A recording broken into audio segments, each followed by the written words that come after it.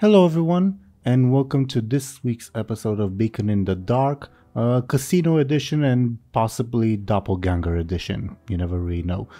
Last time a bunch of stuff happened, but before we get into it, as usual, I would like to ask these lovely people to introduce themselves and their characters. The dice say that we should start first and foremost with DoomGoblin. Could you please go ahead and introduce yourself and your character? Yeah, hi. I play Captain Bladebeard, and I think this time he's gonna play some Hearthstone. That was the plan, maybe, so he's gonna play some card games. Yeah, potentially. Indeed. Thank you very, very much, DoomGoblin. Next, according to the dice, we would have Sir Thompshire. Could you please go ahead and introduce yourself and your character? Sure. As always, I'll be playing Benjamin Aaran, the traveling sellsword that doesn't really like gambling because, he's gonna lose all his money. But he's in a casino. That's very cool. That's kind of it. Indeed. Thank you very, very much, Thompshire. And next, we would have Zelrin. Could you please go ahead and introduce yourself and your character with an asterisk attached to see why? Oh, see why? No, okay. It's not a bad thing, but just introduce yourself. Hi, I play Lyri Embersorrow, the murdered elf who has been put in the mechanism right now. And apparently no one cared about her death or mourned her, and they just kind of moved on with their life instantly, so that's it's going to be... Bladebeard is going to make a huge party. Well, he hasn't done it yet, though, so... I think Morg was kind of sad, or at least surprised. Yeah, he was sad. He was upset. He's still upset. Zoran hears the good news. At least Lyri's death, quote-unquote death, got more of a reaction than Mera. That's true. Although, if Blood blew himself up because Bladebeard killed Lyri, I would have been very upset, so maybe it's better that way. Oh yeah, that did happen. Oh yeah. Anyway, thank you very, very much, Zoran. Speaking of, Banorak, could you please introduce yourself and your character? Yes, hello. I am good old Moarg.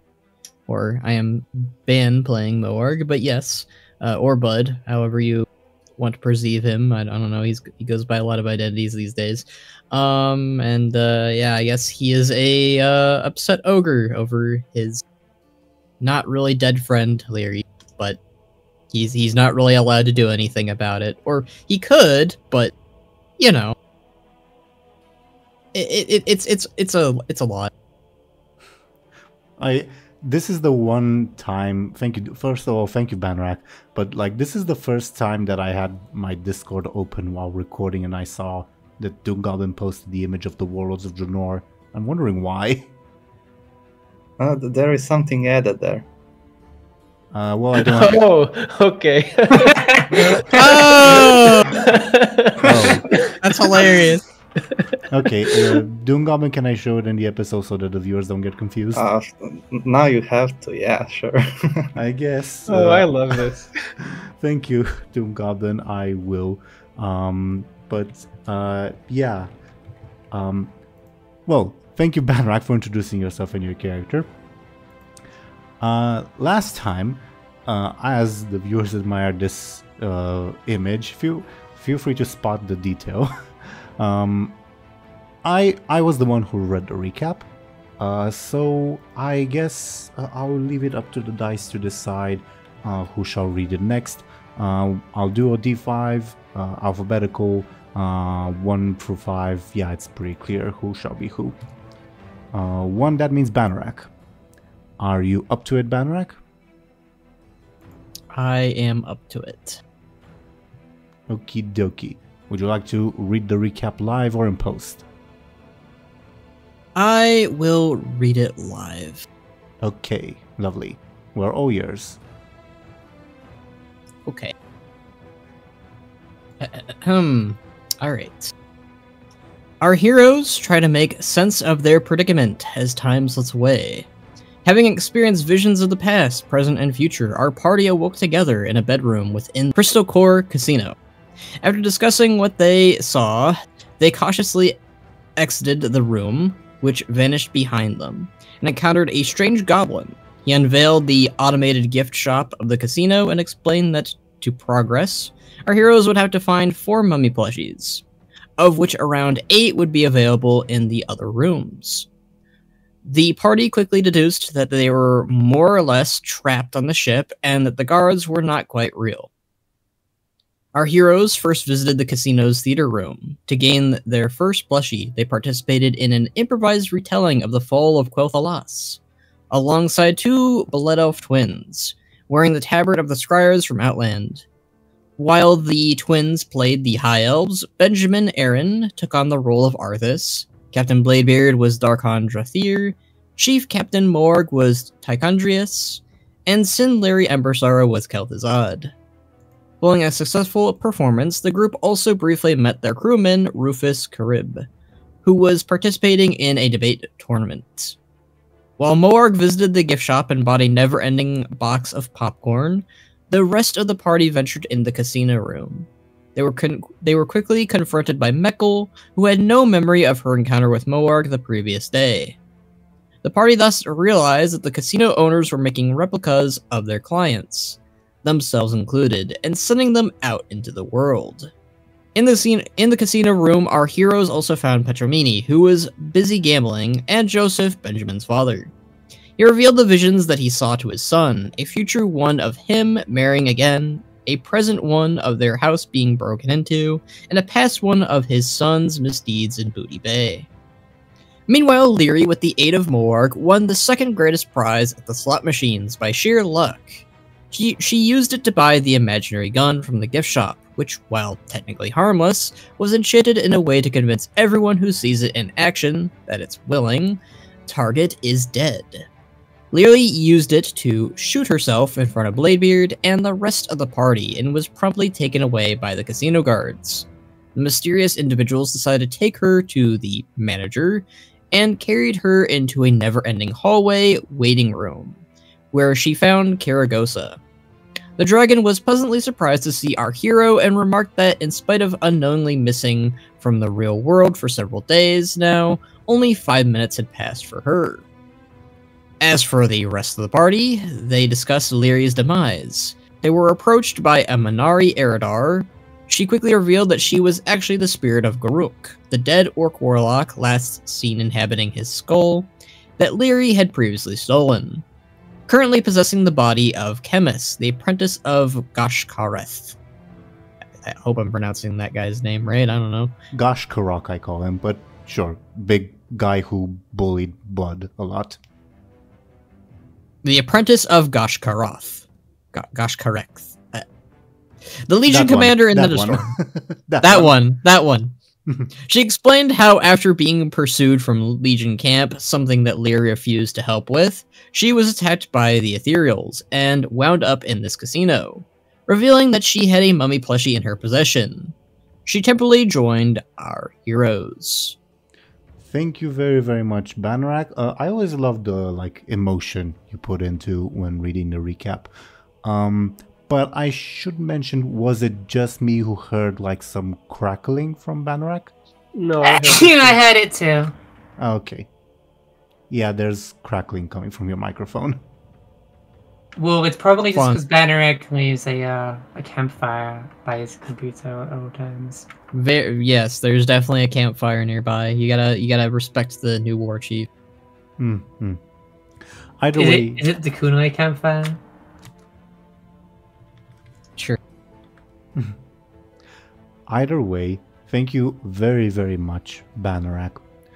So, as we rejoin our heroes, to be perfectly honest, I struggled for an entire week just to think of a way for Zelrin to participate, because she's currently pretty much frozen in time, so Lyri can't really do much until everyone else gets here. But I did find a solution, and it struck me pretty much like 10 minutes before the session, and I think it works. And funnily enough, it's a solution that Zelrin, you can participate in as much or as little as you'd like entirely up to you. As our heroes will see, let me give me a second. As our heroes will see, alongside the other people in the crowds in the arena room, this lovely crew member of theirs. Oh no. It's the cursed Pandora. Yep. Oh god, I hate this guy. So Zelrin, you feel free to play. What was his name again? Aleclaw. Aleclaw, of course. You created this individual, you know him far better than I do, to be perfectly honest. Feel free to play him in any manner you so wish, until Lyri reunites with the rest of the party. Although there may be some like Lyri content in the episode itself, but we'll get to that. So, yeah, this guy. I completely forgot what he's like. Isn't he just a big brute? You wrote a description of him. I'll find it in a second. I have it saved somewhere, so it shouldn't take me too long. Just you weren't particularly detailed with it, but Aleclaw the Drunkard, a wandering Isle native who joined the ranks of the Good Fortune during his quest to explore the world beyond his home. However, the crew of the Good Fortune weren't acclimated to what he called a proper Pandaran celebration, and his nightly drunken shenanigans resulted in him... Oh yeah, he's like a janitor. He like sweeps the decks or whatever. I forgot about that. Yep. Him frequently being assigned the most arduous of physical labor. Like after many moons of such treatment, he became renowned on the ship for his ability to move slightly heavier than average crates, and thus was relegated to only work in the cargo hold. So, there's the bio that you yourself wrote to Aleclaw. Is there a way for me to reply to this Discord message from long ago so that I can post it in... Anyway, yeah, there's Aleclaw. Play him as much or as little as you'd like, Zelrin, at the very least until Lyri rejoins the group, okay? Okay, I don't think that'll really be necessary, but you'll just be doing casino things, I guess. Again, as much or as little as you'd like, you define that. I just didn't want to leave you out, if that makes sense. Yeah. So we rejoin the party. I guess it would make sense for them to spot Aleclaw in the crowd if they want to interact with him at all. But other than that, it's the three of you plus Guren plus Chemis. Also, one additional small detail. Do you remember how last time, I don't remember who it was, I think it was one of the guards who said that after you get the plushies, like 5 or 6 of you can go to the next stage? Well, now that Lyri's already gone, you can bring one extra person. Yeah, I was wondering that because, like, even if we get all the plushies, we can't get everyone out. Like, there's 4 of us in the party, and then we just gotta blow up the ship. It's fine. Yeah, simple. Beat up whoever's the big boss, and yeah, everyone's happy and free. I mean, if you wanted to, you could just go to the big boss's office right now and beat him up. We don't know where it is. We'll probably only get access to it with the plushies. Could have followed Lyri. Speaking of which, is my my sending spell available? It's been available this entire morning. Okay, then I want to send a sending spell to Karigosa. Okay. While everyone does something else, I'll type it out and see if it fits 25 words. Noted. Also, like, your Benjamin and Bladebeard's stress and level 2 consequence for Bladebeard will go away in like 5 minutes, provided you continue to rest. Okay? Then Bladebeard will continue to chill. Dreaming of Lyri's murdered body, no doubt. He's a freak for real. Probably. Also, maybe that's some nicer things, you know. Also, I guess I'll do it now. Chemis, who's with you guys, will have a sudden idea and will do her own sending spell that I need to type out.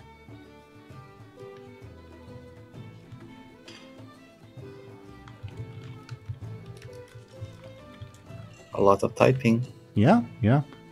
The viewers can also hear because my keyboard's right next to the Okay, microphone. I've got mine. Oh, years. Hey Kyrie, something's off about the ship. It's creating doppelgangers since no one can leave. Where are you? It's been weeks. Huh.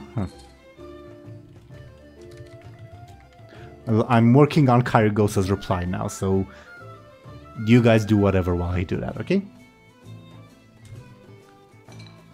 So, yeah, I guess Bladebeard is going to prepare for his Hearthstone duel. He's going to like Do whatever. Wow.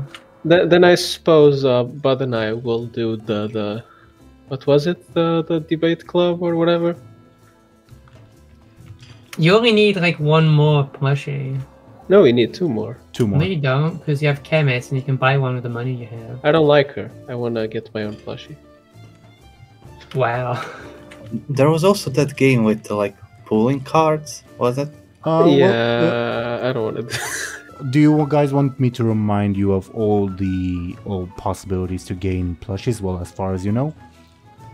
Please. Okie dokie. So, let's go top to bottom. In the theater room, there was the recital, which you did, and the debate tournament. In the casino, you can win it if you win the grand prize at the slot machines. Lyri was this close to it, but that's like a 1 in 729 chance. And there's also the Machine of Wonders, which is capitalized, which is, yeah, there's 3 cards face down. Presumably one of them is the plushie. In the fight arena room, there's the Hearthstone tournament, and there's 2 other like combat type events that the guards didn't really go into detail about, okay? Alright. I'm interested in both card related games.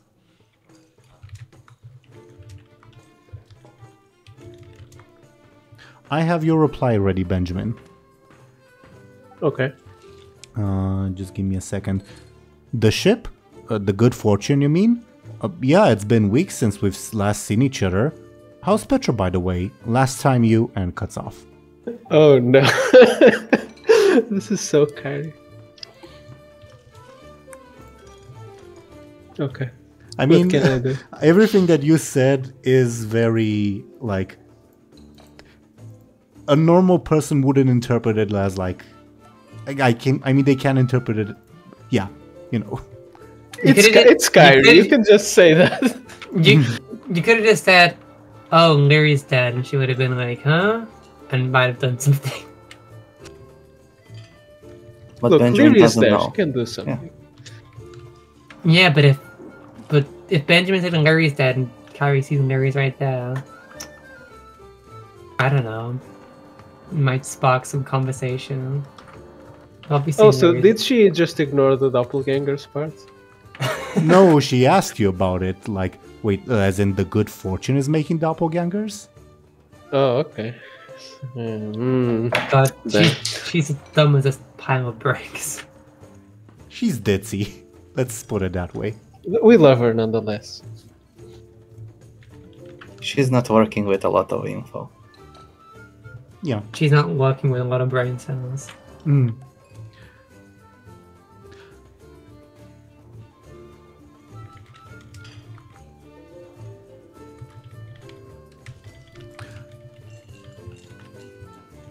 One, two, three, four, five. Okay. Chemist has also prepared a sending that she will send to Lyri. And you, like Benjamin, Moarg, and Bladebeard, you see Chemist look kind of surprised that the sending actually worked, and then a smile form on her face. As Lyri, you get a sending. Hey there! Long time no see, partner. I heard you died, eh? How are you feeling? Death is quite the experience, eh?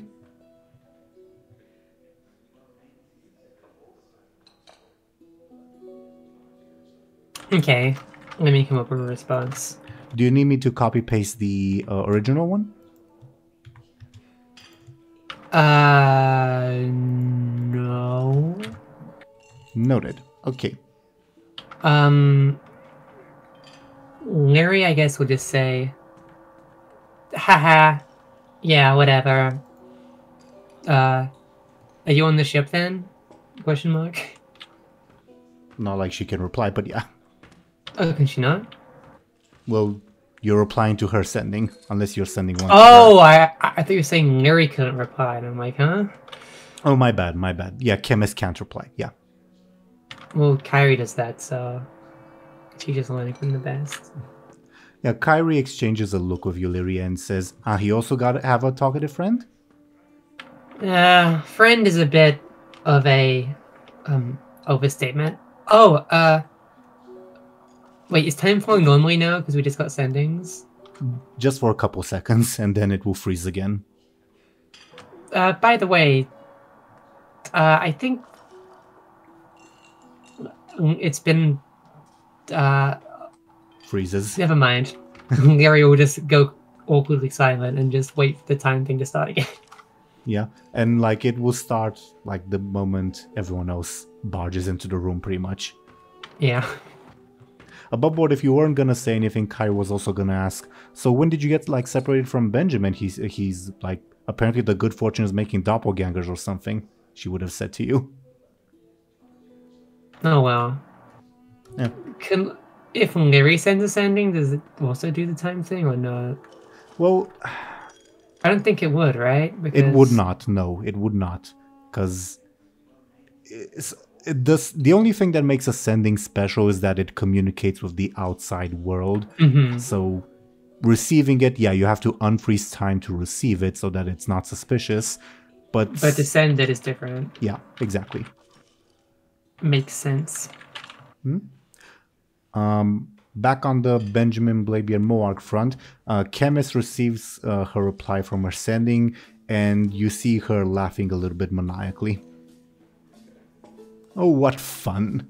What fun! You three don't know, do you? No what? Alright, maybe I'll tell you later. So what's the plan? I'm gonna win a card game. Mm-hmm. And Bud and I are gonna win a debate.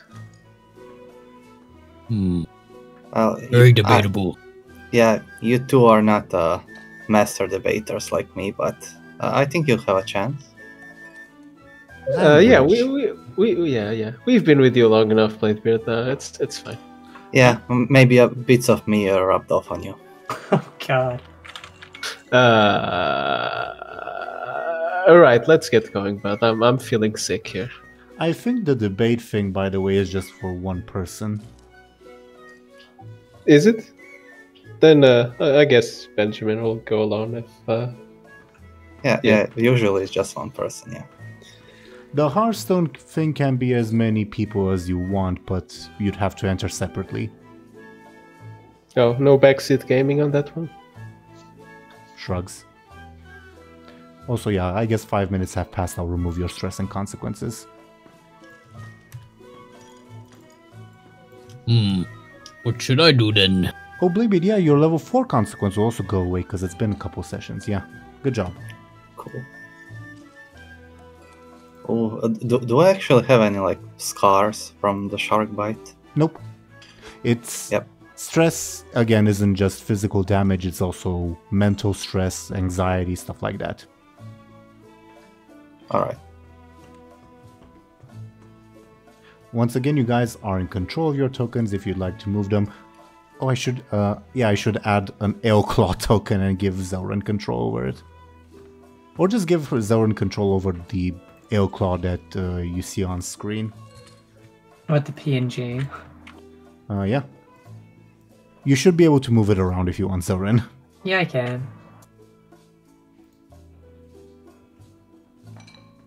Yeah. Oh, he's as tall as Kyrie. It's true. So, where to? Or what do, or whatever. So, I believe we established that Bladebeard does have his own Hearthstone deck, right? Mm-hmm. I was thinking maybe he would have some like illegal fake cards. I think that we also established that, yeah. Oh, yeah. And I think he's gonna like hide a few of them in his beard so he can cheat with them during the duel. I think Captain Hearthbeard? Didn't you beat Benjamin in like episode 2 by having like 5 patches? Which in today's Hearthstone is not like extraordinary by any means, but back then I guess the meta was a bit different. Yeah. Well, not that different, I guess. Anyway, but yeah. So, I see that Benjamin is heading to the casino room. Is he followed by anyone?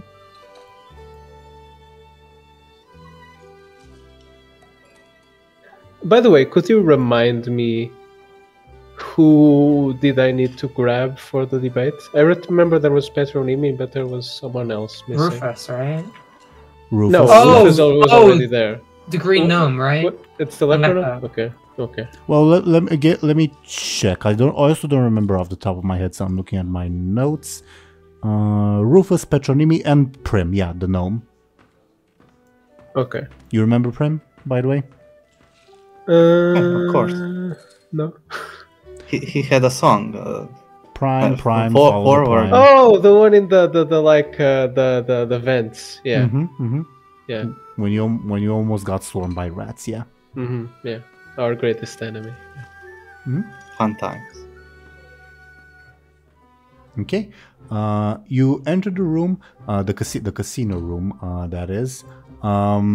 Meko is arguing with a guard at the moment. Your father is standing with Petronimi, as is his duty, while Petronimi is furiously gambling. Come on, big money, big money. Ugh, damn it! Which try is it? 258th? I think it's 260th. What do you know? Get me a drink, Benjamin. And for that. Prim is just like he's creepily walking at like gamblers and staring at the slots as they pull them. I'll try to pull Petronimi away from the slot machine. You approach her. Your father gives you a bit of a relief in his look. Petronimi tries to spill the wheel, pull the lever again. Feel free to interrupt me. Come on, big money, big money, big money. Damn it! Okay, enough big money. Leave me alone. Leave me alone. I got it this time. I've seen the time ways. They all line to this precise pull. Number 260th. Number 260th already. What do you know, Benjamin? Shut up. Come on. Come on. Big money. Big money. Big money. Damn it, pirates again. Do you have any fatherly advice? I'm not really sure what to do here. Your father looks at you and says, if I did, do you think I'd be here? Good point. Weren't you like looking for Kyrie or something? What? Kyrie? No. Come on. Big money, big money, big money. She's on this ship, damn right? it! What? Kyrie's on this ship. No, she isn't. She's in Booty Bay. No, she isn't. We talked to the Baron, and he said she walked into this ship. Shut up for a moment. Okay. Shut up. Come on. Big money, big money, big money. God. You're ruining my mood, Benjamin. Go away for a little bit. I can keep count without you. You said it would be on your 260th. This is what, like, the 261st or something? 62nd. 64th, says your father.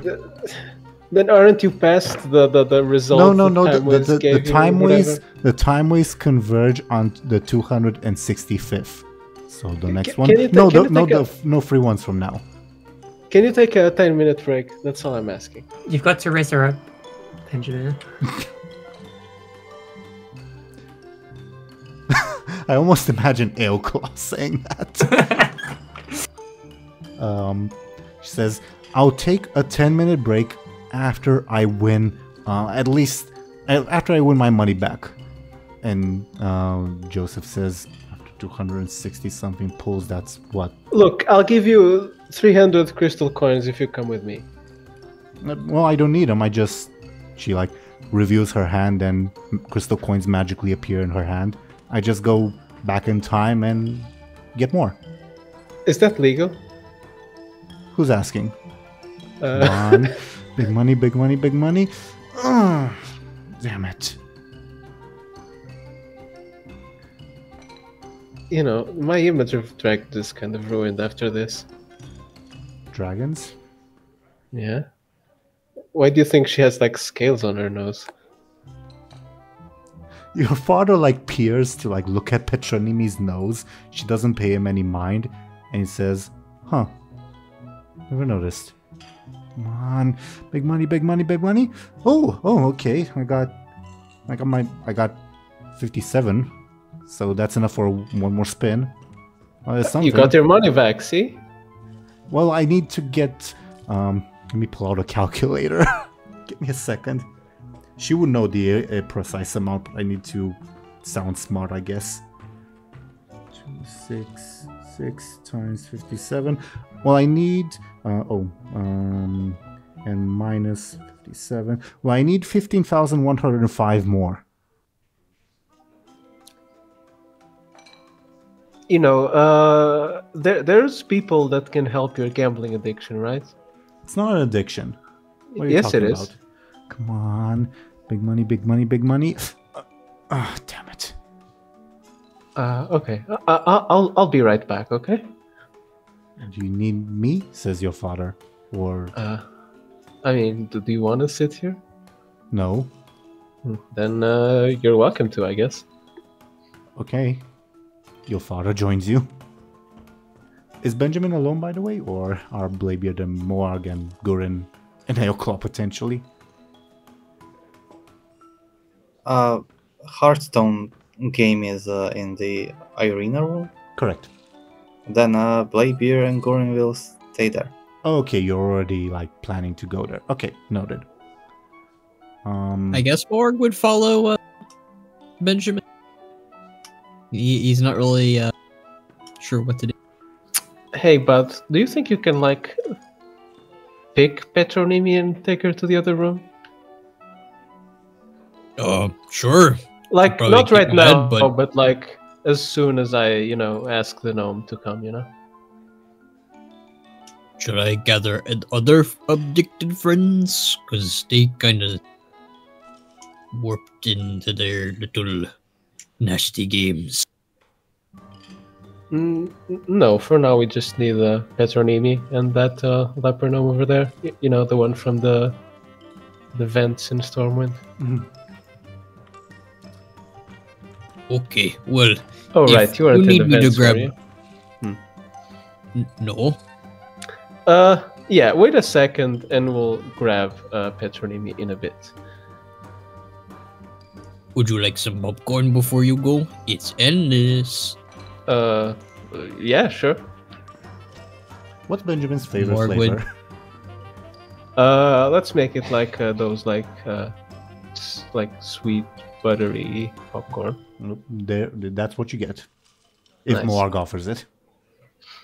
Oh yeah, he's offering it. He's Yeah, Benjamin dumping kind the- of grabs a handful, I guess, and he asks his dad if Okay. he wants some too, I guess. Not usually my preferred breakfast, but sure, I'll have a bit if you don't mind. Does Moarg mind? No, it's endless. So, I mean, he probably would give it anyways if it wasn't endless. Yeah. Your father also takes a bit and says, yeah,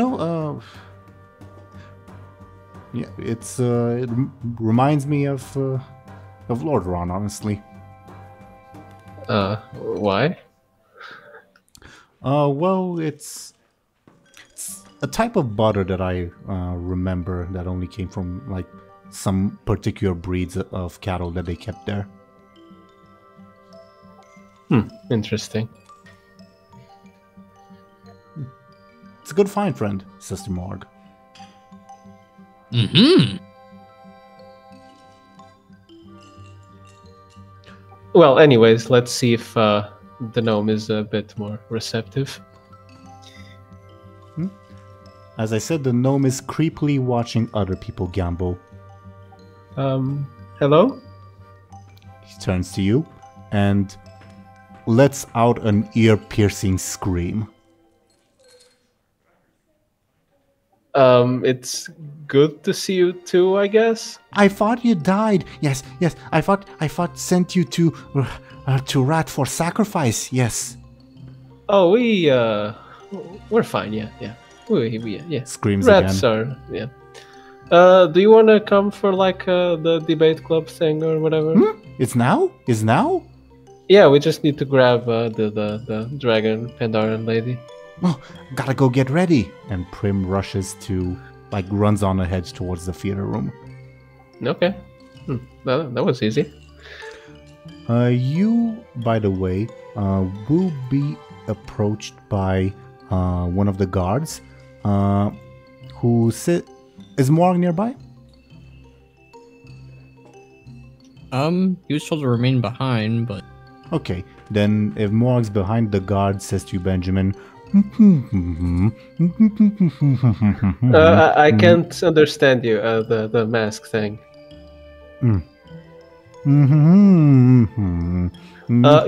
Can you grab my ogre friend over there? He can do like the translation. After he says that, the guard dematerializes from in front of you and appears in front of Morg and says, Then I guess I'll walk towards Bud. Hey man, I got a special announcement for your friend there. Could you help translate it? Oh, yeah. Okay. Yeah, I got a message from the debate club from your friend Rufus. He said they found a replacement if someone ain't be willing to come with ya. Benjamin, there's a replacement for the debate club. Over there. I guess it wouldn't hurt to try to grab Petronimi just like once. I don't know. Let's see how it goes. Benjamin takes a step back in case she explodes. The guard dematerializes. Petronimi once again, come on, to 75, big money, big money. Ooh, I want 100, I want 100. Okay, just a random number above 15,000 more. He gives Bud a little elbow.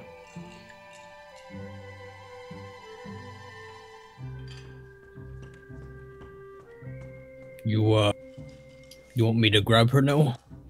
Yeah. Okay, upsy daisy, here we go. How are you approaching this Morg? I think he would just walk over and pick her up. May I get a forceful from you? You know it. A 4 to Petronimi's 8. You try to grab Petronimi and she's not there. She's a little bit more to the left. Then you try to grab her again and wait, she's now a bit more to the right. Benjamin. Fine, we'll take the replacement. Big money. Ah, damn it. Why are dragons so weird? I swear. Fine, the replacement will have to do, I guess.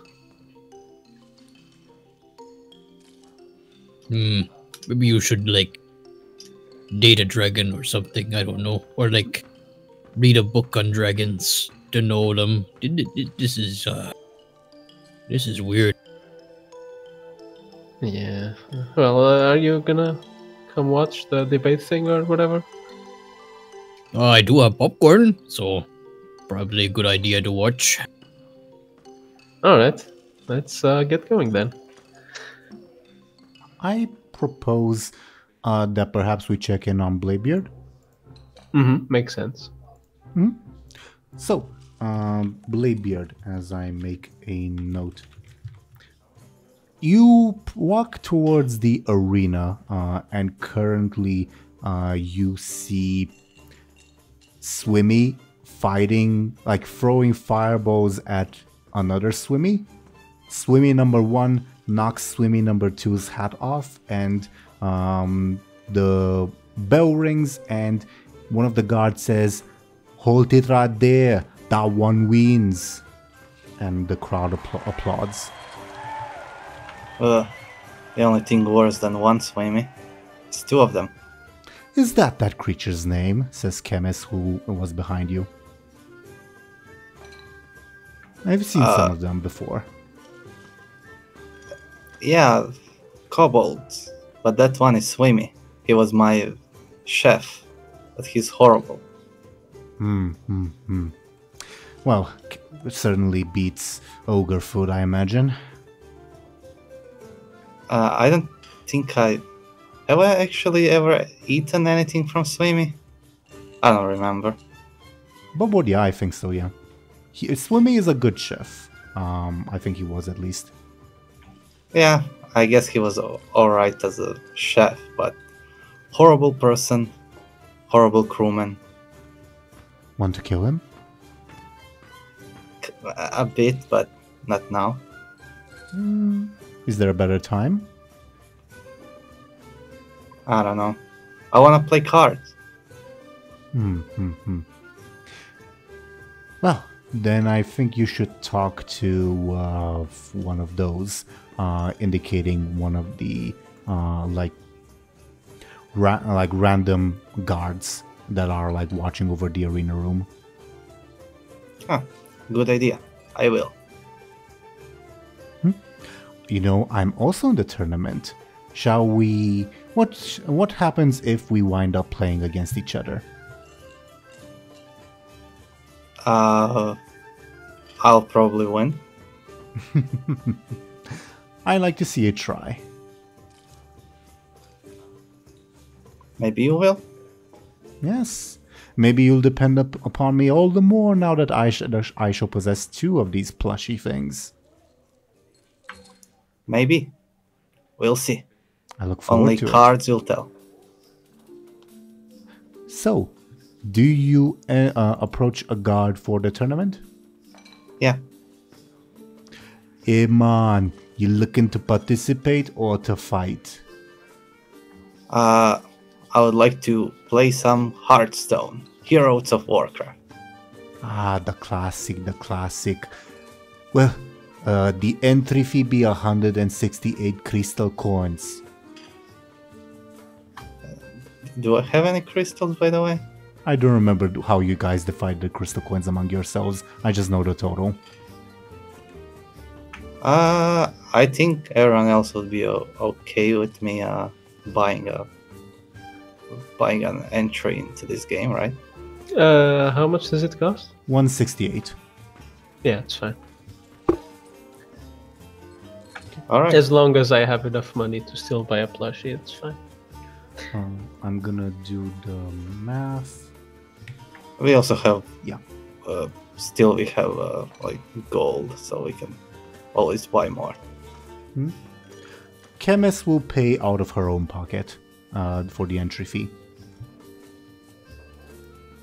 So, as for the other participants in the Hearthstone tournament, it is the people that you see on screen, except Eoclaw in the arena room. So, Swimmy, Maxima, Juba, Karen, and of course Chemis, plus you, which makes it a 6. So, I'm gonna roll some dice to see who shall go up against whom, okay? Alright. 1, 2, 3, 4, 5, 6. Okay, first round shall be Chemis versus Juba. Alright. Okay. I think he can beat her with one hand tied behind his back. I mean, in a fist fight, maybe. Not necessarily in a Hearthstone tournament. Didn't know it was a Hearthstone enjoyer. And Kemi says, "Oh, I believe that's me. That's my name written in common right there, isn't there?" Pointed at like an automated board. I have no idea. Ah, forget I asked. And the chemist will proceed forth, and Juba will walk in front too. Are you visible to Bladebeard, Juba? To Juba Bladebeard. Sure. Yeah, he looks at you and groans and says, "Why are you here?" Ah, you're surprised I'm still alive. I'll let you know that Stormwind was merely a setback. You're the third person I want to see least. Why am I not the first? The second is the other companion I let go, the human. The first is the bold proprietor.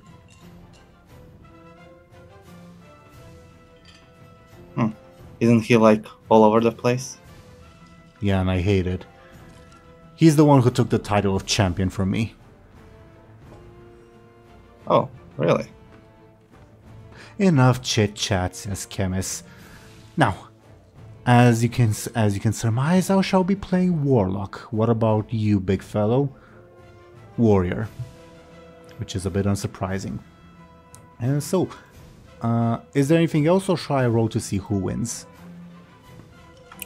You can roll. Okie dokie. First row shall be Chemist. Second row shall be Juba. Chemist wins. How much attention are you paying to what, like to the gameplay itself, Bladebeard? Let's say a lot. Okay, might help you with your strategy. Chemist, unsurprisingly, is playing Handlock. Juba was trying to play Aggro Warrior. All right. Yeah, and Chemist wins the first round, much to the applause of the other participants. So, shall we determine who the next round shall be? Oh, can I try to figure out one of her aspects, just in case I end up fighting her? One of Chemist's? Sure. Just before you roll, let me look at her sheet, and I'll give you, like, the difficulty, okay? Sure. Just give me a second, please. Oh, fuck, I don't remember if I called her in my files, like, Garuk or Chemist. Shit.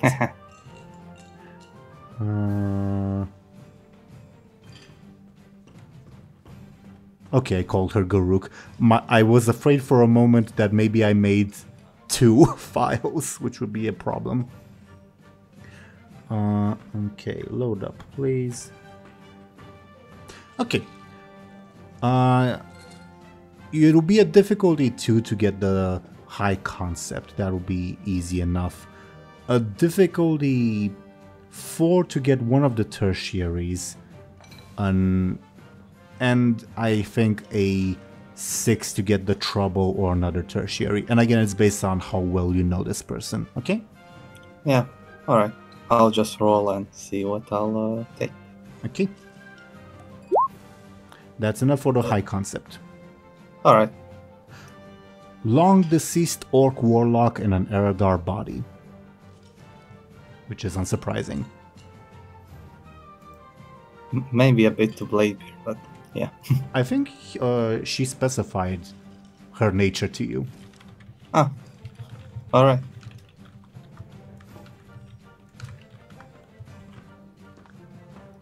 And I guess we're going with she pronouns for her. I guess that's what I decided. Because she's inhabiting this female Eredar body. Okay. So, Chemist wins, and she shoots you a smug look, Bladebeard, like, hey, what do you think? Well done, but not good enough for the king of games. Whoa, King of Games. The next match shall be you versus Karen. Alright.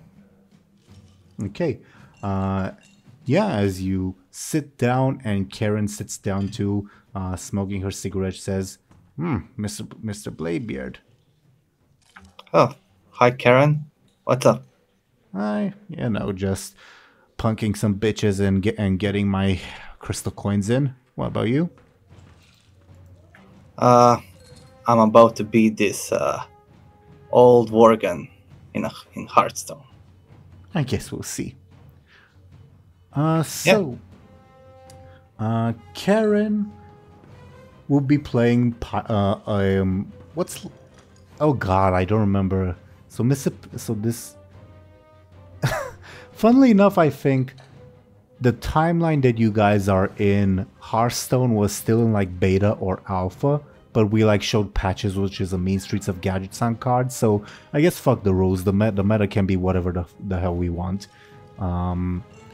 So I think she will be playing Quest Rogue from Ungoro. If any of you know what that is. I'm familiar with that. I played a bit of Hearthstone, but I didn't get like super deep into it. It's basically like kind of early game combo, late game sort of mid-range aggro, as basically the quest is play 4 or 5 of the same card and then all your cards are 4/4, which is kind of tanky.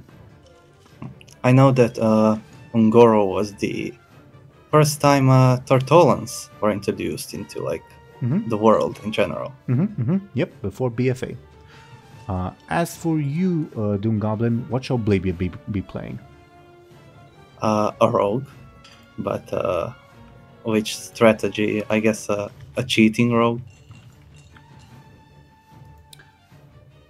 We can play. I think there was a deck at one point called Thief Rogue, if you want that, or you can just say a rogue, whatever, and you cheat. So yeah, we can go with Thief Rogue. I think Thief Rogue would be careful or sneaky from you. Okay. All right. Oh God, Karen got a 6.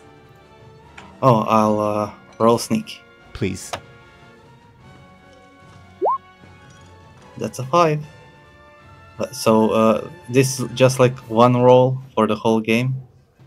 I mean, we can turn it into a battle if you want, but I don't think we're familiar enough with Hearthstone terminology to turn it as such. All right, I'll spend a fate point to add +2. What are you invoking? A pirate lord. They're like cheating and stuff. Okay, yeah, sure. So, just as she is about to deliver Lethal, she remembers that you have a taunt in the way, and she's forced to end her turn as you gain Lethal on her. Oh no, still it was a very close match with those rolls. And as it ends and the crowd applauds, she says, "Ah, shit." You didn't believe in the heart of the cards enough. What does that But even better mean? not. What does that even mean, dearie? That's for you to find out. I'll get a rematch soon. Anyway, the win is yours. Well done. Yeah. See ya. Good luck. She gets up. Chemist applauds you with a sarcastic smile. Do you see that? Swimmy turn next. Swimmy turn next. Move. Get out. Move. It's you, says to Bladebeard. Yeah, the table is yours. No like you. Move. Move. Feeling is the same on my end. And on the opposite side of the table is a gnome with a chain sword, which is thankfully sheathed, I guess. And she says, You look particularly tasty. I guess we'll see who shall win this one. No, I'm scary, but Swimmy better Hearthstone player. So, Swimmy shall play Burn Mage, which is basically a type of mage that relies on casting direct damage spells to kill the opponent, which is kind of mindless above board. While Maxima shall be playing as Control Warrior. So let's see how that goes.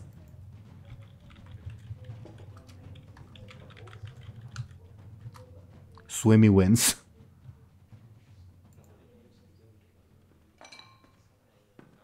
So yeah. Alright. Swimmy says, "Fireball to face," and that's how he gets lethal. And the crowd applauds as Maxima literally flips over the table and walks away. Sore loser. Sore loser. Rage quitter. Yeah. Chemist says, "So now there's 3 of us who Hearthstone isn't a free player tournament." And one of the guards says, "Yeah man, we gonna roll some dice to see who shall have a special round off before the final fight." Alright. Sounds good. So let's see. 1 will be Swimmy, 2 will be Chemist, 3 will be Bladebeard, okay? Alright.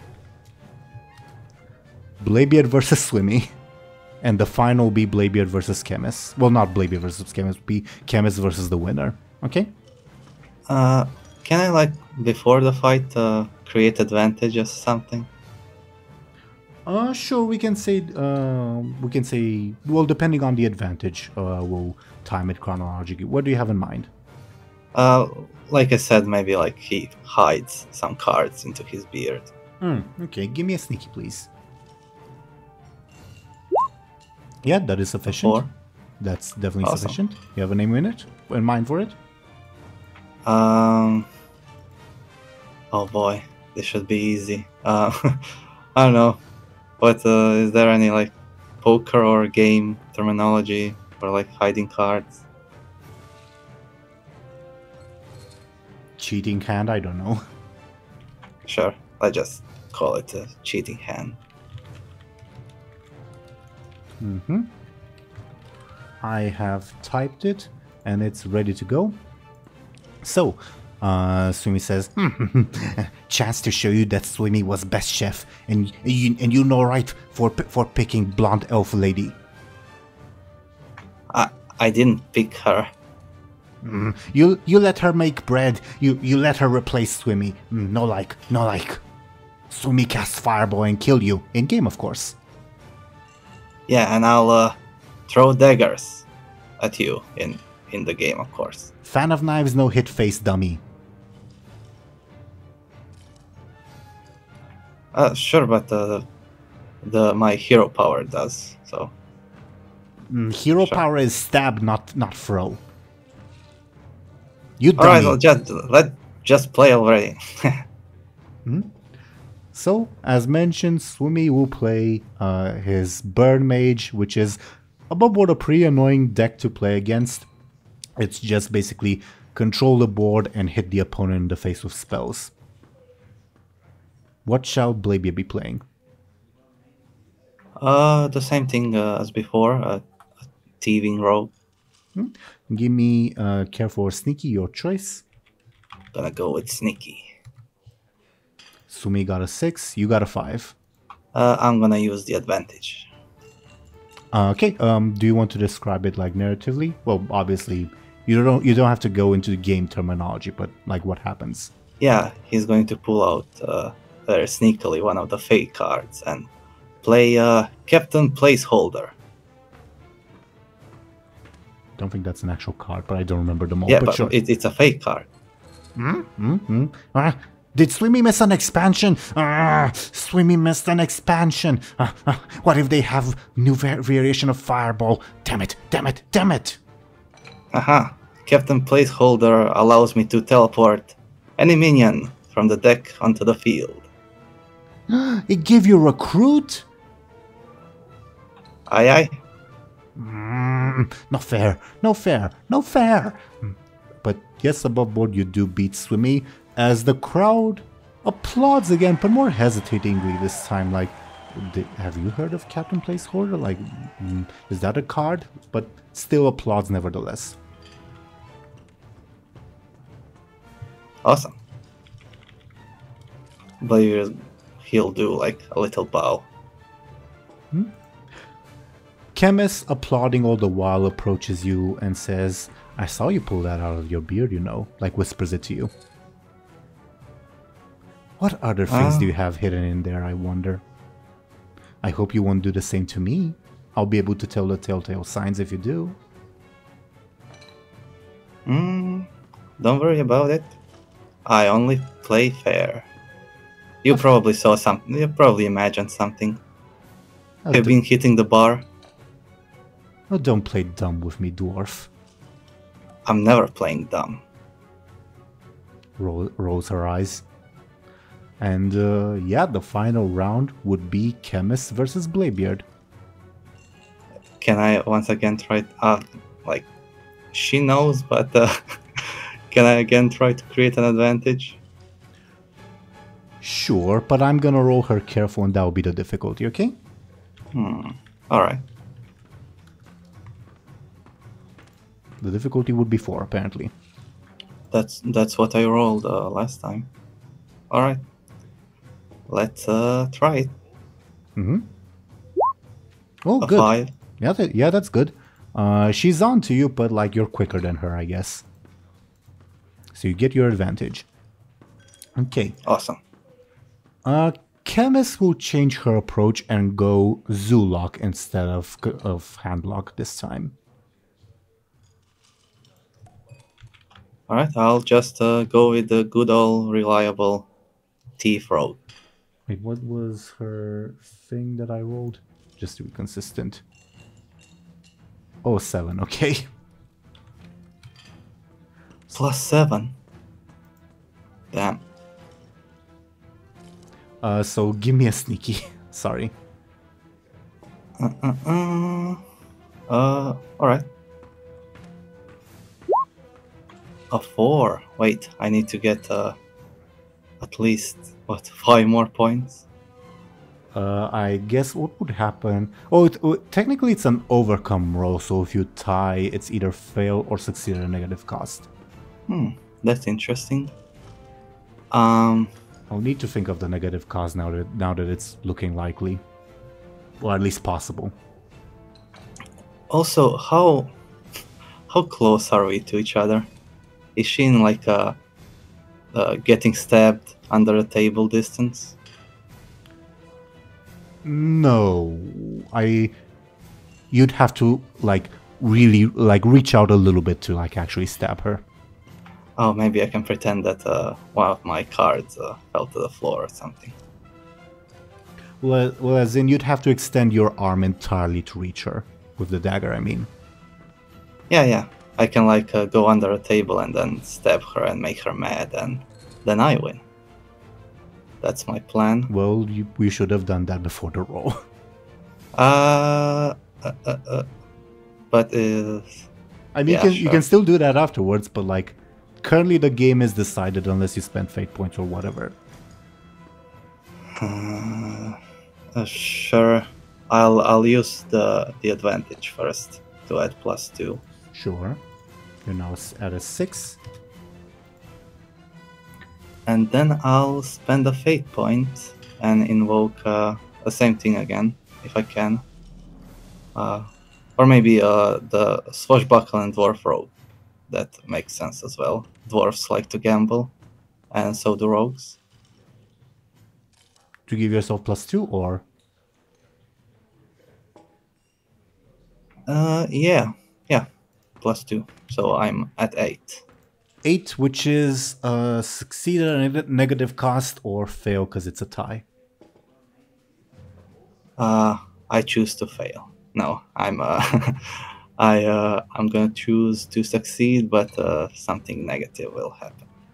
You know what? Just for the sake of it, because we haven't... I don't think I've done this in a while. I'm gonna spend one of my fate points to improve Chemist's roll. by 2. Mm-hmm. Are you sure you don't want to reroll? So she's gonna be at a 10. It's Yeah. good news is unless Claw comes in, Zelrin, unless she does that, I'm out of fate points for the scene. I'm I guess spending another fate point. You also have the high concept you discovered if you can find a way to make that make sense. Without spending a fate point. Correct. Oh, that's nice. Oh, I also have like guessing game and birthday inspirations. But let me see. So, long deceased orc warlock in an Eredar body. Sounds like someone who has been long deceased. Maybe just started playing Hearthstone. So maybe she's a noob. You know what the funny thing is? That's the aspect I invoked to improve her roll, but I invoked the Eredar body one part, I mean. But I think it does make sense for you also to invoke it for the long deceased half of it. So Yeah. Sure. So sure. That double meaning. Yeah. Currently tied again. Succeed at a negative cost or fail? Succeed at a negative cost. Okay. Let me think for a little bit.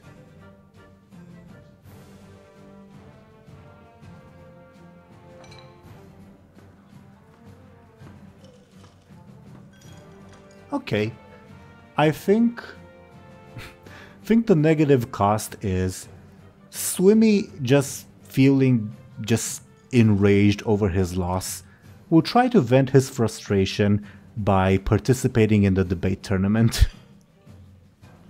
Oh, that's not negative for me, but for Everyone Benjamin. else.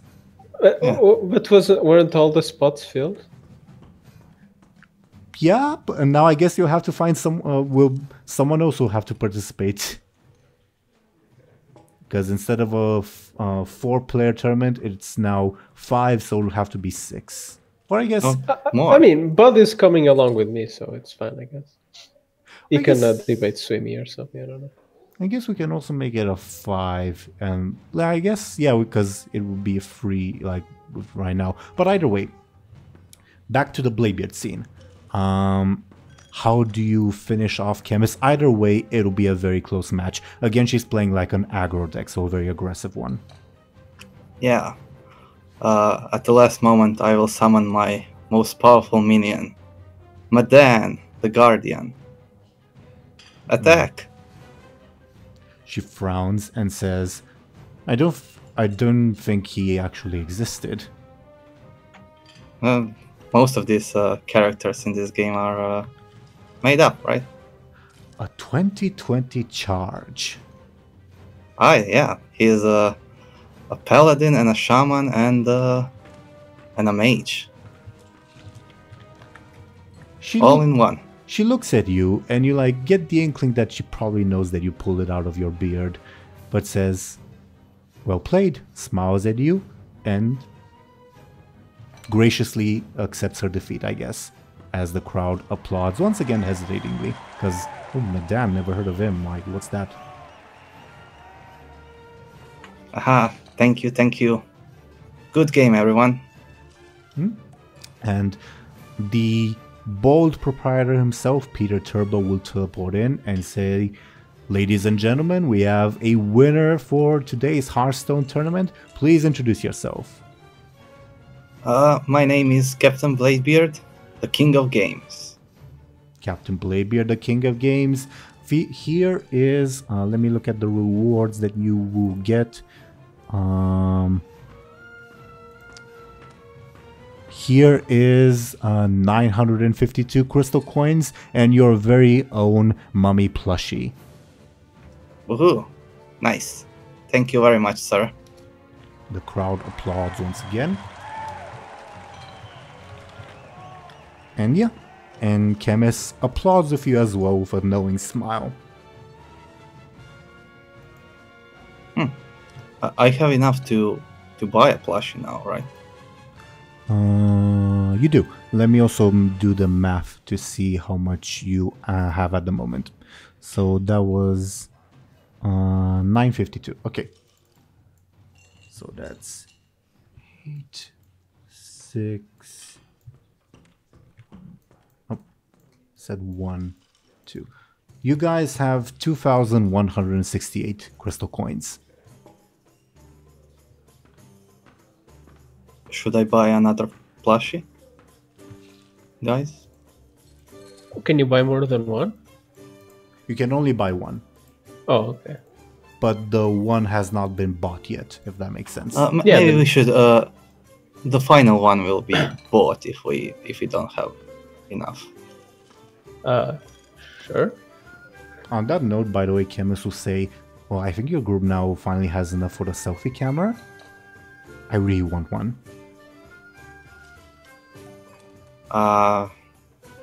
What's that? It's like this device that takes a painting of yourself and your surroundings. That sounds cool. I like paintings of myself. I do too. Yeah, a lot of people likes paintings of myself. Blinks. Well, shall we check in on your friends then? Sure, yeah. So, back to Benjamin and Moarg, and Bladebeard will join you. Bladebeard and Chemist on that note will join you soon-ish. What do you guys do? Do you head to like Rufus to set up the debate tournament and all that? I suppose so. Yeah, Rufus said, look, I need to do a little bit of cleanup because the theater room is getting a bit crowded. Twins, you're gonna go to the side for just a little bit.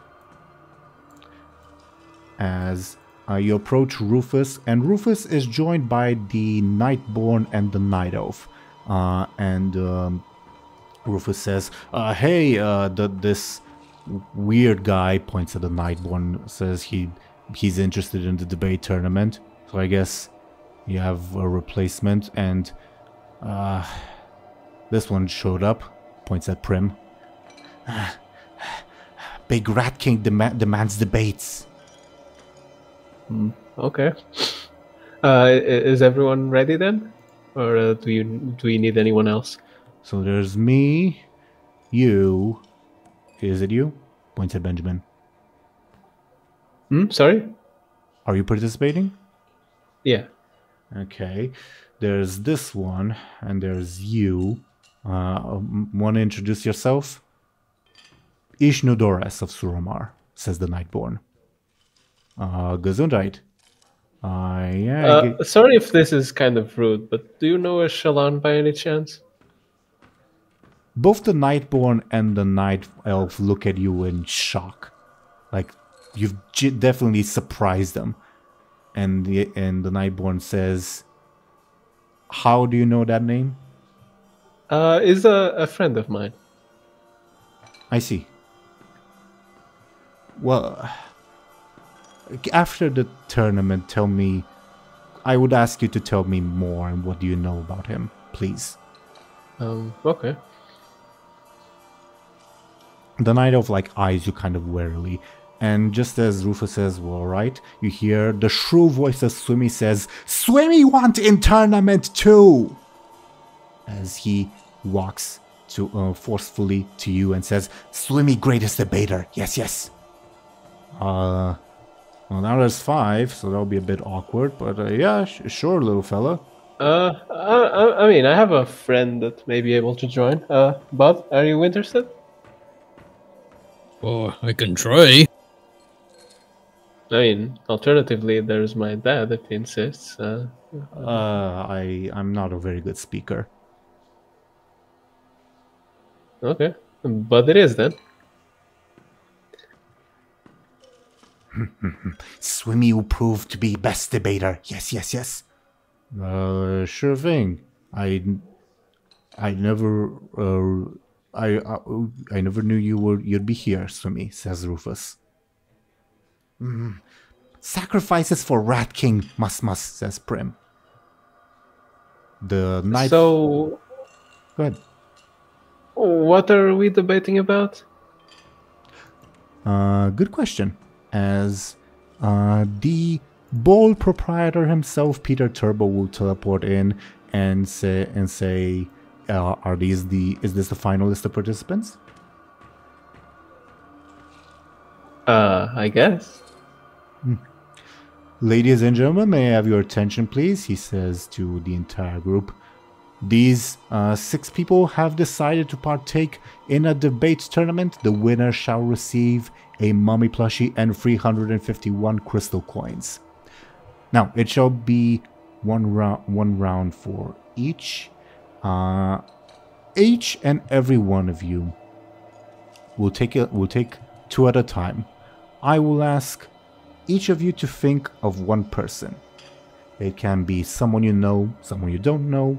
It can be a celebrity, anything like that.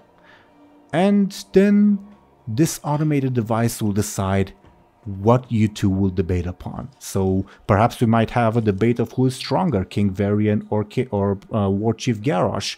Or we may have a debate of who is, I don't know, more honorable between Sourfang and it's a random alliance and King Magni Bronzemere, perhaps.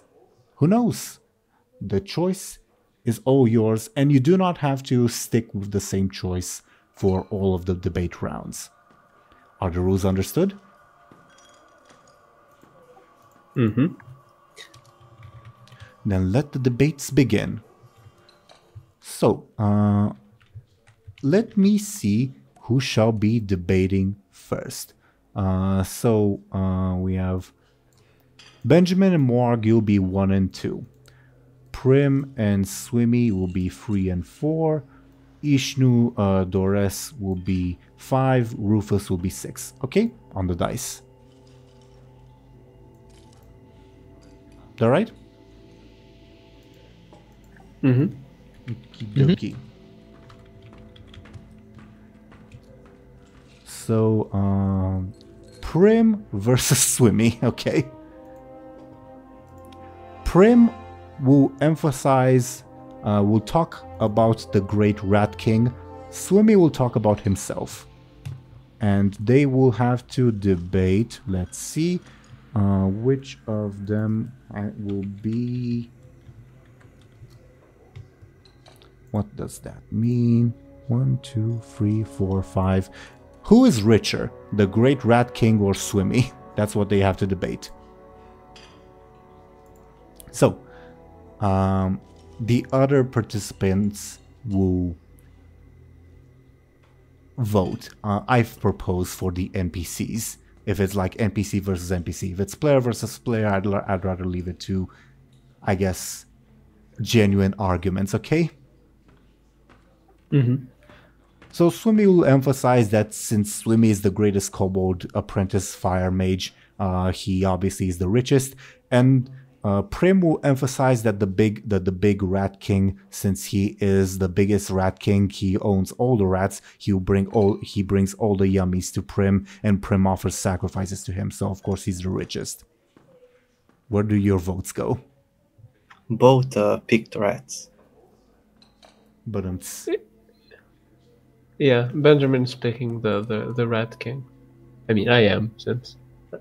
Are the NPCs voting, or is it like above board? Yeah, the NPCs, Ishnu Dores will vote for Swimmy. Rufus will also vote for Swimmy. Okay. Then Benjamin will vote for the Rat King.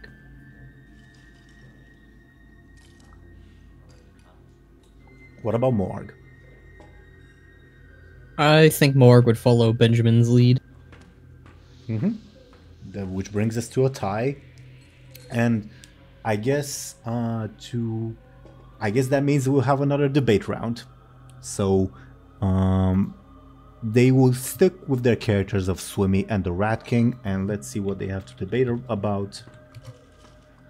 Number 2, which is who is stronger, the Rat King or Swimmy. Swimmy will argue that he knows to cast Fireball, so of course he's the strongest.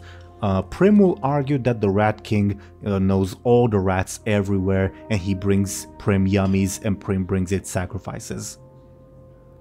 Ishnu the rest will vote for Prim, Rufus will vote for Swimmy. Benjamin will vote for Prim again. What about Morg? I'd say Morg again would follow Benjamin's lead at this point. Okay, then Prim wins. Swimmy flips the table in outrage and walks off to vent his frustrations in the casino. Sore loser, says Prim. Rat King is pleased. I just want to say that you shouldn't Google the Rat King. If you know, you know. I know, but that's not Unfortunately, yeah. That's not what Prim means. I know. But yeah, the room erupts in hesitant applause because they don't know what just happened. That's Prim has the victory. And I think it's a good spot for Bladebeard and Chemist to walk in, if you guys agree. And potentially Sure. Elclaw if Zelrin wants.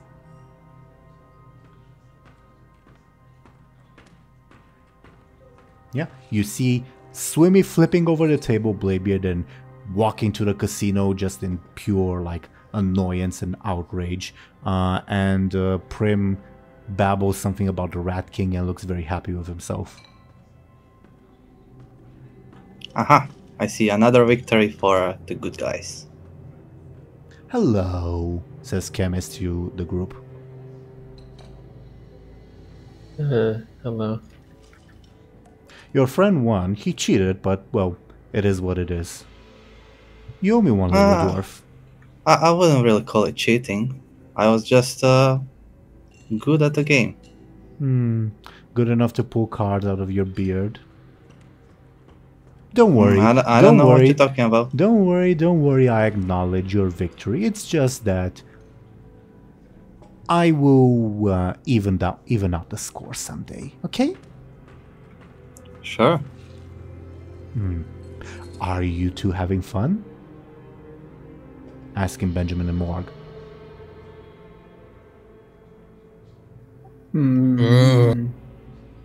I don't really know what's going on, but we are. Yeah, it hasn't been around yet, so yeah. Let's see. I got a mummy. A plushie. Shouldn't you probably go buy one while we do this debate thing? I'll stick around and cheer for you. Sure. Plus, I hope you win so that we can get the selfie camera.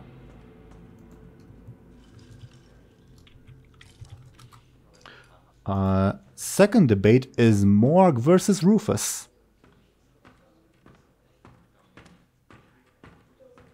Are you with us, Banrak? Yeah. So, once again, the rules are pick a character, any character, like someone you know, someone you don't know, can be a celebrity, can be a past character, whatever, and your opponent will do the same, and then I'll roll some dice to see what you have to debate upon, okay? I choose my good friend Khadgar. So Rufus says, well, I choose the one who saved us from the nanomachines in the water, Mr. Bladebeard.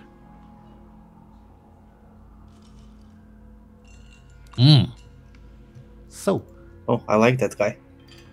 Above board, what if both participants choose the same person? Above board, it probably wouldn't happen because, as you just saw, Morg said his choice first, so the other person has some time to pick someone else. But above board, like for all the NPCs, I thought of different people, so I guess yeah. Does that answer your question? Yeah, it does. Okay. Well, low numbers today. 1, 2, 3, 4. Oh, that's lovely. And I think Rufus will win. No offense, DoomGoblin. You two have to debate which one is dumber. Like, Oh, Banrak, you have to convince everyone that Khadgar is dumber than Bladebeard, and Rufus has to convince everyone that Bladebeard is dumber than Khadgar. Oh no, Rufus is gonna lose. Zeren, I see you lighting up, but we didn't hear anything. I was gonna say, does Rufus think Bladebeard is dumb though?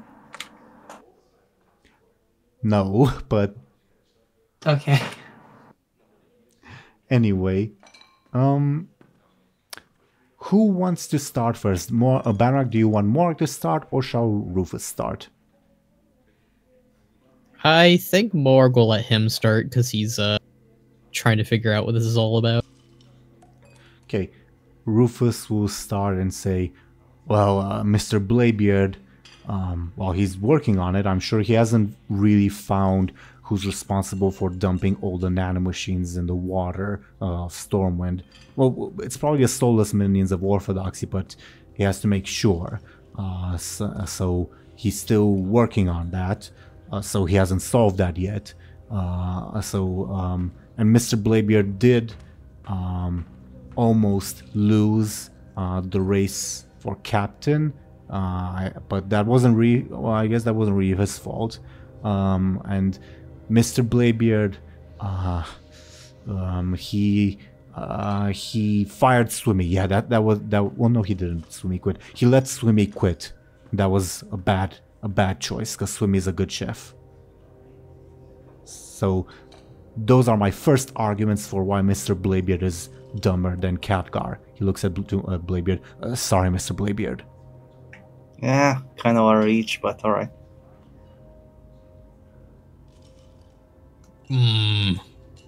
Bladebeard. No, not Bladebeard. Khadgar shaved his beard, and now he's got a colder beard. And if you don't have a beard anymore, that means you won't be as warm. So I think that was very stupid of him to shave his beard. Rufus nods. Bobboard, I think we can go for like a bit more of a back and forth, but Banrak, what do you think? I think it would be fair to say that like the players can cut the debate short, but Rufus would like to continue. We can keep going back and forth. I think that seems very in character for them both. Rufus will say, well, Mr. Bladebeard, he took the ship to Lapidus, and you know how that all went. So that was a dumb decision. Sorry, Mr. Bladebeard, and he didn't increase my pay for working for voting for him, and so that was stupid. Like, you have to reward your voters, Bladebeard. It's called electoral fraud, I think. Sorry again, Mr. Bladebeard. And Mr. Bladebeard also I've seen him. He like above board. He looks genuinely disturbed by what he's about to say, but he like composes himself and decides, okay, I'm gonna have to say it.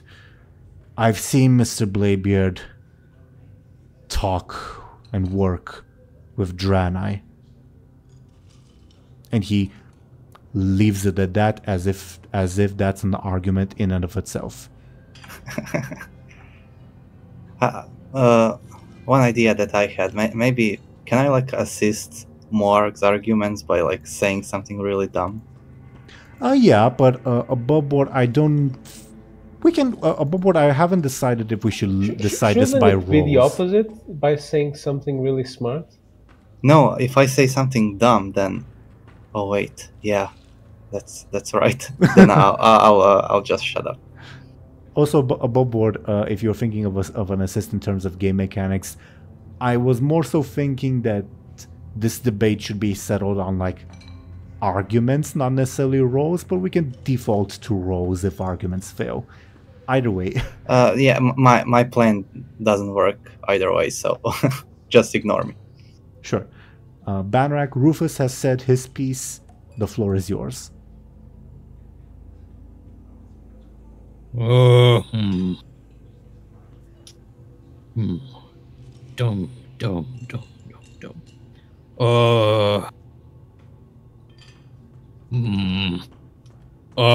Well, Khadgar is not here right now, and Bladebeard is here. And this casino is really dumb. So, anyone who is in this casino is probably dumb. So yeah, I say That's the opposite of what you need to do.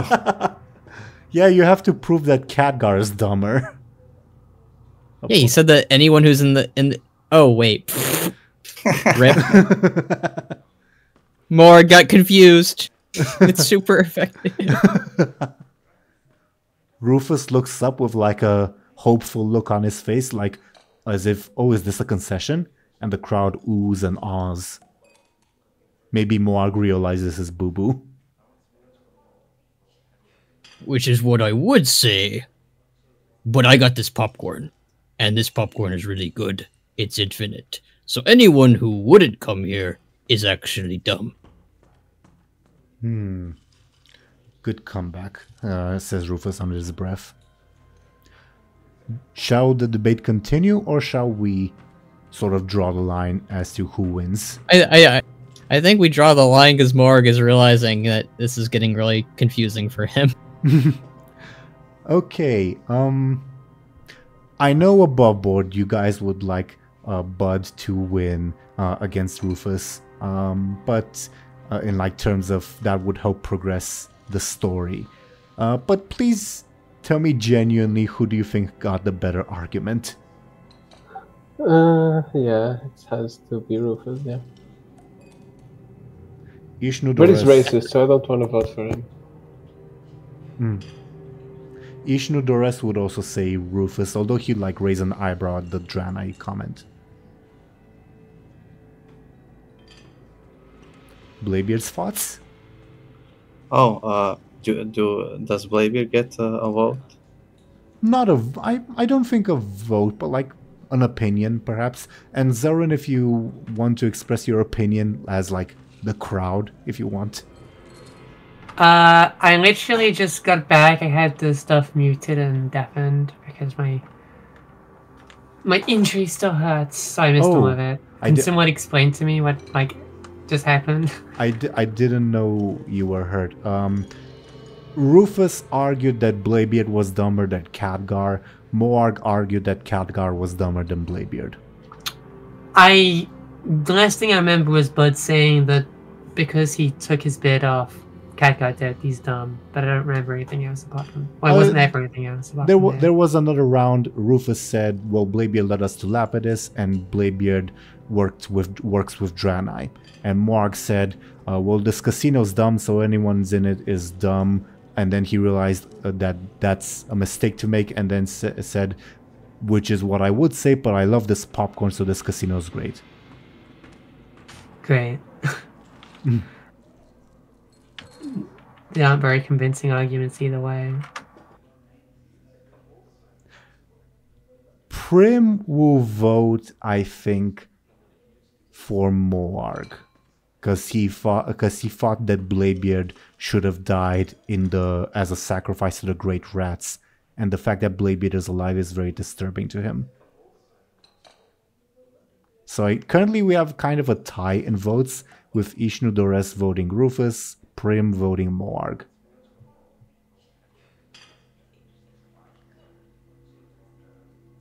I think the crowd would lean more towards Rufus, but what do you think, Benjamin?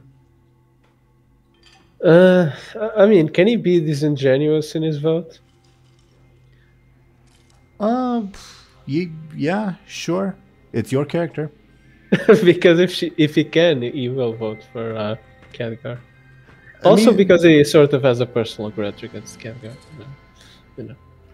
I mean, also, like, it's not that bad if Rufus wins, because he's part of your crew. You can just order him to hand over the plushie. I mean, true. That said, is your vote still for Morg? Yeah. Okay. My Then- man. Then with admittedly a bit of a a split quarter, like the audience favors Rufus but the participants favor Moarg mostly. Morg is pronounced as a winner and the audience gives polite applause. Thank you. I have no idea what I'm doing, Benjamin. Stay strong, bud. This was an easy one. Rufus like rushes to Bladebeard and says, "I'm sorry. I know you're working to rid the waters of the nanomachines, and I know the Draenei thing was probably just like I'm missing some context, but I had to argue against you. I'm so sorry." Yeah, I think you should meditate on all this, and What's that mean? answers will become clear. What's You know, that just mean? like sit and think about I don't know, something you like. I usually think about the sea and the waves. Think?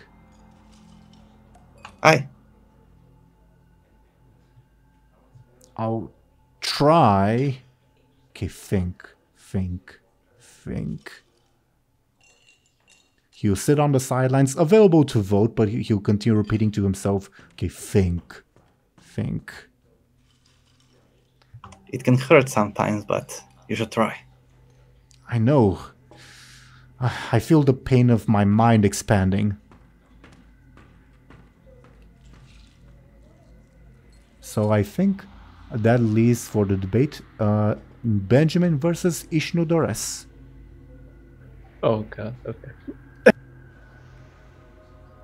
Can you hear me? Mm-hmm. Okay, I thought I heard like a glitch for a second. Okay, feel free to think of your character. Yeah, I've got one. Feel free to announce it. I choose Uther the Lightbringer. He hesitates for a second because he doesn't quite know who that is. He'll say, "Have you heard of Grand Magistrix Elisand?" Who? Figured. Queen Ajara, have you heard of her? Ah, yeah, I know the name. Okay, I'll argue for Queen Ajara. Who's this Uther person? He's a paladin. He has like a beard and looks sort of like your uncle. Something like that. My uncle, you know my uncle. No, in the figurative sense, he has like uncle energy. How did you know that my uncle owns an Arquine vineyard? Never mind, just is a paladin, okay? And he's cool and he's dead. I don't know if Queen Ajara is dead, but historical figures, very well then. Let's see what you have to debate about. Can Bladebeard use his hologram thing to like create images of both of those people as these guys debate? Oh fuck. Thompshire, I think you're gonna lose. Ouchie. But yes, Bladebeard may, but how does Bladebeard envision Queen Ajara and Uther the Lightbringer? Because that's what the hologram relays. Oh yeah, probably not exactly as they look like. Ajara, I imagine he knows she's a Naga, right? No, I don't. Haven't the Naga mentioned Queen Ajara? Oh yeah, that's true. Yeah, that's true. Never mind. Yeah, then never mind. Bladebeard would know. Yes, my bad. But they both of them don't look like what they look like. Funnily enough, there is I don't even think it's impossible for Bladebeard to have actually met Uther before, based on his backstory. Yeah. I don't know. They probably maybe you didn't saw him like... across a battlefield once or something. Yeah, but it was younger Uther. Yeah. I mean, He's still Uther. Yeah, he still had a beard too, I think. Sure. Yeah, then you produce a fairly accurate rendition of Uther and generic scary Naga for Queen Ajara. Sure. with a crown or something. Ishnudores says, "What's that?" at the Queen Ajara presentation. That's your character, Queen Ajara. No, it's not. She was an ancient queen of the Night Elves. I don't know what she looks like exactly, but probably something like this. Yeah, we've seen some Naga mention her before, so... Audience, please disregard this representation of my queen. Is the representation of Uther accurate? I think so, somewhat. Now, very well, I may debate as... Again, I'm so sorry, Thompshire. You have to argue who is more likely to betray their people. Oh, okay. Who do you want to begin? I'll let him start while I cook something. Well, Queen Ajara did betray our people. She invited the demons to Azeroth. She opened the way for the Burning Legion. My city had to isolate itself from the entire Night Elf Empire to survive.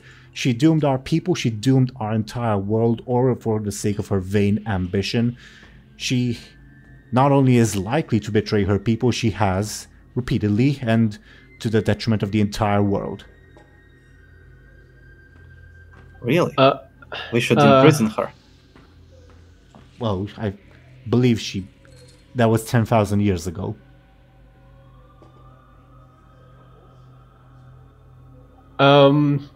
Uther the Lightbringer, by betraying his prince, Arthas, he stopped his efforts from purging the undead from Lordaeron, which led him on a very dark path that ended in the destruction of his kingdom. So, if he stood by his prince, which means his people, Lordaeron wouldn't have fallen. And maybe some historical events that are horrible, like the Wrathgate, wouldn't have happened.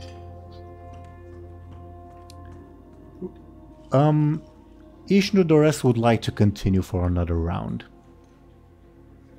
Sure. Okay. Then he will say, "You speak in hypotheticals, human. I speak in what actually has happened. Queen Ajara, it's a fact, has betrayed her people, has personally participated in torture, in extortion, in simply... what's the word above board? It's me brain farting, not Ishnudores, my bad. In extracting the wealth of her people, all for her own sake. And she, once again, has invited the Legion to Azeroth. You, on the other hand, speak in hypotheticals, and you argue of the betrayal of a prince, not of a people. And sure, you may make the argument that they're synonymous to an extent, but I speak truth, and you speak hypotheticals, and furthermore, you have to jump through hoops to reach said hypotheticals. Queen Ajara is reviled to the present day as a great traitor among my people and among the Night Elves. He looks towards his Night Elf companion, who gives him a nod, and I'm sure for many other peoples of the world.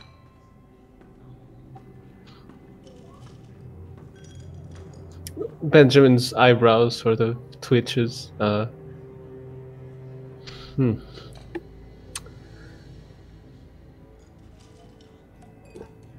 he kind of just puts his palms on his face and is like, "This is not fair. Fine, you win." And the crowd applauds Ishnudores. I'm so sorry, Thompshire. I trust Bud. He'll win.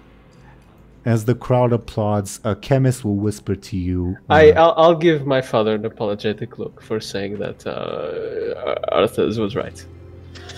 He looks at you like, "Don't worry about it." A chemist will whisper to you, Bladebeard, and say, "You know, I was killed by one of the fellows of that Uther the Lightbringer." Oh. Yeah. Ever heard of one Alexandros Mograine? That's the one who killed me. Is he still alive? Because I'd like to get my revenge. Maybe I heard of him, one of the paladins, right? Yeah. I don't think he's still around. I don't think any of them are. Unfortunate. Maybe that Tyrion guy. I think he like killed the Lich King and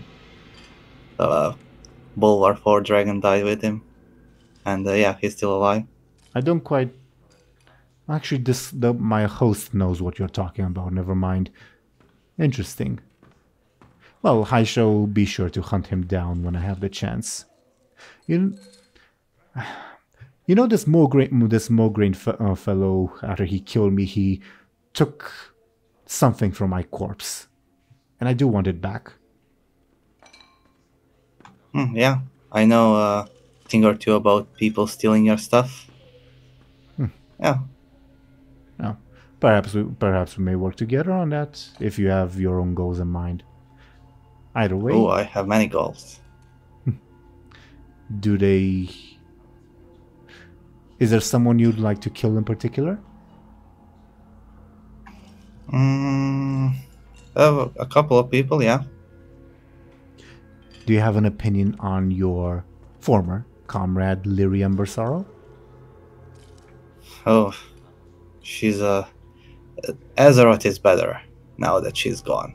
The Age of Darkness is over. Oh, I'm sure the Age of Darkness is soon to come. Well, we'll face it, and hope and goodness and life always win. How droll. Either way, that was Benjamin's loss. Again, I'm sorry, but them's the dice. Which leaves Moarg, Ishnudores, and am I missing someone? I don't think so. Oh, did you mention Prim? Prim. Oh yeah, Prim. Yeah, thank you, Zoran. Prim. Moarg, Prim, and Ishnudores in the tournament. Oh, were you saying something, Thompshire? And I interrupted? I just said the same thing. Okay. Thank you to both of you. I'm dumb. Okay. So once again, since it's a freeway, no pun intended, I guess we'll roll to see which shall happen first before the final. 1 will be Moarg, 2 will be Prim, 3 will be Ishnudores.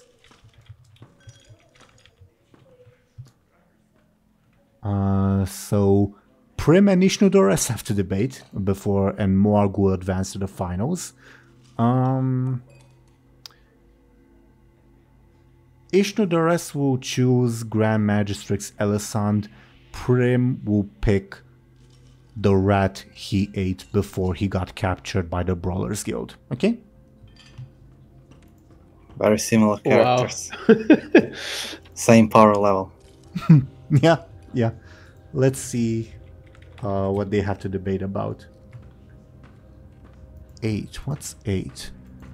They both live in the sewers. 6, 7, 8. Oh, that's bizarre. Well, no, not bizarre. It's... Which one is more manipulative? So, Prim will begin arguing that the rat led him on a merry chase, and he had to face many obstacles until he caught it. And after catching the rat, he got captured by the Brawlers Guild, so it all must have been a grand conspiracy by the rat that he ate to get captured by the Brawlers Guild and sent to this weird place. On the other hand, Ishnudores will argue that Elisand is guilty of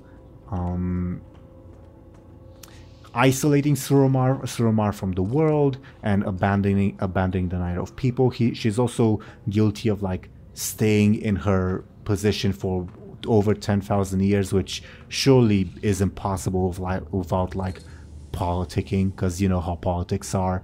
And he will argue that in case there's an invasion of the Burning Legion, he's sure that she'll probably like strike a deal with them or something. The Night Elf looks at Ishnudores kind of surprised, like, oh, she didn't know that that's what he thought. Your thoughts on who made the more convincing argument? Benjamin and Morg, you both get votes. Yeah, this time the Nightborn said a bunch of what ifs. I don't think and Prim actually had like proof of what the red did. Above board, while what you said is true, I don't think Bladebeard would know the term Nightborn. Yeah, I said that as a DoomGoblin. Oh, my bad. But of course, feel free to potentially influence the voters.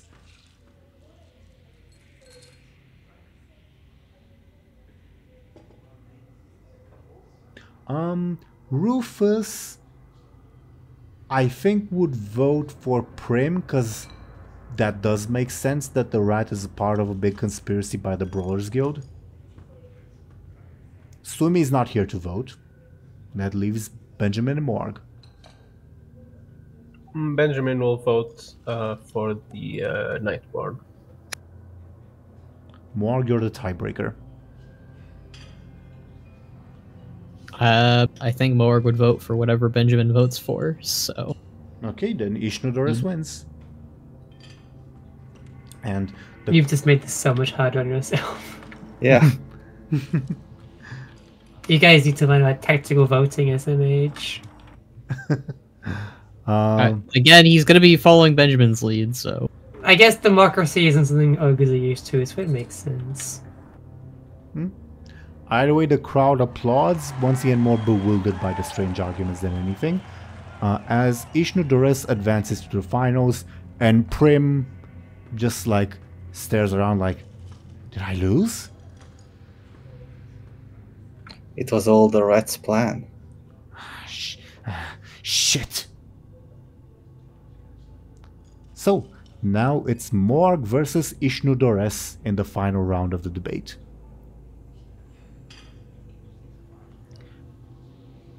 Who shall you pick, Morg, as your character? I choose Chogol. Ishnudores frowns a little bit because it's once again someone he doesn't know. And he will say, hesitate, and say, oh, let me look at something real quick. I need to visit the wiki because I don't remember a name above board. Okay. High Priestess Dejana. Who's that? Above board, it's the High Priestess of Elune before the one before Tyrande. She's a native of Suramar. Was, I guess. So, another hero of the Second War, but this time on the other side, and another person no one has ever heard of. I beg your pardon. You can beg your pardon all you want. How has nobody heard of High Priestess Dejana? Her temple is right over there in Suramar. Oh, in Suramar, eh? Alright. Where is that again? In Gajestan, I believe.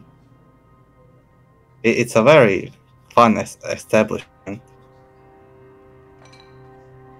Right. Also my bad. It's not two generations before Tyrande. It's just one generation before Tyrande. My bad. Either way, let's see what you guys will have to debate about. 2. Oh, that's boring. 2 is... Which one's stronger? The funner ones are the higher numbers. So, who's stronger between Chogo and High Priestess Dejana? Who would like to begin? Well, Chogol was a very strong and mighty ogre of 2 heads, and 2 heads is very rare, or it was rare, and he was very powerful as a sorcerer and apprentice to Godaniel, the nastiest of Lux, and he would go on to become the leader of the Twilight's Hammer. And he has not been, well, he was seen actually. Well, he would become the leader of the Twilight's Hammer and was second to the Deathwing Destroyer Dragon Man.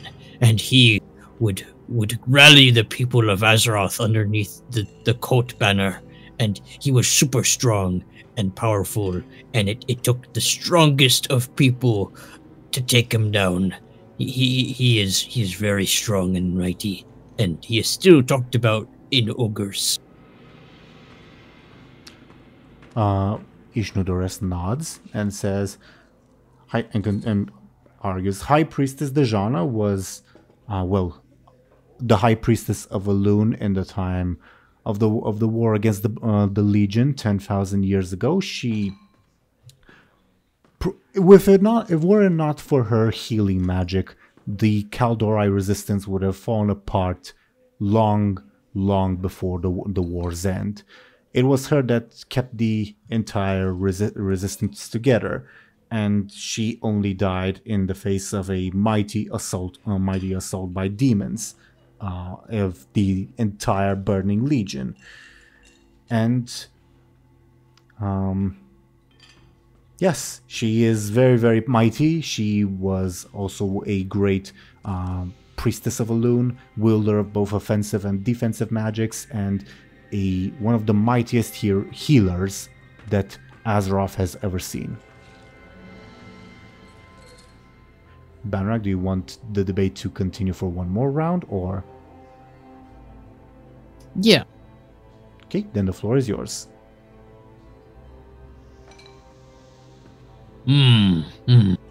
Well, Cho'Gall took down the mighty Alliance and Horde when they first arrived in the Highlands, I hear. And he was able to beat them very well, even their most elite of army militias. And even the great assassin, Gurunu, could not take him down. And he would only be bested when betrayed by his fellow brother. Ishnudores frowns because he has no way of verifying that, or even knows what he means, what you mean rather. And he'd argue, High Priestess Dejana was also slain only by a sneak attack by several fell beasts, and only after her death did the defenses around Suramar collapse, forcing us to isolate our city. And it was her healing powers alone that held the Kaldorei resistance together. Above board, you can tell that he's looking around, sort of hesitatingly, probably because he's exaggerating a little bit, but he will continue. She was a incredibly powerful and wise priestess of Elune, unparalleled in her age and probably unparalleled to the present day. And Azeroth is all the sadder for her loss. What do you? Ishnudores thinks it's a good spot to cap off the debate, but of course, if you want to continue, that's perfectly fine. Morg has one more thing, I guess. Go ahead. Then we'll go for another round. Well, good old Cho'Gall and his Twilight's Hammer people were able to survive and escape this tomb of Sargeras. And that is the a tomb of feat. Sargeras? He says out loud. Yes. And he survived it and walked another day to do nasty things, but he survived. And that is very, very impressive, I think. Ishnudores is a bit too distracted to come up with a counter argument, and he says, fine, I concede this Cho'Gall person was likely stronger than High Priestess Dejana. Hmm. I guess everyone would applaud at Morg's victory, correct? Unless, like, all the other participants decide, no, actually, Ishnodorest was right with their votes. No, he made the good points for Cho'Gall. I wonder where he learned them, but you know, I agree. Mhm. All ogres know everything about all other ogres, I guess. Maybe. He did try to keep up to date with current events regarding ogre stuff. That was the main thing with Moorg. Also, Cataclysm wasn't that long ago. A year It wasn't. ago. I was trying to think of when Cataclysm took place, and yeah, it was pretty recent. Either way, the crowd applauds, and Peter Turbo, the casino proprietor, teleports in and says, looks like we have a winner, everyone. Please congratulate, tell us your name. Morg. Please congratulate Morg. Here is your congratulatory plushie. And as well as, let me check my notes how many you win again. As well as your 351 crystal coins. Spend them wisely. Haha. Yes. I guess I'll approach the Nightborn with Bud. Same. What do you know of the Tomb of Sargeras? It's in Broken Isles, I believe. Is that all you know? It was underwater.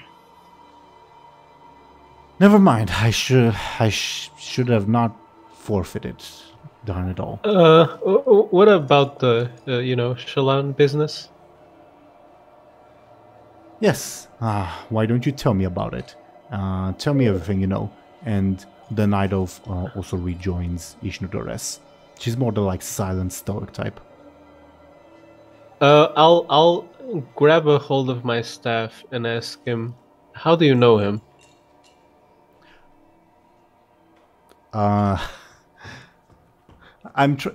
Obviously, I think he'll tell you the truth, and the staff will confirm the truth. I'm just trying to, like, figure out how much the staff will tell you, because the staff shows you like visions, and it's a bit bizarre, and to show you that, I guess, visions in that sense. But he will say, he was my father, and yes, you do see visions of Shallan about the same age and a much younger looking Ishnodorest in a purple city you've never seen before.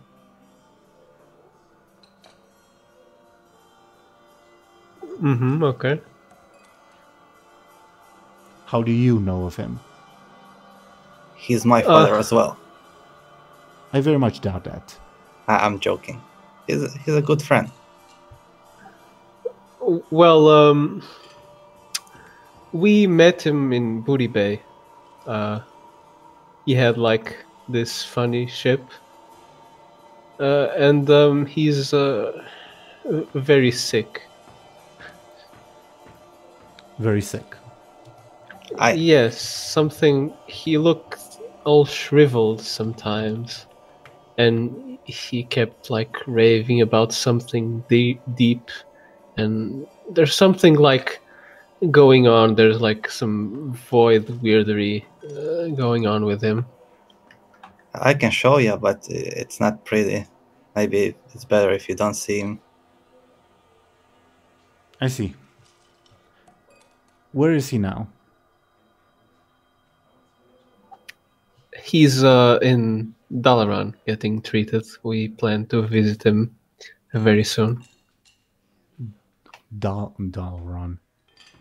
He like looks to his companion, who gives him a uncertain look, and says, "So you're not sure if you can take me there?" And his companion like shakes her head no. Can you take me there? I'm not really sure what the max capacity is for a teleport, but I suppose we could ask. Whom? Someone that's also stuck on this ship, I think.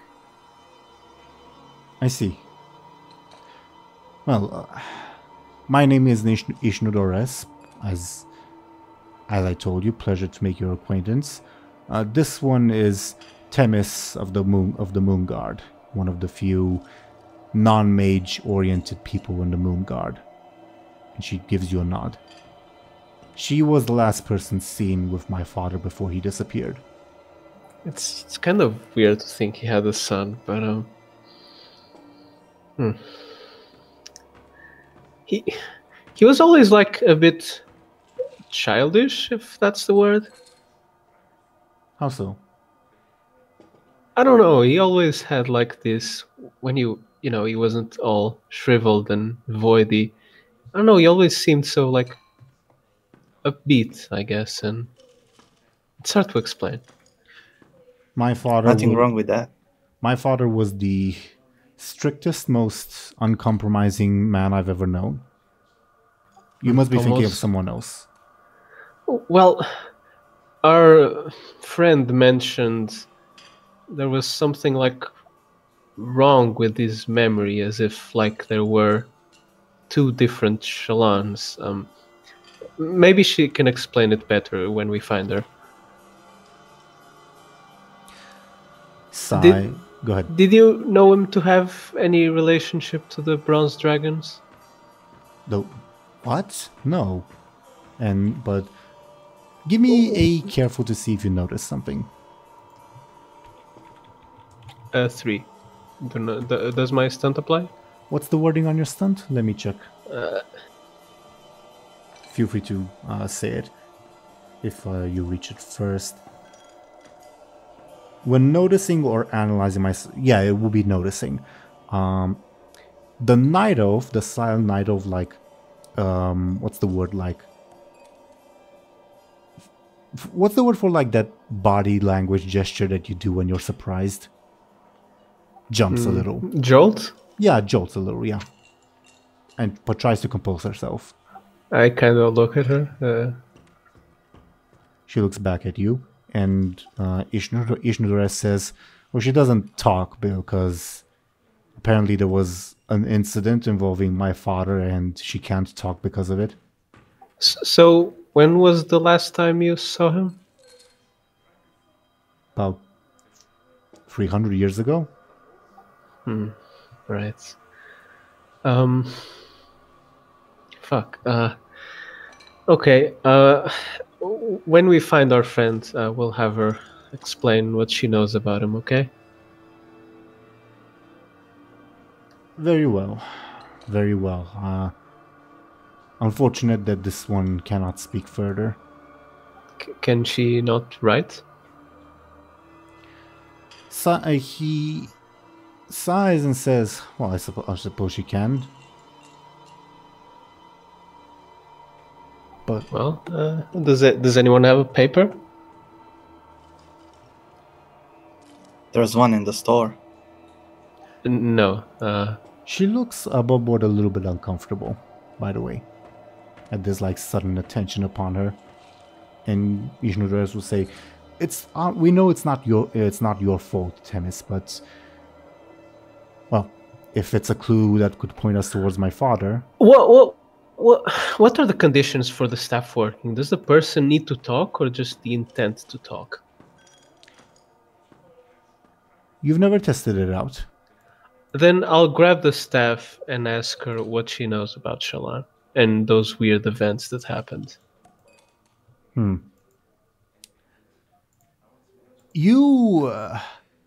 I guess you'll be bombarded by a bunch of visions because that's a very vague question and that would involve like a lot of answers. You see Shallan meeting up with this woman, like Shallan sneaking out through the what's the term for those sewers that of Suramar? The Archway. Sneaking out of Suramar through the Archway and meeting with this woman, apparently looking for something to cure some sort of disease.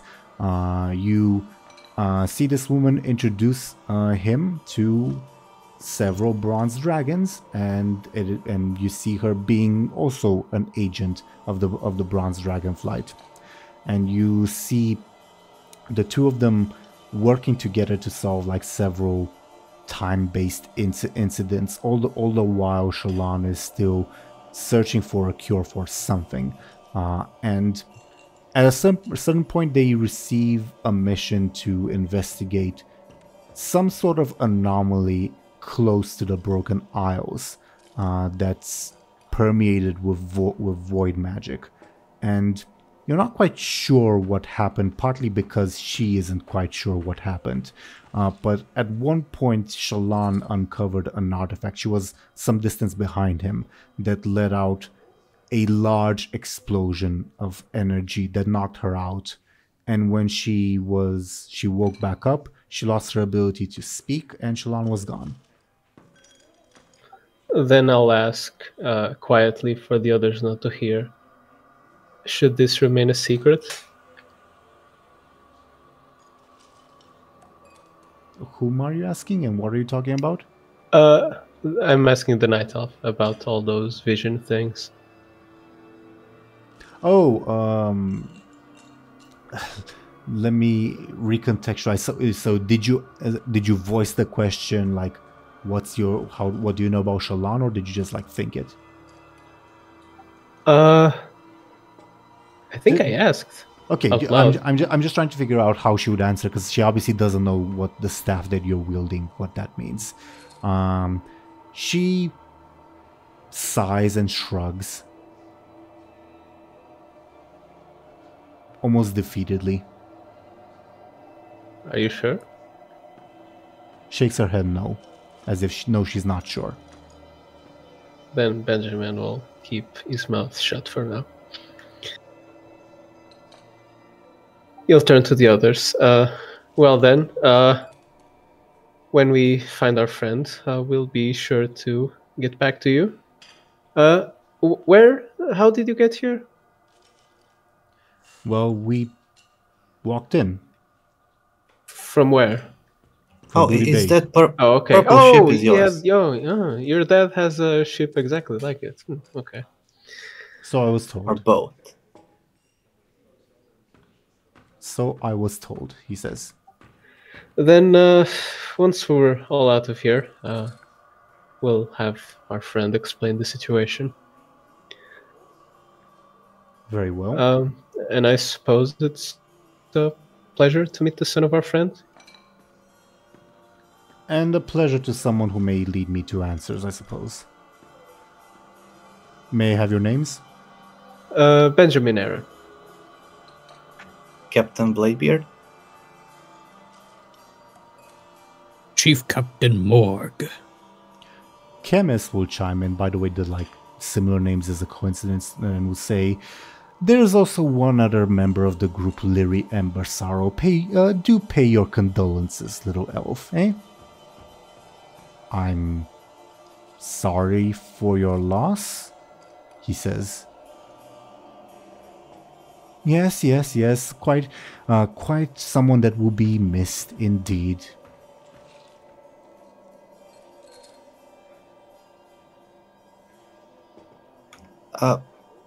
I would like to try that game with cards. Have fun. Also, I have this gun. I don't really. I'm a rogue, not much of a shooty person with guns. So, anyone wants it? What gun is it? Lyri's gun? Yeah, the one she shot herself with. May I have it? Who's that? Chemist. I think I'll take it, Bladebeard.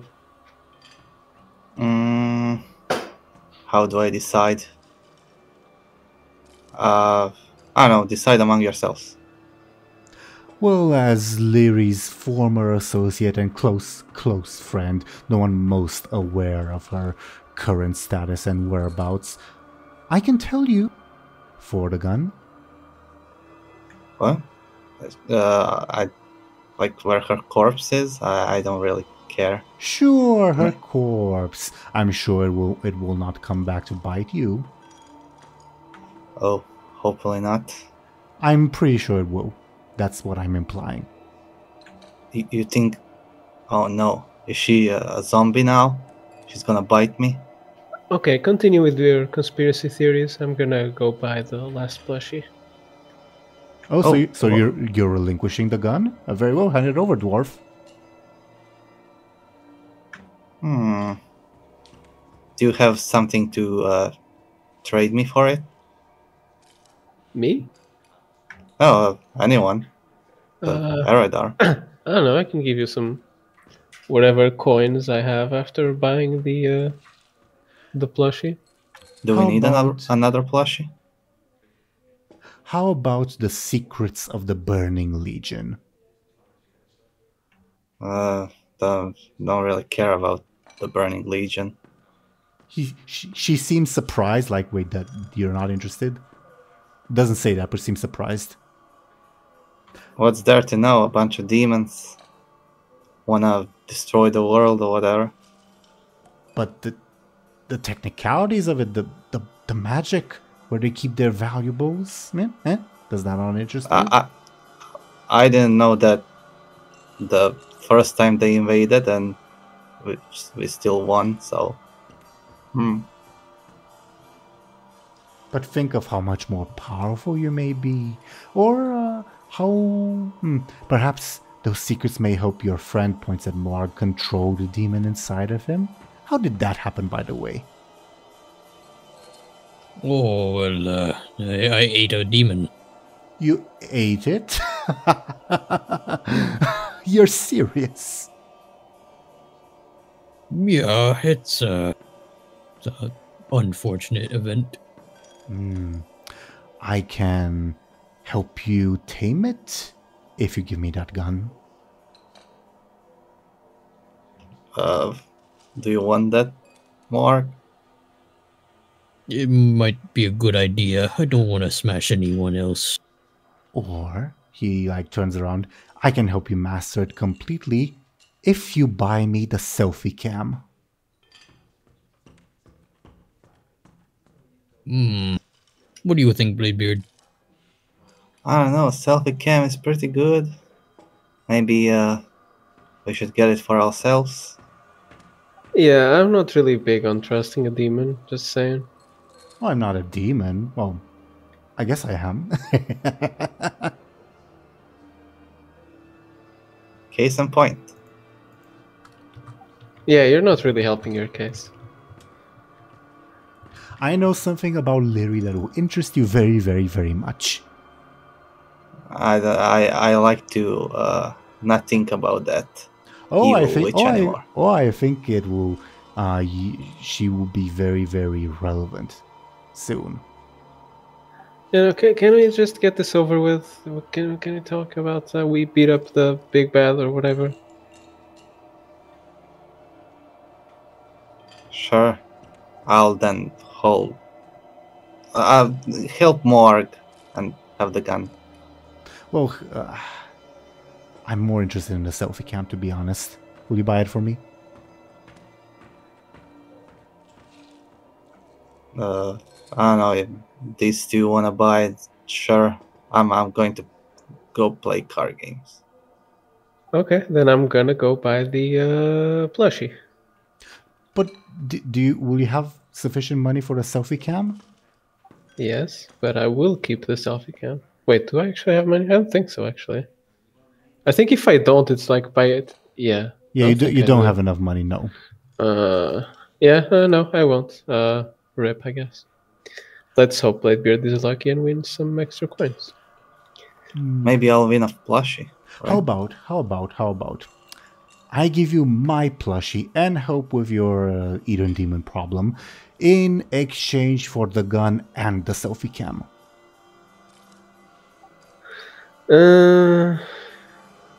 Again, I don't trust you to actually cure bugs, so I'm not sure how I feel about that. I mean, you can be here when I cast my spells. I don't like that. What do you think, Bud? Do you trust her? Because I don't. Well, how soon do you think we're going to go to Dalaran? As soon as we leave the ship, I hope. You're headed to Dalaran. Can I come? No, Why not? because you're a demon. Oh, but I heard that Dalaran is quite welcoming to people of all races nowadays. Oh, Even the nowadays, Horde. no. Yeah, no. Some shit happened up there. Yep. Also, I don't think they were ever fans of warlocks. I don't know. Yeah, and you're worse than a warlock. You're like an actual demon. I guess I am. So yeah, no thanks.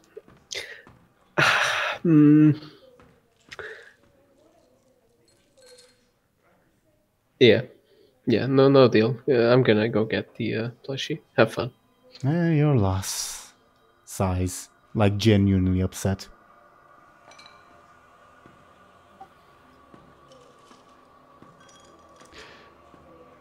Oh, by the way, Well, good. good luck then. Well, Thank you. it's your loss, big fellow. When the demon Yeah, the demon takes you over, I'll be close by to enslave your possessed body. Oh, that's you really are bad at wording things. Then, if you're saying stuff like that, no, not good luck to you. Goodbye. Well, you've picked your side. Oh, by the way, if my suspicions are correct, when you move forward to the next stage, have your daggers ready to stab the first person you see. Oh, always. Mhm. I always have a plan to kill everyone I meet. Usually by stabbing them. Best of luck. Usually very simple plans. Best of luck. So, what do you guys do as Chemist leaves your company? I'll go to the like front area thing to buy the plushie. Okay. Feel free to move your tokens. As he says, as the shopkeeper says, we have a big winner, don't we? What will it be? I'll get the mummy plushie thing. Of course. That would be 840 crystal coins. Can you remind me what like that Tesla coil thing in the bag and the paper do?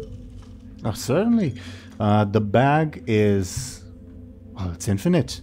It's an alternate dimension in a bag that you can use to store how much or how little you may like.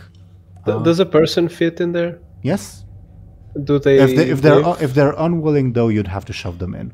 What did you say? Will they be okay? Won't they die or something like that? Oh yes, they'll be okay, but time will pass, so they may die of starvation. Okay. And the others? You asked about the map and the Tesla. And the Tesla coil, yeah. Well, the map. Hello, Aaran.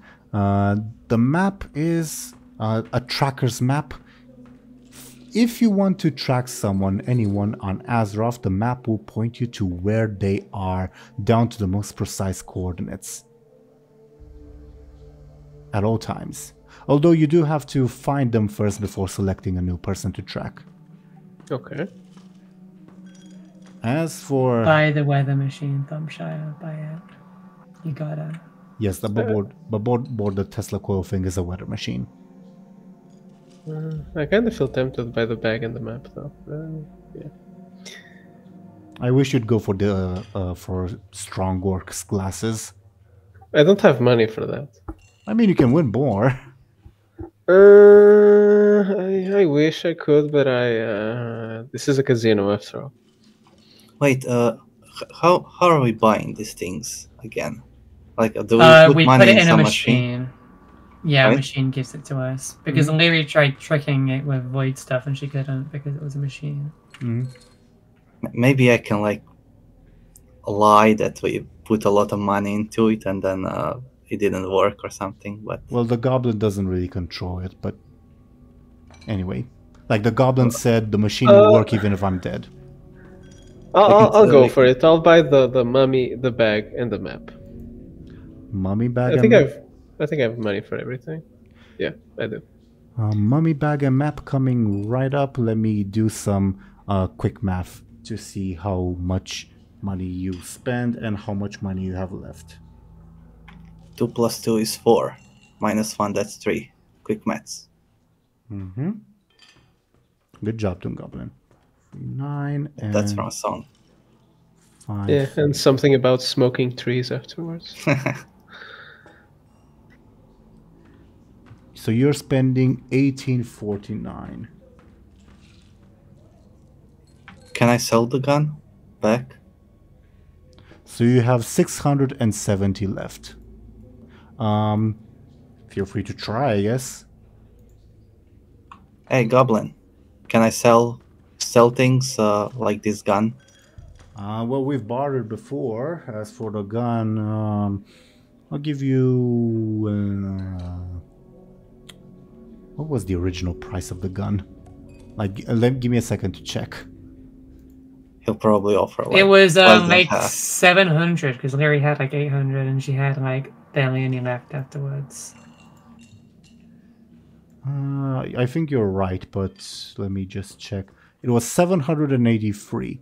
So he will say 350 plus 391 crystal coins. It's a deal. All right, hand it over. Here you go. Okay, 391 crystal coins coming your way as the gun is listed back for the 783 price if you want to buy it. Oh, we should buy the gun.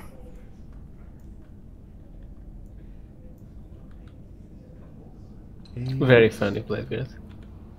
You have 1081 crystal coins. Let me give you your items as well.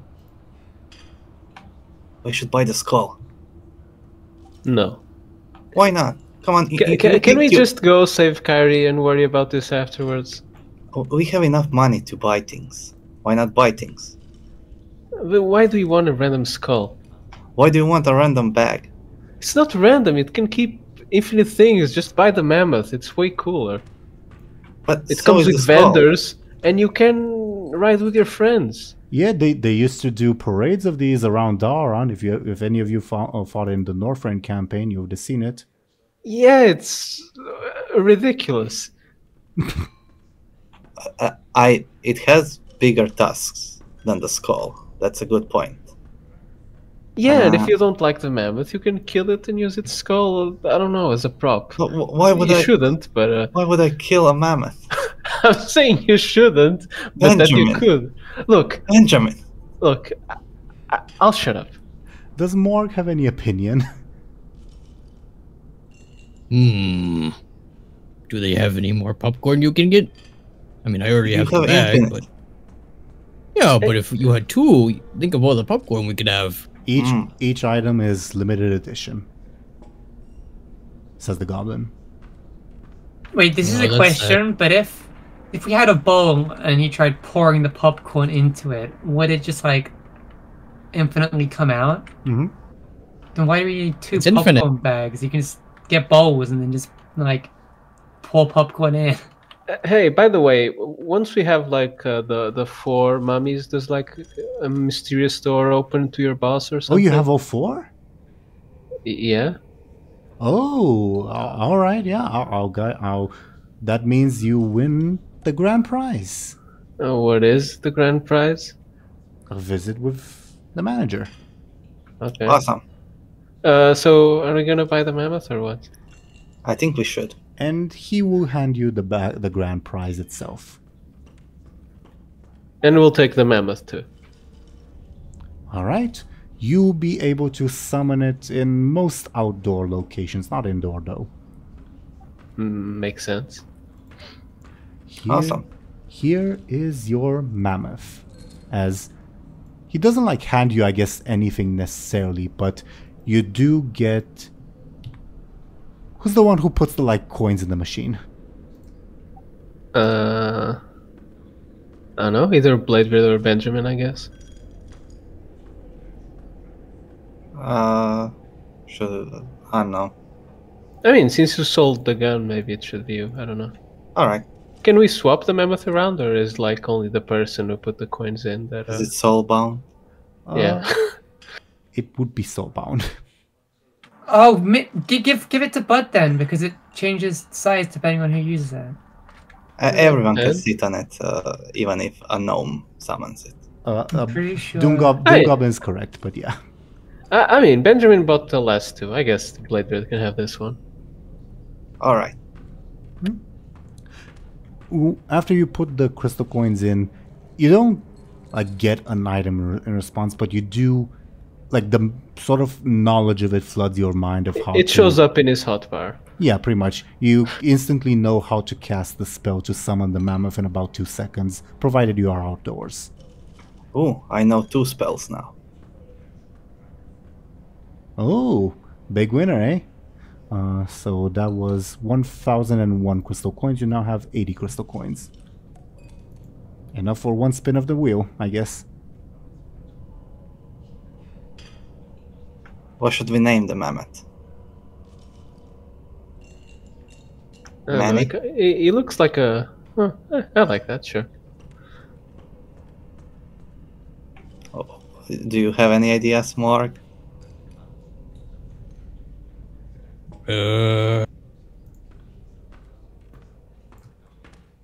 It's big and furry. Big and hairy. It's a mammoth. I don't know. Manny is, I guess, alright. You know, if Lyri was here, she would have given you a great name like Water Drinker, like she did for all the ogres. Ilclaw can be here if he wants. No.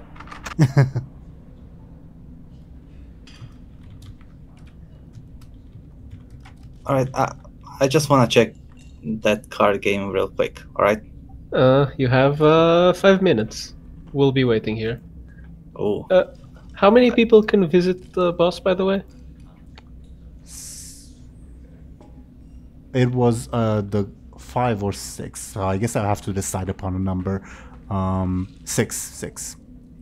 We're taking Gurin, right? yeah. But could you try to convince Petronimi to come along?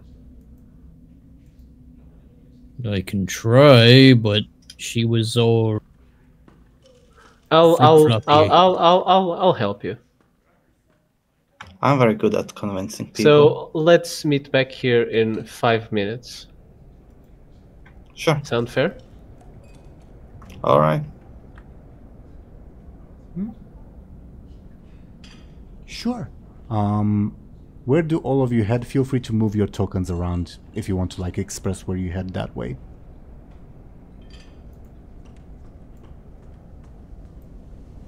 Okay, all to the Oh, Bladebeard, can Gurin help us too? Sure. Oi, Gurin, I don't know. Listen to... Oh, you can't. Just... I don't know. What do you want him to do? We want him to help us, possibly just grab Petronimi and take her to the entrance. Alright. Just do whatever the big purple ogre does, alright? Aye. That was almost certainly backfire. Yeah. Okay. Currently, all of you are in the casino room. What do you do? We'll assist Bud in grabbing Petronimi. Okay. Petronimi pulls on the lever of the casino and says, "Come on, big money, big money. Oh, I won 200 coins." Now it's just 18,231 to recover. Okay.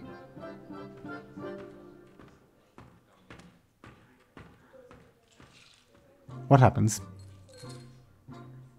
All right, time to go again. Hmm? Let's go. Where are we going? We're going to meet the boss so we can save Kyrie. Kyrie's in trouble? Yes, she entered this ship like 2 weeks ago and hasn't come out yet. Well, why didn't you say so? Come on, let's go. Okay, let's go. Yeah, Petronimi is ready to come with you. Bladebeard, are you done? Am I done? So what do you intend to do, Bladebeard? There is a game here with that's about drawing cards, and Ah, yes. Bladebeard is a big fan of drawing cards. The Machine of Wonders, indeed. As of Wonders is, of course, capitalized. Nobody has had the courage to pull a card yet. But the cards do seem familiar to you, resembling a certain magical deck that you once received. Maybe I'll get another book. Maybe I'll get a favor. It says one is a plushie guaranteed. And the other will probably kill you. Potentially, as free cards are unveiled before you. Who has the pens right now? Does anyone have the pens? I do. Bladebeard. Okay. So if I pull something bad, Yeah, Just go back in Petronimi time. is gonna kill us. like she ain't gonna do that. Anyways, Do you pick left, middle, or right? let's go with middle. Okay. You do not pull the plushie, as something else will happen instead, as I will roll some dice. Okay. Alright. Oh god, it's been so long. I have trouble finding the notes for my deck thingy on my phone. Oh, there it is. The Deck of Secrets. Okie dokie. It is a D15. Let's see what happens.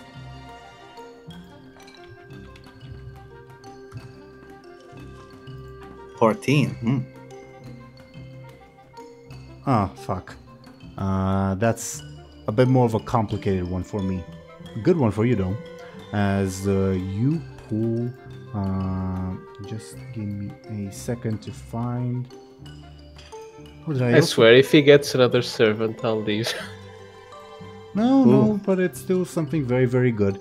Do you remember when you pulled the, book that you eventually gave to Jorad Mace?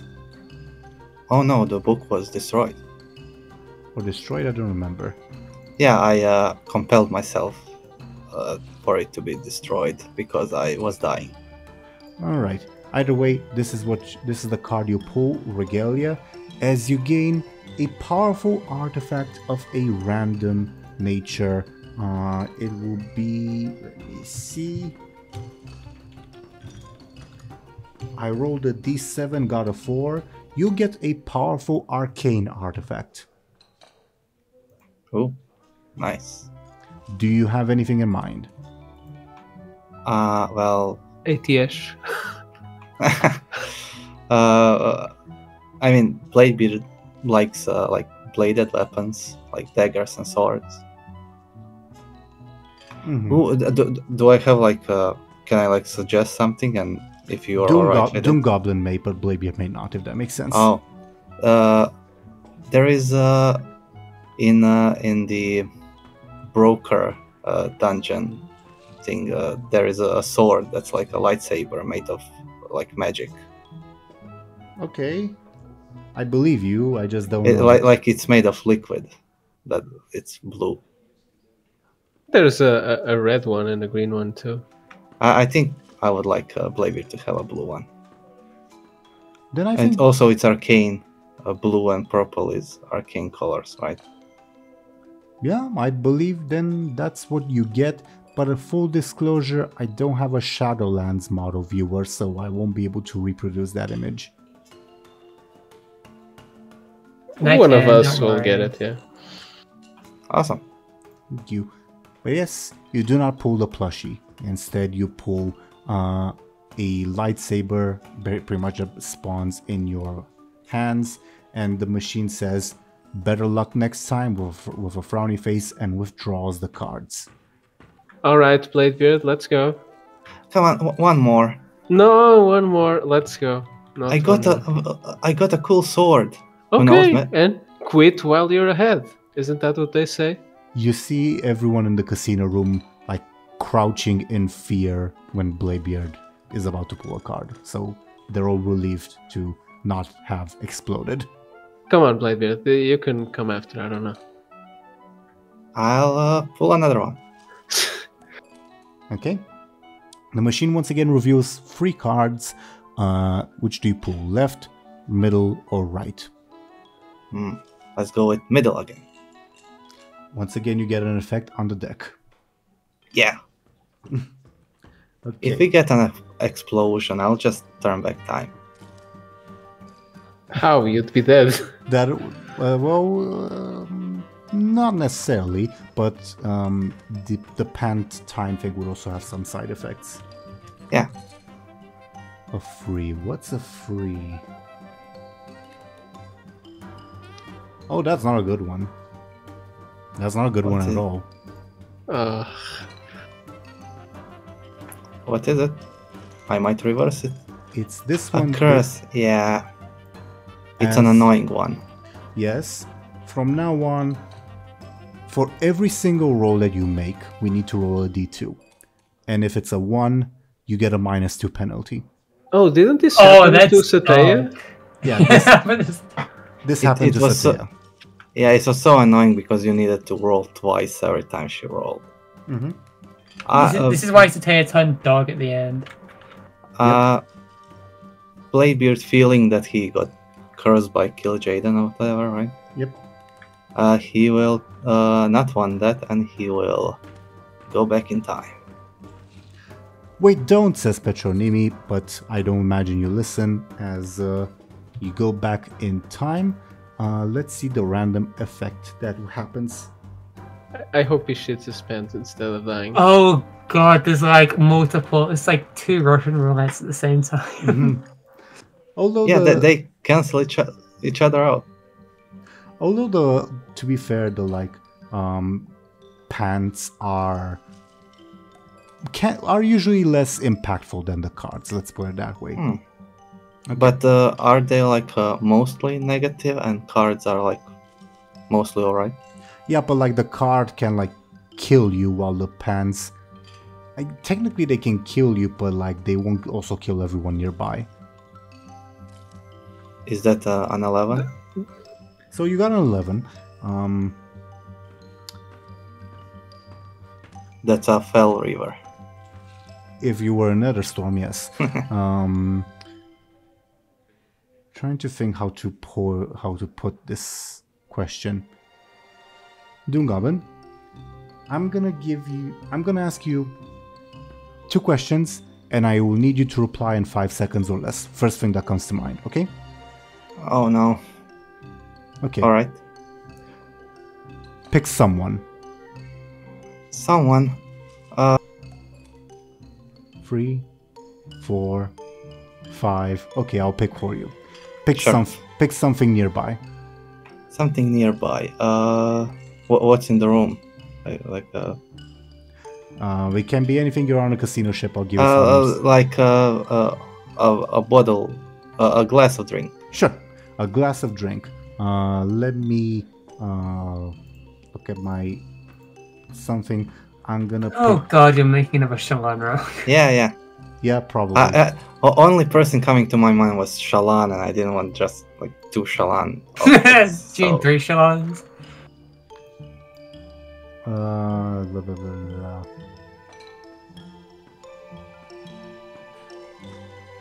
Okay, I picked.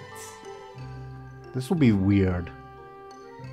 Wish Delhi were here, because I picked randomly. Like I clicked a random folder that on my thing and clicked randomly. A nearby glass comes alive with the personality of Icarius the Dreadlord. Oh, so you picked one character that you don't voice. Yeah, that's the funny thing. As the glass that's like, I guess on a tray of like a waiter says, is it you who has brought me to life? But did you use the pants, Bladebeard? You don't mess with time artifacts that way. Yeah, Bladebeard, let's go right now to... Okay? She's such a hypocrite because she was using time manipulation to play slots. Yes. Alright, everyone, but- let's go, let's go. Yeah, let's go. I'll just draw one final card. All right. No. Either way, No. the waiter will stop you to give you the glass. DoomGoblin. But grab Bladebeard. Thank you. So does Bladebeard attempt to pull another card? Yes. Okay, then and does Morg attempt Benjamin to will... stop him? I'll assist, but... Okay. Then does Morg also attempt to stop him? Because I don't think we've got Banrak's confirmation. I mean, if he doesn't, Benjamin will, I guess. I guess I'll assist Benjamin. Yeah, will we use a quick or... It'll be forceful? quick, probably better than Oh, for Benjamin. then probably the opposite's better. Then can I get quick from both of you? From me? DoomGoblin and Thompshire, I got a 4 with an assist, that's a 5. correct? A 4. So Benjamin, you catch Bladebeard before he can pull another card from the machine. Okay, Mr. Fancy Pants, so we're leaving. Come on. No, we're leaving. You had your chance twice. And if you reversed it, it's because you're pretty fucking bad, so let's go. That was the only bad card. Others are alright. Let's go. He's a Let's go. foolish mortal who meddles with powers that he does not understand, says the glass. I agree, Mr. Glass. Yeah, let's go, Bladebeard. You face Icarius the Dreadlord, fool. Okay. Alright, We've- you can... I'll go. I'll come. Okay, let's go. Do you take Icarius glass with you? Does he count as a person? I assume not, because we have like Shalon Rock in someone's pocket. He would not, no. Maybe we can sell it.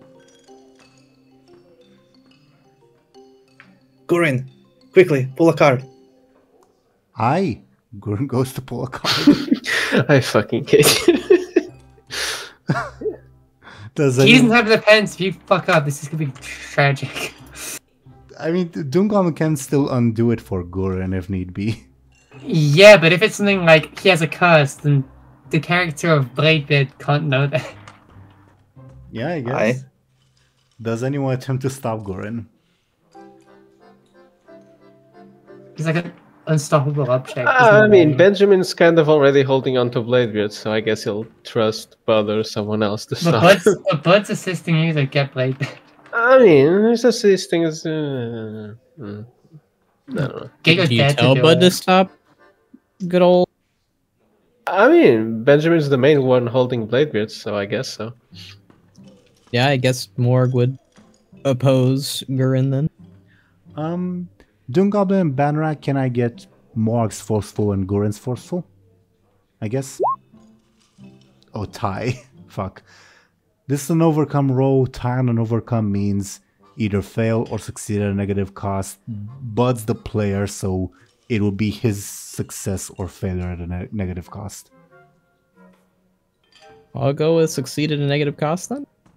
The negative cost is going to be you pull a card. No. Yeah, that's the exact same thing that came to my mind. Okay, maybe use a face. I can use a fate point, yeah. Do you? Yeah, I'll use a fate point. Can I compel Bladebeard? Yes to both, but yes to both of you. But Banrak, what are you invoking? And Zelrin, what are you compelling? I'm going to compel Pirate Lord. Bladebeard is a, he's rolled the dice. He's gambled a lot as a pirate, and he's ordered some of his, I guess, underlings to do some pretty risky business on the high seas. So he's gonna, no matter what, he's gonna try to get Gurren to pull that card. He's gonna, I guess, support Gurren in all of his efforts to get the card. I don't love know. it, but there's not much I can do. Cheer him on, I don't know.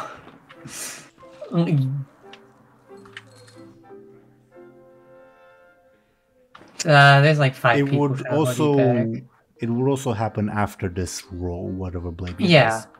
Yeah. Okay, I'm fine with that. If Bladebeard wants to accept Sure. or not. Sure. Here is one of Lyri's fate points. So, Banrak, what are you invoking for the Gurren situation? I will invoke Pirate Captain. He's probably used to picking up people when they're acting about. Yep, definitely. You grab Gurren, restrain him, and he tries to struggle against you, but you're definitely bigger and stronger, so you prevent him from pulling a card. All right, gentlemen, let's head for the entrance. A reckless what- use of magic like all mortals, says Icarius Glass. What do you have? Why are you so against me pulling cards? Come on. Because maybe if you didn't pull those stupid cards, Satei would be here with us. Have you considered that? Please continue pulling. Destroy yourselves, mortals. She isn't with us because you are a coward and left her on Outland. Right? Is that your okay? Then why don't you go save her? Huh? Get Because you stomped by. convinced me not to do that. Look, Bladebeard, can we just get this done so we can leave this fucking casino? Do you have to gamble everyone's lives every time you get an opportunity to? You gamble lies by letting Lyri live. You know that. At least it's my choice. These cards are just random. So is Lyri. One. There is no reason behind her actions. Okay, Lyri is dead. What's your point? Cards are not. They're still here. Okay, and that Lyri can do shit too? That Lyri can explode all of us if you pick the wrong card? And yet you saved her.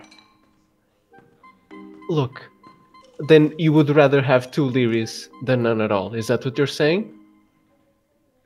Because by doing that means you approve of what I'm doing. Do you approve of what I'm doing? No, but you do.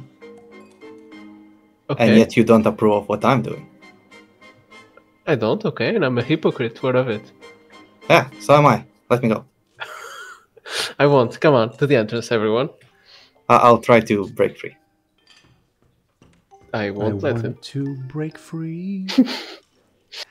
I guess opposed forcefuls, if that makes sense. Or obviously you can settle it among yourselves. I guess I we'll roll. 5. 5-1. Ouch. Bladebeard breaks free. I would like to pull a card. You know what? Fuck you, Bladebeard. And now I go to the entrance.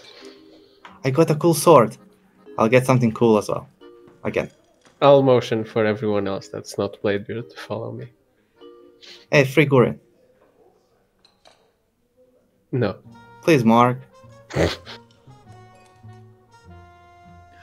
The real me has something interesting of this Lyri. I'm sure you want to torment her, yes? Come on, destroy yourself. Nothing you just said made sense. Anyway, I'll give you the glass if you free Gurren. A fellow demon, eh? You know nothing of the fell, you big dumb brute, says the glass to Morg. Oh, you're just a glass. So, yeah. And you are simply an ogre. Who's the more inferior life form here? You Oh, I beg to can't differ. even move. I beg to differ. But I will, or Mark, I will break the glass if you free Gurren. Sounds like a benefit to everyone. Are you freeing him? I mean, I think Borg would let him go for now, probably. Gurren goes to pick up a card. And I'll throw the glass into the ground. Morg moves to grab Gurren again. You destroy the glass, and the glass says, "Wait, no!" and it shatters. And I guess Banarak and DoomGoblin, can I get once again your opposed forcefuls? Ah, only a 3. Yep, Morg restrains Gurin once again. Then I'll try to pull a card. Does Morg permit this? I'd say Morg with Throger in it. Bladebeard. Ooh, nice. What do you do, Bladebeard? I would like to dodge that projectile. Forceful versus quick, I guess? Unless you wanna let me win. That too. I do not want to let you win. That would be a 5. Bladebeard dodges.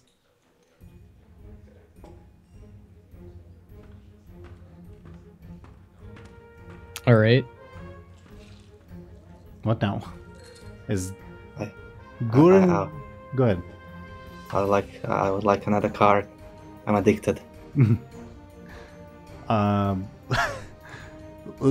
Is there any possibility of Morg potentially stopping this, or is this happening? I mean, he's trying his best here, but I mean, I feel like I'll let it happen. Sure, DoomGoblin, which do you pick? Right, left, or center? I'll go center again. Congratulations. As the machine announces, everyone, we have a big winner as you gain another mummy plushie. No, I want a magical card. And the casino lets out a collective sigh of relief. Are there still cards, or is the game over? Morg and Gurin can pull cards, but Bladebeard may not. Gurin. Gurin will regardless, because you told him to. And I have to tell him to because I'm compelled. Yep. Yeah. Come on, Gurin, get something good.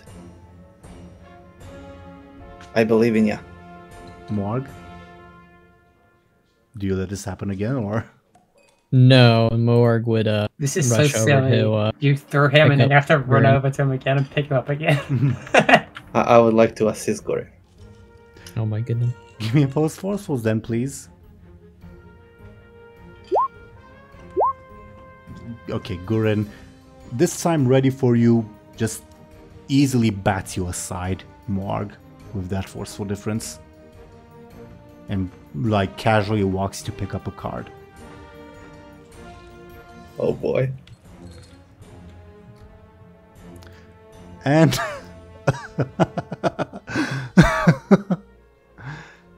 Gurin picks the rightmost card, and the machine announces once again, we have a winner, as Gurin also wins a plushie. Ooh. Now we both have toys. What a shame. Let's Can you go. not exchange these things for coins or something? Why do we have so many now? We have an army. I mean, I guess plushies aren't that bad.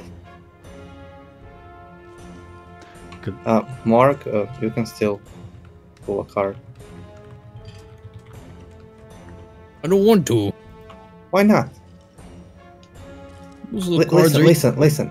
I use my favor to save your ogres. Maybe you'll get a favor and you can use it for something that I need. Or you die. I don't want to grab the card. These cards are evil. No, they're not. A lot of good has come from them. Like, I got that book, remember, and this sword. It made the troll sad. I mean, I think he'll learn a lesson from that and be happier in the future. What was the lesson? Don't grab evil card. No, the lesson was don't grab the wrong card. I'm leaving. Goodbye. You're not Finally, fun. someone with sense says Petronimi. who has not intervened because you guys beat her before when she tried to intervene. Thank you. Alright, I guess that's it. Good. I'm happy. I have a new sword and a plushie. I hope you choke on them, Who said that? Petronimi. I hope you poop yourself. Blinks. So what's the party? Again, you're allowed to have 6 people. Currently there's Benjamin, Guren, Moarg, and Petronimi. That's 5. Oh, right, because we don't have Lyri. Oh, should we ask Juba? Because he has a grudge with the boss too. He also has 1 arm. But he's all... yeah. True. He managed to play Hearthstone with 1 arm, Yeah, so he's pretty and good. lost. But not because of 1 arm, I assume. Maybe he ran the turn timer, you never know.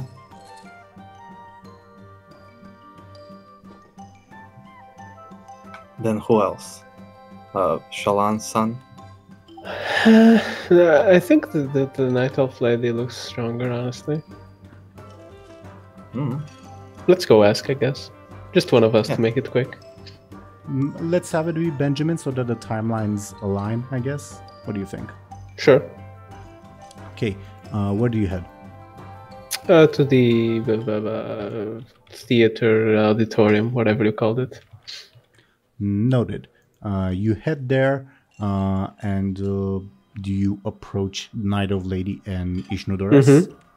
Yes. They look up at you. Hello again. Greetings. I'll make it quick. Which one of you kicks the most ass? I'm an adept spellcaster. She is a mighty warrior. Would you mind helping us potentially beat the boss of this ship? Beat the what? You know, the owner, because it's probably evil and shit. What makes you say that? We're stuck here, for one. Are we? Don't we just have to get 4 plushies to leave? And while we're inside, they're creating doppelgangers of us. I know this sounds crazy, but It does, yes. this guy also kidnapped the friend we mentioned a bit ago. I don't know, there's something off here, so we'd appreciate the help, I guess. Will you? Yeah. Alright, then they both get up to go with you.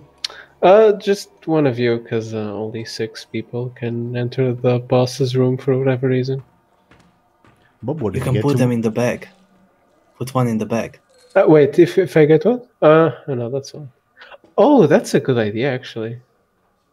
Huh. You can put Guren in the bag. Okay, we'll put Corinne in the back. Okay. Yeah, you can both come, it's fine. I was gonna suggest that if you get 2 more plushies, multiple people can come. No, I don't want to do that. Sure, so...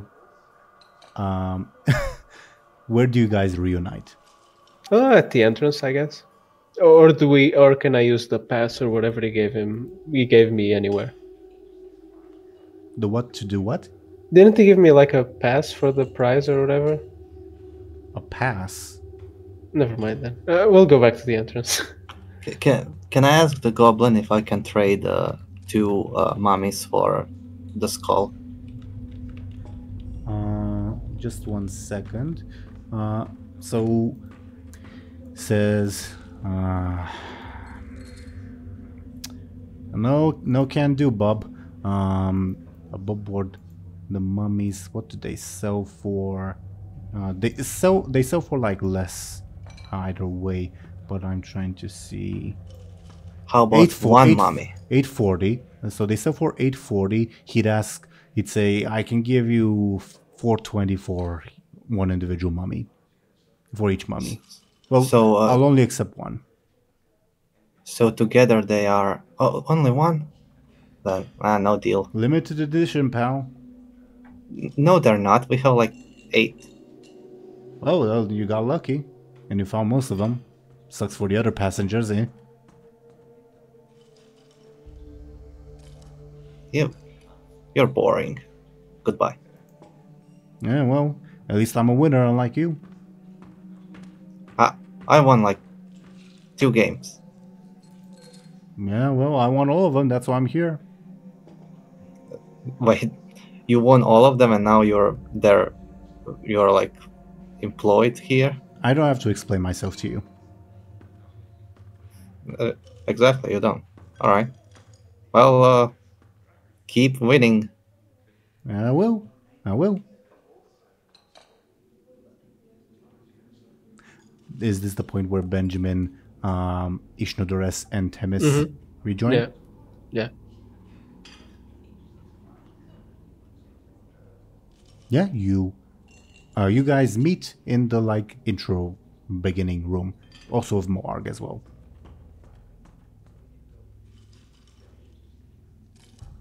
I'll ask Bladebeard to tell Gurin to enter the bag. Are you sure it's safe? Yeah. All right, only if I get to hold the bag while he's in it. Do you promise to give it back afterwards? Sure, I have the mammoth. Okay, sure. So, also put some popcorns in so he can eat something. Yeah, sure. Wait, that is true. We can just pour infinite popcorn into the bag and then open the bag up, and then we have another infinite popcorn. Uh-huh. I guess. Look, stop misusing my bag. Okay? DoomGoblin, may I get Guren's flashy? Okay. 0. Okay. That is sufficient to beat what I had in mind. Oh. All right.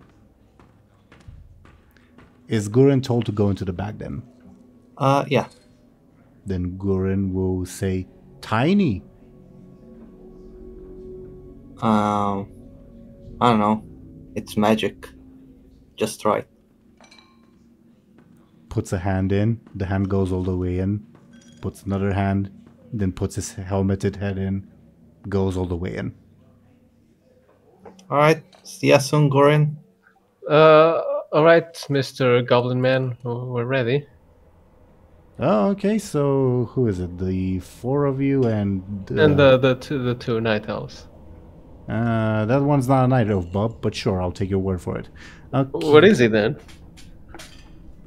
Not my business to tell, Bob. All right, come with me, please. He's a dragon. A what now? Says Ishnodores. Is Shallan's son? You're the dragon. Above board, do be aware that taking any NPCs with you automatically puts them at risk. Yeah, I suppose. Very well then.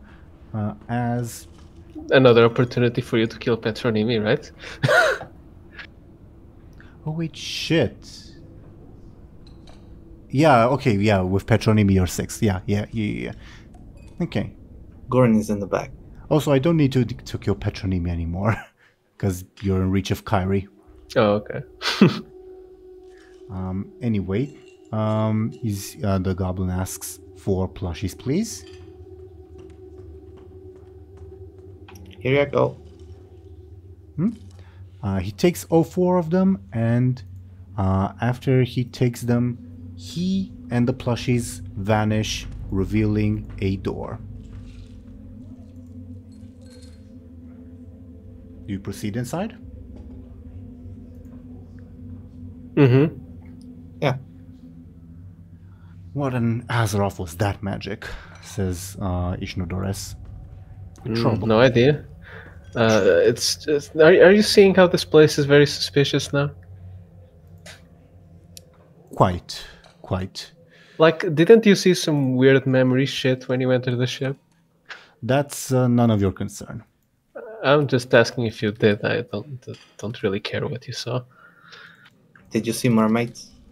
What? No. I saw mermaids. Well, good A for you. mermaid.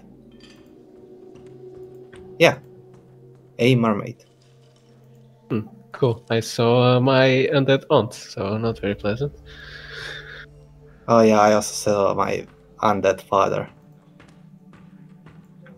It's actually connected to the mermaid.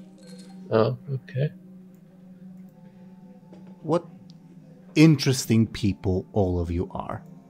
Thank you. Yeah, we've been through some weird shit.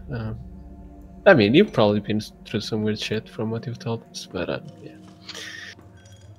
I suppose so. Well, let's get this entire thing over with, shall we? Oh, sure. Okie dokie. Oh fuck! Give me a second, because I have to prepare some things. So, 3, 3, 2, 2. Okay.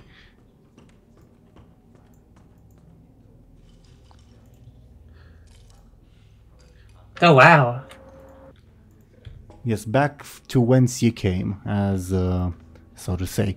But I'm trying to put all the items that you got on screen. Where is your... Did any of my items even do anything? I just stole stuff from Hekala, right? Oh, right, you don't have those anymore, right? Yeah, I don't have them anymore. I sold them. What's the red thing? The like wrist bands. Oh, yeah, the void braces. So Benjamin has the map. You have 2 mummy plushies and the lightsaber that I have no way of showing on screen. We gotta put some of these in the model so we can take them out of the fucking bar at the bottom. Hopefully, I guess. Where? Oh yeah, I keep saying I'll add the knife to Bladebeard's model, but I keep forgetting. And the sword to Bud's model. Yeah. Who are the 2 of you who have the 2 remaining plushies? Bladebeard and Gurin, right? Or anyone else wants. You can keep them both, I guess, just not to make it complicated. Well, Yeah, we put them in the bag. Bladebeard already has the most things on screen. Sure, I'll keep the other one, sure. Thank you. Is that really the reason why I can't have things? Maybe because of the little tunnel under my character. What do you mean? You have so many Alright. things. Yeah, I mean, sure. I'll remove, I guess, Guren, because you already told me I could remove him before. So. That's Frignir. Frignir, my bad. Frignir, you're right. I'm joking. You're completely right anyway. Front. Okay. So, as you enter the room, Zeren, are you with us? Yep. Yeah, just as you finished exchanging words with Kyrie Gosa, Benjamin, Bladebeard, Moarg, Petronimi, and 2 unfamiliar elves enter the room. Looks like some people finally arrived. What do you mean finally? You also just arrived. Yeah, but 5 seconds is a long time, okay? No, it's not. Why are you alive? What? No, you're alive. My death was greatly exaggerated. But I was sure you died twice. Above board, as because we already discussed that this is what the gun does. If the corpse does something that's uncorpse-like, you immediately realize, oh, they're not actually dead. But do we realize that the previous death was fake? Yep. Or, oh, she's miraculously alive. No, you realize that the death was fake. Oh, was it the gun? Are you asking in character? Yes. Huh? Look, whatever. Kyrie, we've come to save you. Save me from what? And hello, who? You've been here in this ship for 2 weeks. No, it's been 5 It's minutes. It's been No, 2 it's weeks. it's been 2 weeks. Petronimi says, I'm the time manipulator here. I would know. This is a temporal anomaly, my dear friend Kyrie. It's good to see you too, Petra. What's the word? Yeah, this is the individual. and Peter Turbo is just there, smiling. Also, is probably fake, like his guards. I don't know. So we can kill him now. Yeah, we kind of had a bad track record for bald people in our adventure. Well, every second we waste here is probably like Also, 5 days outside. So also small reminder, you're like in an infinitely going just corridor, and Karigosa says, "Look, I realized that this was a time manipulation. Look, even this corridor is just a magical illusion. I know if it was a magic time illusion thing. It's arcane magic after all." And they're also creating doppelgangers of us, like I told you in the sending spell.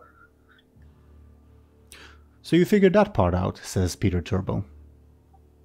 Oh, you can speak. yeah, I talked to him earlier. So can you let everyone out or something, or do we have to beat you up or something? I'm afraid we will have to go with the beating up option, although I don't believe you'll find this to be easy. Lyri stabs him in the back. Okay, so thus we'll begin this boss encounter as you stab. There'll be more talking, but every second we waste here is probably like a day outside. So Yeah, it's like... we'll come out and it will be Warlords of Draenor. You stab him, and he vanishes into thin air. See, I told you he was fake. Just give me a second, as you are now separated into, like, you're all separated among each other. Oh, again. Oh god, no. Oh no. Bladebeard's out to eat her again. Oh no. This is our Aaran. very own LSD simulator. I have What, from Aaran. like the PlayStation? Oh yeah, you have Aaran in a sack. Okay, my question first. Yeah. Other than Kyrie, where do you want Petronimi, Ishnudores, and Themis to go of these like 5 places? Oh, will they join us? I mean, you can, for instance, you can put all 3 of them in like Bladebeard's place, or you can put them in the I separate mean, place. Bladebeard already has Gurin. Or you can I decide. say, because Petronimi doesn't have any. Oh no, wait, she does have beef with Lyri because Lyri turned void. Yeah, I guess she has. Who does she have the least beef with? All things. I guess it's Benjamin, because Bud kind of beat her to a pulp, right? I vote Petronimi and Lyri. I do not like that. I volunteer as tribute for Petronimi. I also volunteer as tribute. I'll pick one. Or I'll pick for you. Do a roll for it. Okay. 1 is Benjamin, 2 is Lyri. Okay. Lyri. Looks like it's all Yes. coming. Then down I'll right take now. Karigosa. You don't pick Karagosa where she Oh, goes. okay. Then I'll pick the Night Shalon. Elfcaster. Oh wow. Yeah, Shalon's son.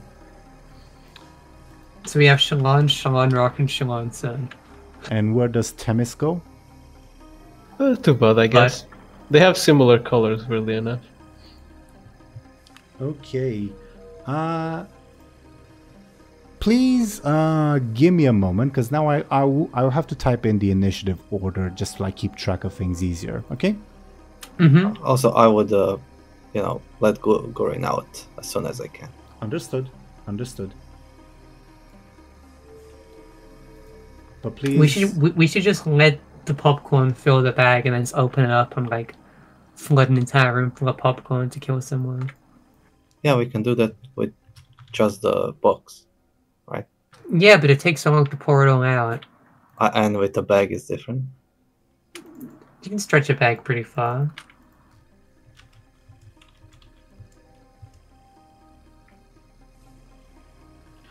I still need a little bit more time to like look up all the things, because there's more people than I expected to be. Let's put it that way. You should have put more people in the bag. Yes. Like I brought everyone in the ship. We should put Benjamin's dad, Prim, Juba. We should have brought the goblin. I don't know why I just did. Why not? Well, he's on their side. I mean, we wow. can shove him. It's fine.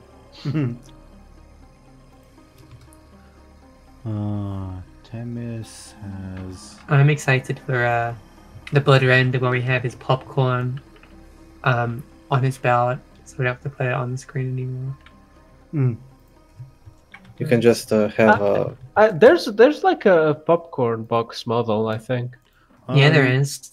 I didn't find it in my model viewer, but I don't It's know if it's recent.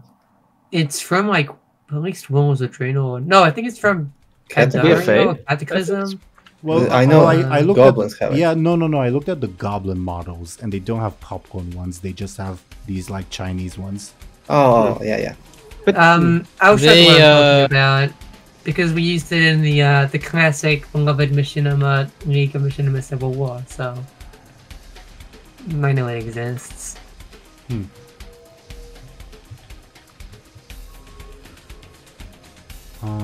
Let me look at something just to make sure that.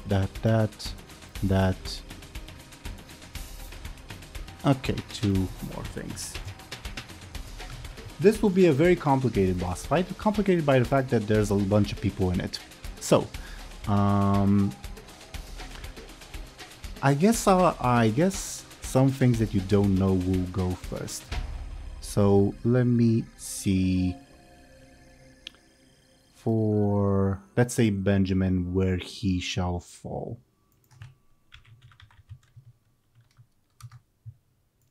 Number 2. What's number 2? Okay.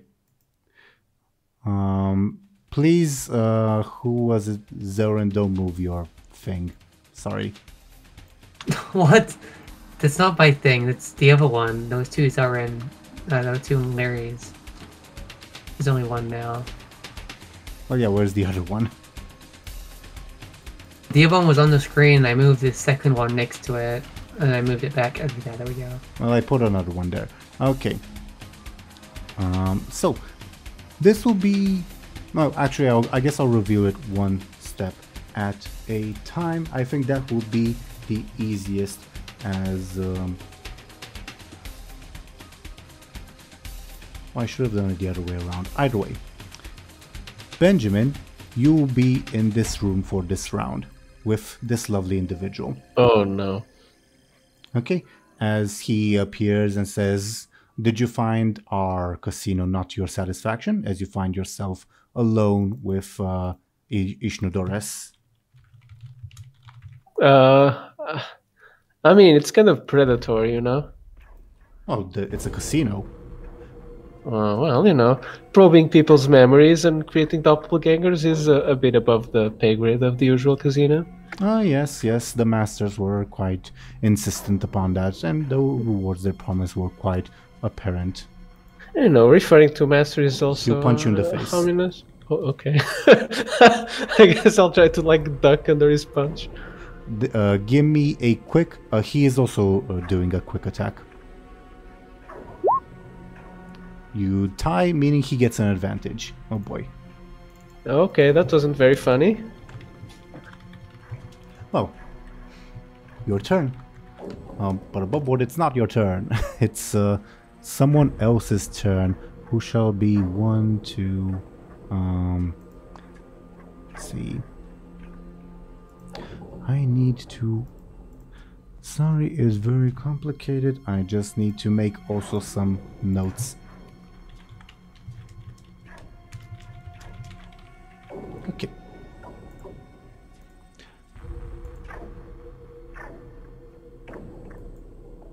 Oh, I should have done it. Okay, so let's see where Lyri winds up.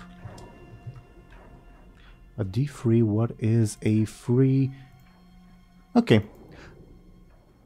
Lyri, you find yourself alone with Petronimi as you also meet someone that you did not expect to see at this stage, as you hear the familiar voice of this individual yell out, "Stand at attention, Sinri." Oh, what? Okay. Explain yourself now. What? Why are you here in this ship?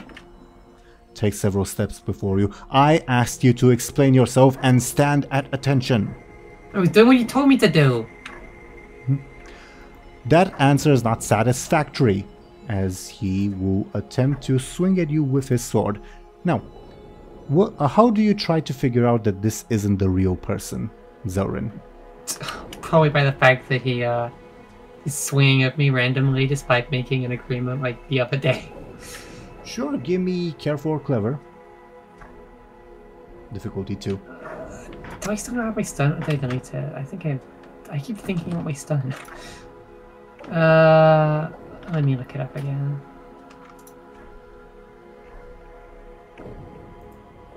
You have... that doesn't matter either way, because I got a 4.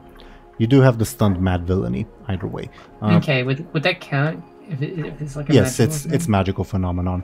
Okay, so it's 6. Okay, so this is obviously a fake villainif, and thus his attacks will be weaker. How do you defend yourself from his weaker attack? His stabbing sword. Well, now that I know it's not him, Lyri, I guess, feels more comfortable, being a bit roguish about her approach. So I feel like she will, I guess, feint dodging one way and then void blink in the other direction to kind of, I guess, cause him to swing his sword in an unsavory way. May I get a whatchamacallit? A quick or sneaky from you? How do you take 3 points of damage? 3 points of damage. I'll take my level 3 stress. Noted. And since you figured it out, this fellow will reveal their true form, as several will also appear from behind him, several of these lovely things. Teal. We got you surrounded, man. Petronimi, they're not real. I can tell that. Can't you tell that? Yeah. I just didn't know what you were seeing, is all. Okay. So that was that. Slightly misplaced on the ore, but whatever, we'll deal with it. So that means that's that one. Oh, lovely, that one. Okay, let's see what Moarg's fate shall be. A free. What's a free? 1, 2, 3. Oh, this is awesome. Moarg, as you find yourself isolated with the mute Themis, like looking around for your surroundings, for potential dangers, the ship's corridor suddenly begins to shake as you hear this familiar noise. No. No. Themis looks at you. This is vile. Themis looks at you with a concerned expression as out of nowhere the arm of the Fell Reaver pulls through the walls in an attempt to grab you.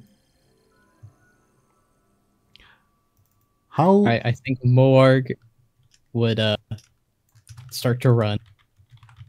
So, how do you defend yourself against your greatest fear attacking you? I think Moarg would try to run away. Okay, may I get a quick from you? How do you take 8 points of damage? And God, no. And above board, each fear has different stats. So you got kind of unlucky by your greatest fear being a Fell Reaver. Benjamin's greatest fear is bold guys? No, only Moar got their greatest fear. Oh, I see. That's what the first roll was for. Understandable. Bladebeard's greatest fear are bunny rabbits. In case I get that as well. Watch him pull Lyri or Ogre or some shit. So how do you take points of damage, Moark?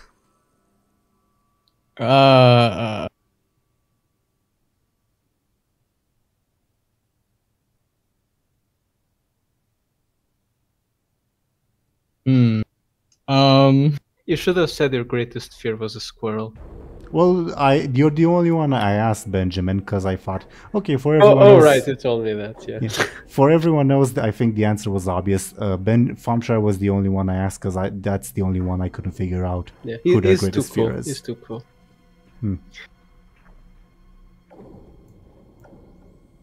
Hey, at least you said living, otherwise I'd say something stupid like Arthur's Menethil. So, you know. I said preferably living.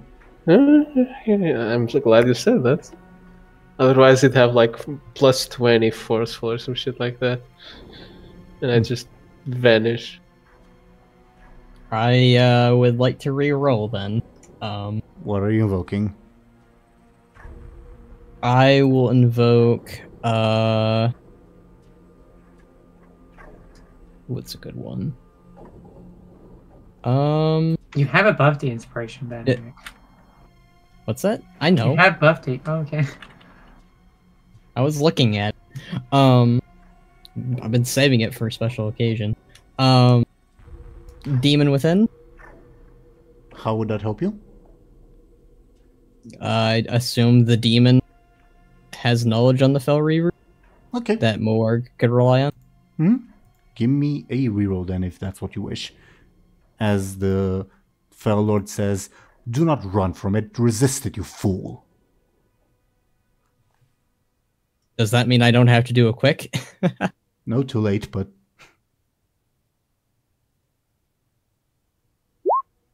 Oh. Well, that's just rude. I think you should eat the Fel Reaver. Oh yeah, let's yeah, we want that.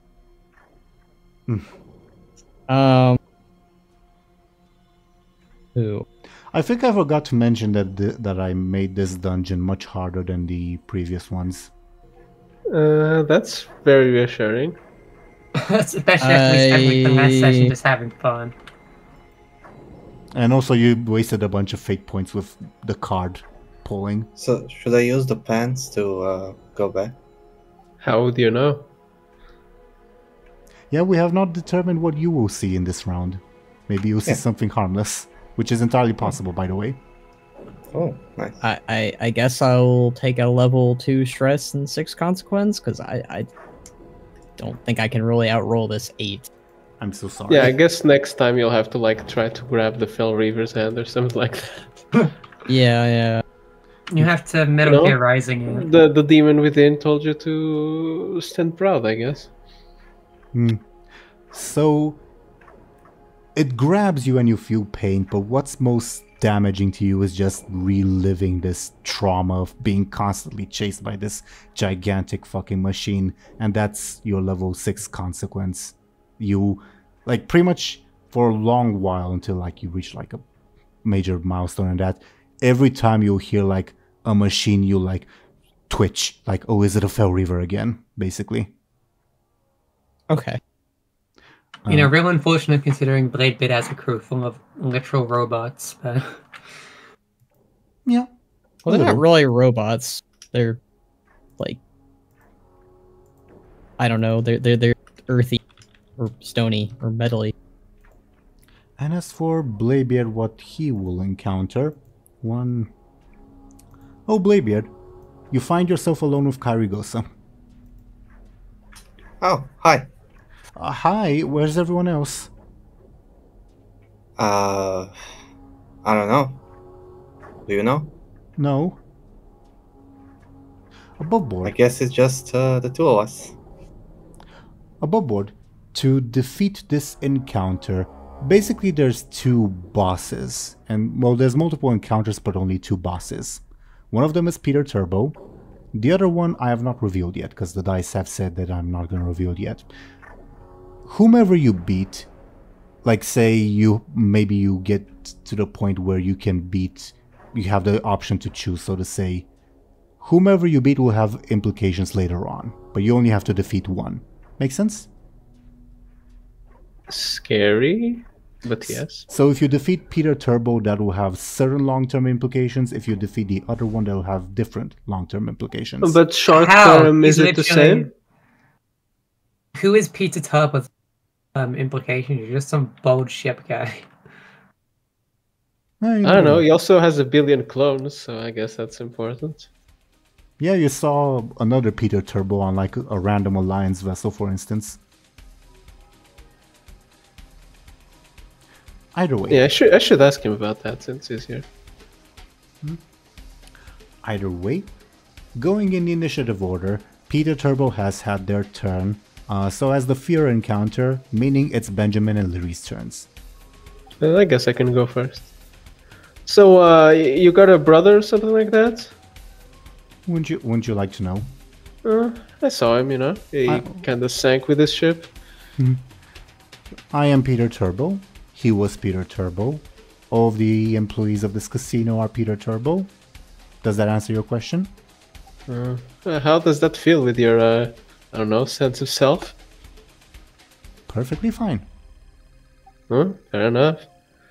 Yeah, I guess I'll take my sword out and go for some good slashes, like a couple to, you know, overwhelm him.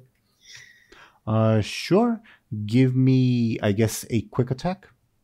Yep, and I get a +2 because he attacked me on the last round. Fair enough. And he's also the only enemy within melee range, so another +2. Oh, good. Maybe we should always have Benjamin wind up with Peter Turbo if we can. So that's a 9. Good job, as you deal 2 points of damage to him, and he says, well struck, I underestimated you. That will not happen again. Why, thank you. Lyri's turn, as Villeneuve turns into multiple masked Peter Turbos.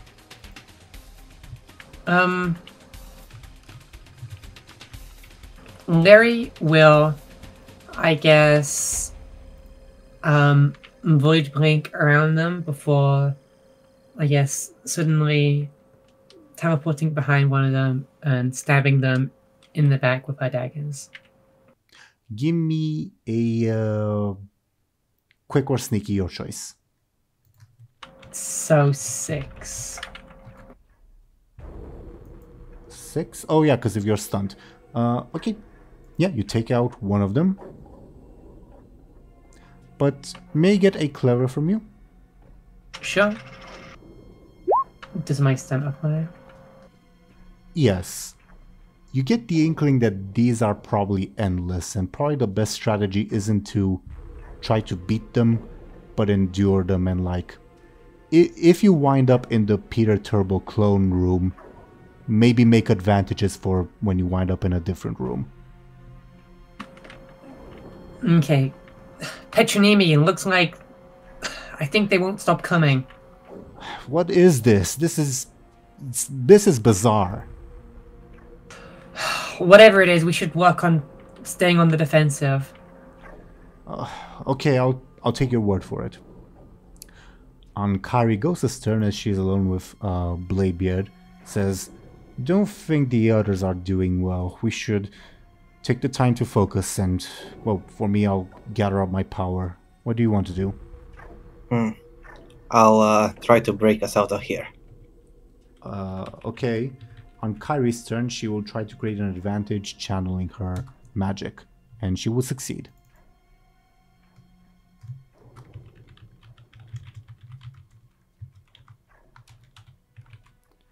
Okay. Ishnudores' turn. He asks you, Benjamin, shall I assist you or shall I try to attack as well? Can I ask him to create advantages? Very well. He tries to create several mirror images of himself as a distraction. Okay? Mm-hmm. And More clones. And he fails with that roll as Peter Turbo is singularly focused on you. Womp womp. Petronimi's turn. She'll take your hint, Lyri, and try to create her own advantage. And she does. Even gets 2 charges on it, as time manipulation is what she gets. Bladebeard, it's your turn. Alright. First, can I summon Gurin? Pull him out from the bag. Yep. Yeah. Gurin, I choose you. He gets out of the bag. Oh, that's how do you have a bag of holding on your person? I have a bag that I'm holding. What? That's weirdly profound. What? By the way, this is Gurin. Nice to meet you. He doesn't speak common, but he breaks stuff. He looks very strong. Oh, just you wait.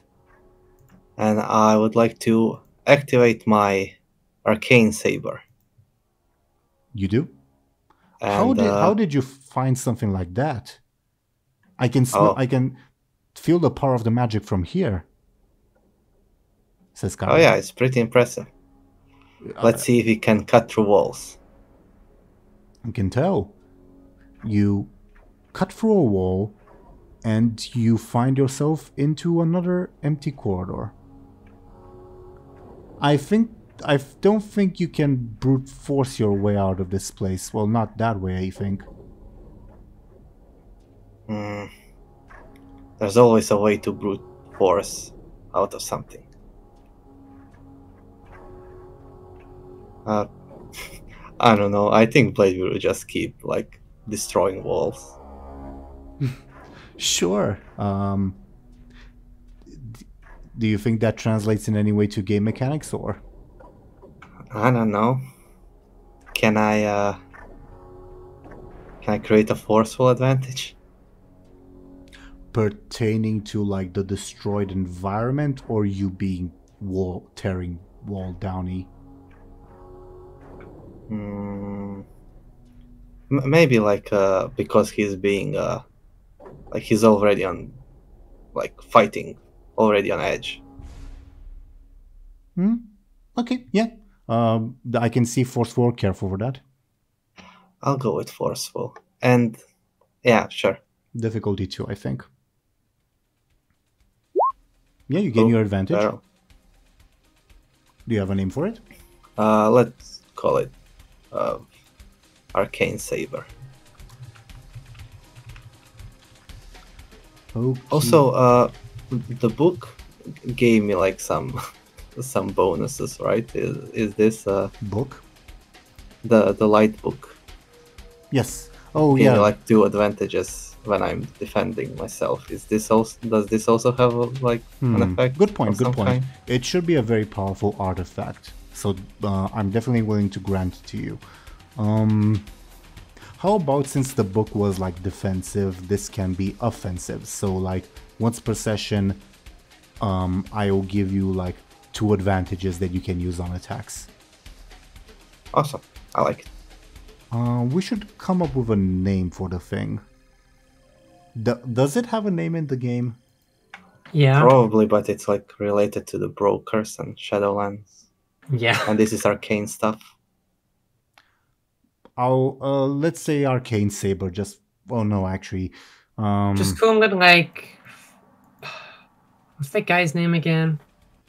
Oh, just call it like Antonitus's pleasure device or something. I don't know. What? What? Well, Let's not call it that. I was also thinking of like naming it after someone. What's like an arcane race? Maybe a blue dragon or a mage. Maybe an ethereal. Yeah, an ethereal, I guess, because it's partly mechanical. Ephemeral. Does that make sense? What? What was your suggestion? Ephemeral. Oh, yeah, sure. Ephemeral thought you is said, arcane saber.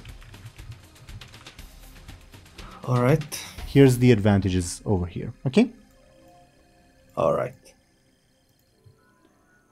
So did I make your... Yeah, I did. So that's your turn, Bladebeard. Themis on her turn. Morg, what would you like her to do? Would you like her to try to attack the Fell Reaver, which above board might not be a good idea, or would you like her to assist you or give you advantages? What do you think? I'd say give Moarg an assist. Okay. Noted. She will give you an assist. In terms of narrative, for now, she'll like try to pry you from the hands of the Fell Reaver. The guards have had their turn, so now it's Morg's turn. I think Moarg would definitely fire his cannon at this thing. You fire your cannon at the thing, and because it's your stunt, and I don't want to take that away from you, I think what happens is you fire a cannon and you disable it. So if from now on, if you land the fear encounter, you will have nothing to fear, so to say. Okay. So yeah, you fire your cannon straight into the Fell Reaver's head because it's probably close by, and it reels back, just like in being destroyed, and the hole it made through the wall reveals for the moment. I think I showed you guys the like background video. It's basically the like Caverns of Time background, but that's what you see real brief before like seals back up. Okay. Okay. The knight of that's with you just looks shocked, impressed, shocked, partly horrified at the implications. Good job either way. Oh. Thank goodness for that. She nods. Unfortunately, she's mute, so she can't really hold much of a conversation. I'm sorry. Moarg just kind of gives a thumbs up. Still too shocked to like really reply properly. Gurren's turn. What do you have? What would you like him to do, DoomGoblin? Oh, can he do the same? Start breaking walls? Sure. Would you treat this as an assist, an advantage? What do you think? Can it be an advantage? Sure. Can I get Gurren's forceful? Yeah, that's 5. sufficient. That's sufficient. Brute force, what do you think as a name? That's very good. Okie dokie. Top of the round, the rooms reset once again, as let's see what each of you will encounter. Let's go left to right, so Bladebeard first. Bladebeard, what will you encounter? Number 2. What's number 2? Okay, number 2 is Peter Turbo, as he vanishes from in front of Benjamin and Elundris. And not Elundris, Ishnodores, my bad, Ishnodores. And he appears in front of Bladebeard and says, I would kindly ask you not to damage our casino. It's expensive, you know. I would kindly ask you to shut up. Let's perhaps try to settle this amicably. He like takes several steps towards you. Is there any compensation that we may offer you, or is there anything that you desire? Oh, my ambitions are unending. Punches you in the face. Attempts to, at least. Alright, I'll try to... Wait, this is like a roulette thing where it changes every time? Yep. That's That's scary. DoomGoblin? I'll try to dodge. Give me a quick, please. That's 5. He is taller than you. It's not a forceful attack. Does it matter if it's a forceful? Nope. Okay. It needs to be my quick defense. Okay. How do you take 3 points of damage? 3 points. Let's go with level 3 stress. Will do. Okay. Then let's see next what Moarg shall encounter this time. 1. What's a 1? Oh! Very bad for you, Moarg, as a 1 is the other boss encounter, like the one that you have a choice which one you want to beat, whether it's Peter Turbo or this one. As a familiar figure appears in front of you, Moarg. This lovely individual that you may or may not remember. Oh no. Yeah, he takes several robotic steps towards you. Temis like recoils in shock at seeing this thing. Your thoughts? One after the next. Okay. Yeah. And he will attempt to strike at you with surprising speed. How do you defend yourself? Is there anything left of the Fellraver still in the room? Yeah, we can say that there's like some mechanical implements left behind. Then Moarg would try to throw one of the fingers as like a deflection. Sounds forceful or flashy or careful, your choice. That would be 2 points of damage. I don't believe you have a stunt that helps you, do you? Not unless I'm throwing it. Wait, are you throwing? Oh, well, give me a second. So Yeah, I think I did say I threw it, so Throwdown Showdown. But I don't know if I want to use that once per session. Whenever I fight up close, though, Isn't I it get your a +2. Oh The yeah, throwing yeah. one? Oh yeah, the one for down showdown is a once per session thing. Sorry for interrupting you, Thompshire. Go ahead. No, sorry, I was just asking if it was a passive or not. It's a once per No. session thing, yeah. The one that's It's a- passive is he has to be up close and fighting. Yeah, yes. I don't know if that counts if he's up close. Well, isn't it up close or charging? But I mean, if you grab him and throw him, you have to be up close, right? he's not throwing him, he's throwing a He- finger he- of a Fellraver. He's throwing a finger. Okay. But the finger is supposed to be like a deflection, so it would be when he gets close to him that he would do it. So, Okay. because he's not throwing it, he's like deflecting it. Okay. Yeah. Okay. I see it. Then I'll give you your stunt, making it a tie, meaning subject 7 gets an advantage. I can live with that. As you are momentarily off your footing. Okie dokie. Let's see what Benjamin will encounter. Oh, and also let me type subject 7 in the initiative order. Okay. Benjamin. What is a 1? A 1. It's an interesting one. Okay.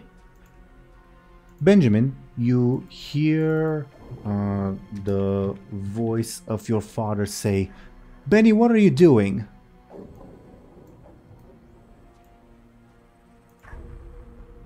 What do you mean? What am I doing? He runs towards you. Why are you being so violent? This is not the son I raised up. He tries to punch you in the face. Oh, okay. He's going right for that. I guess I'll kind of just jump to the side. Well, first things first. How do you like attempt to deduce that this one is a fake? I think at least as he is now, I don't think my father would ever hit me. Yeah. Sounds careful or clever, your choice. I'll go with careful. Difficulty 2. 4. Yeah. As mid-punch, his form reveals itself to be that of the guards. Well, actually, no, you see the Gimp guards, my bad.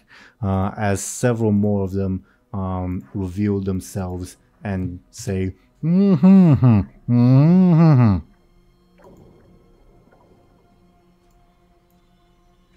But You really gimped yourself by choosing an option, Benjamin.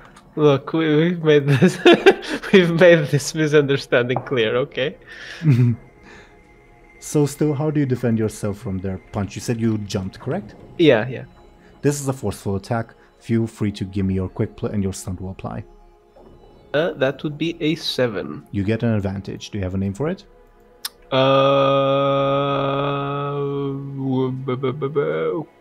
Quick-footed, I don't know. Sure. Let's go with that.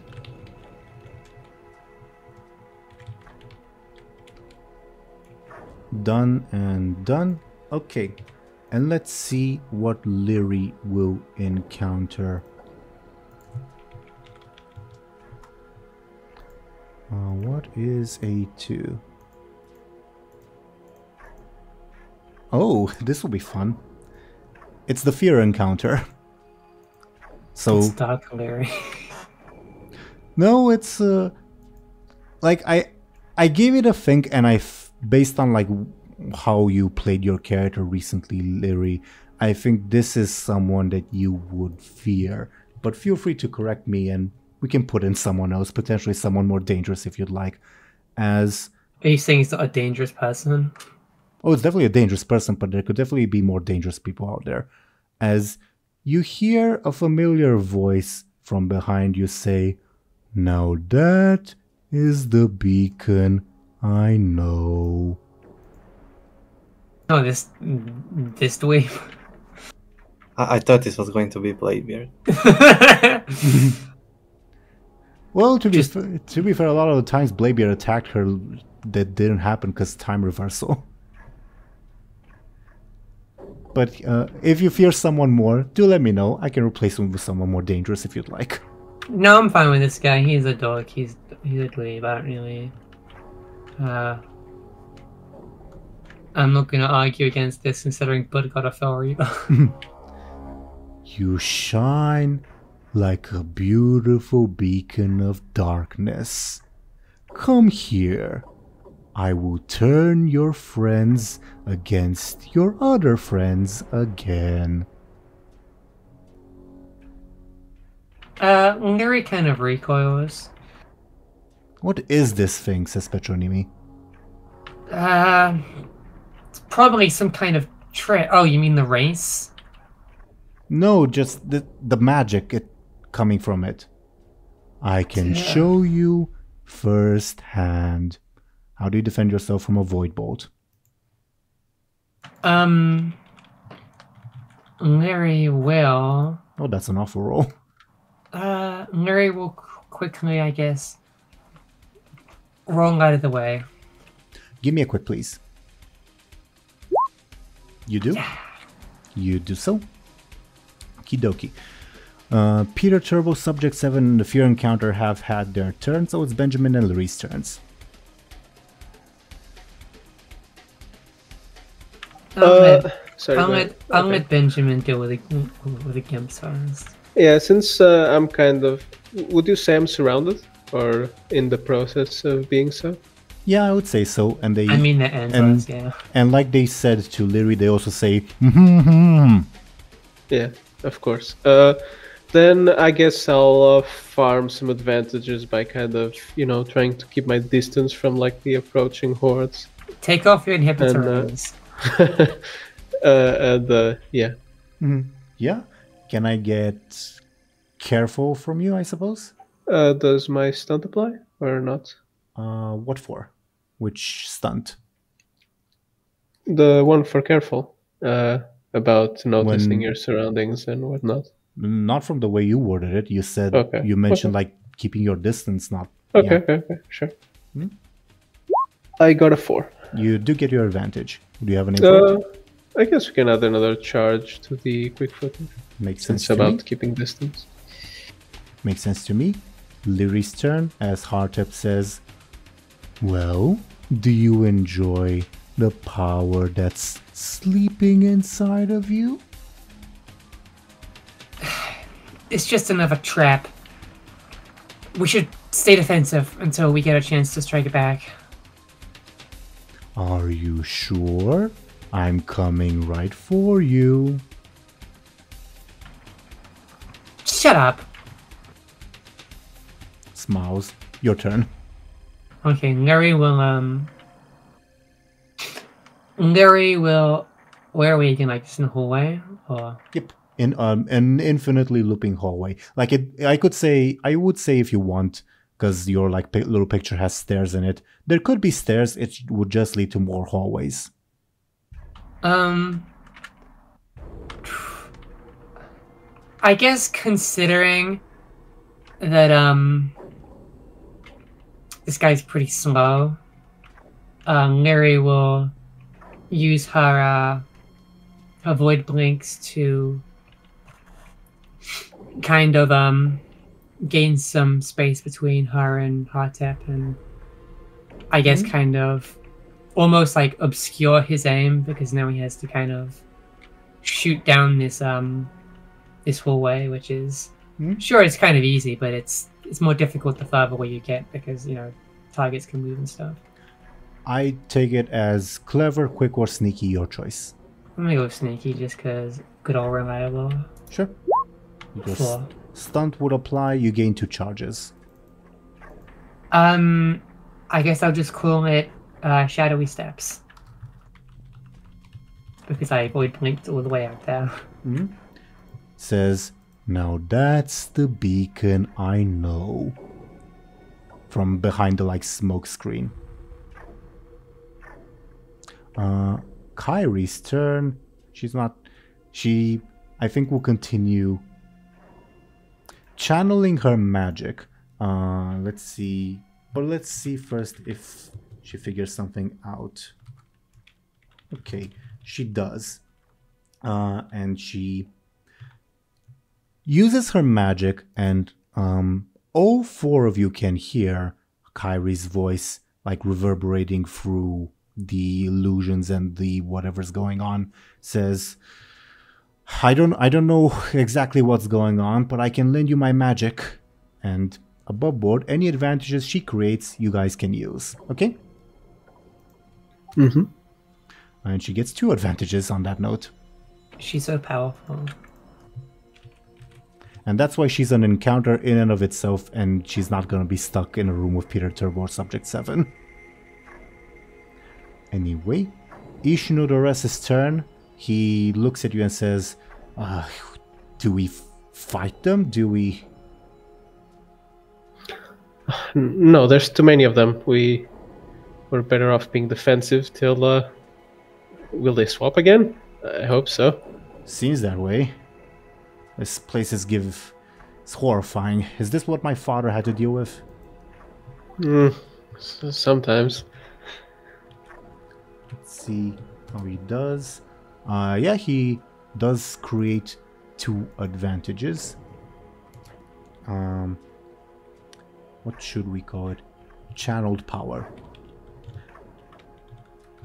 As he channels power and readies to strike whatever comes next.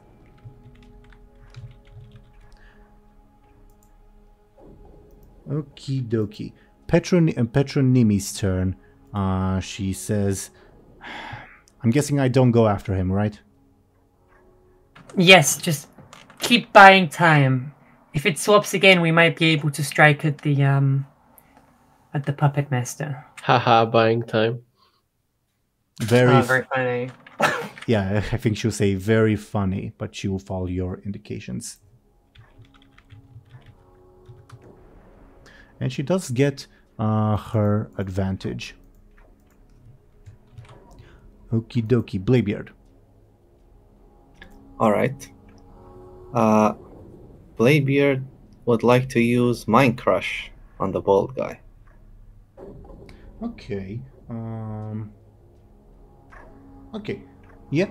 You may stab him and use your Mind Crush. And what would the effect be, do you think? I don't know. This is a very crazy situation already. I don't understand what kind of creature he is, so... Just leave it up to the dice. Like, above board, is he real? Like, the one we're facing? The fact that we're discussing what the effect would be is an answer that yes, he's real. Because otherwise I would suggest him to show up in every room at once. Oh, that's a good idea, but not one that would be good for you. I mean, if he's real, that means we can all eat him on our turns, right? Yeah, but it also means we'd all be attacked twice over. I guess. Against Sure. the guy who has really good rolls and no chance to build advantages. It's a horrible idea. True enough. I mean, we got like 3 patronymy advantages. I have 2 advantages. Ishnodores has 2 others. Lyri could probably kill him in one hit, not you guys, though.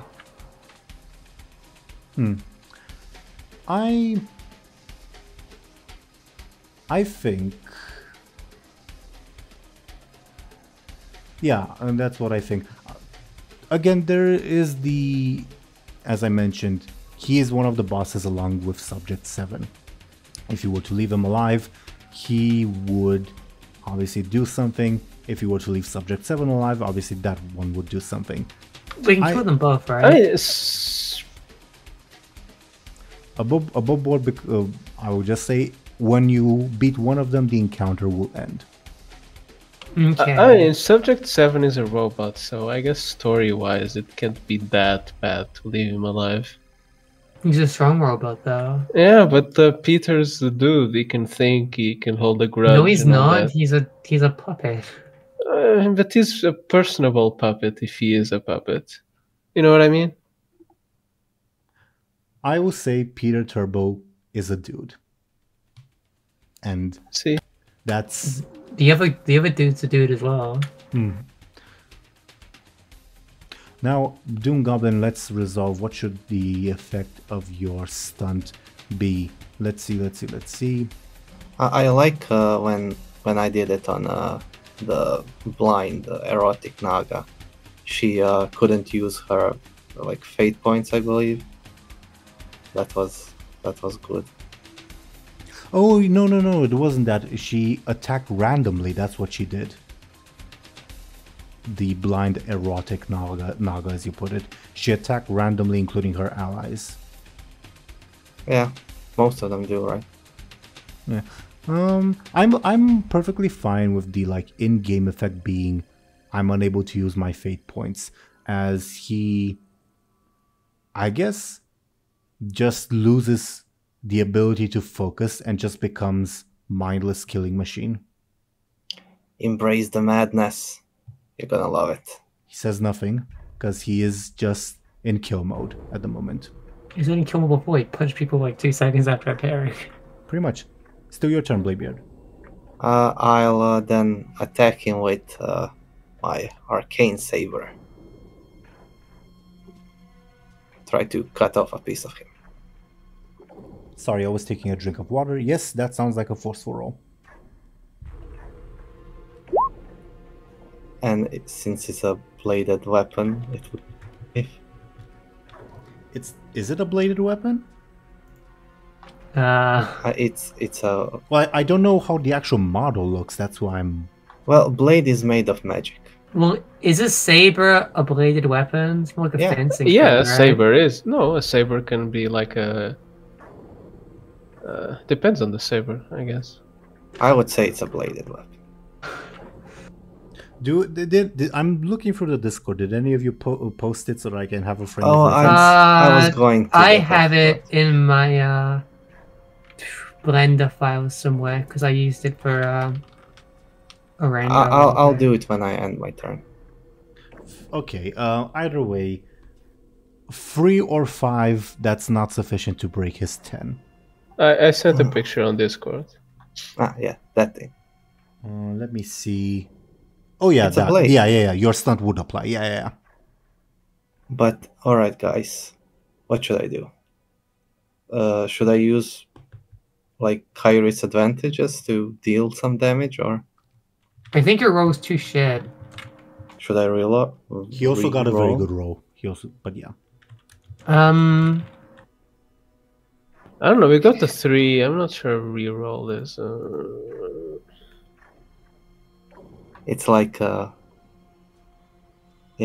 plus and a minus. You can spend all your fate points, but I would be against spending any of Kyrie's unless it was a really good roll. Alright, I'll use one of the sabers things to reroll. Is that alright? Yeah, well, it's yours. The sabers things or the arcane saber advantage that you made? Not the advantages. Well, they're all advantages, but The one that's with the name. with Ephemeral. Okay. Yeah. Then give me a reroll. Good job. I'll do another reroll. Spending another one of those. Sure. You've really been rolling the dice a lot this episode, DoomGoblin. Oh my What? god. It's almost like the universe is taking revenge on you for pulling all those cards. I got only good things from those. Peter Apart from the Turbo, cast that you were best. Peter Yeah, that's Turbo what I'm- gets an advantage. TLDR. Oh, The cast has come back from the grave to Does he haunt get you. 2 advantages or just 1? Just one. I gave him another Sure. charge of quick punches for simplicity's sake. Sure. At least I made him mad. Temis, on her turn, says, well, actually, no, she can't say anything, but she would ask sort of if you would like her to assist you, her to create advantages, or her to go on the attack against Subject 7.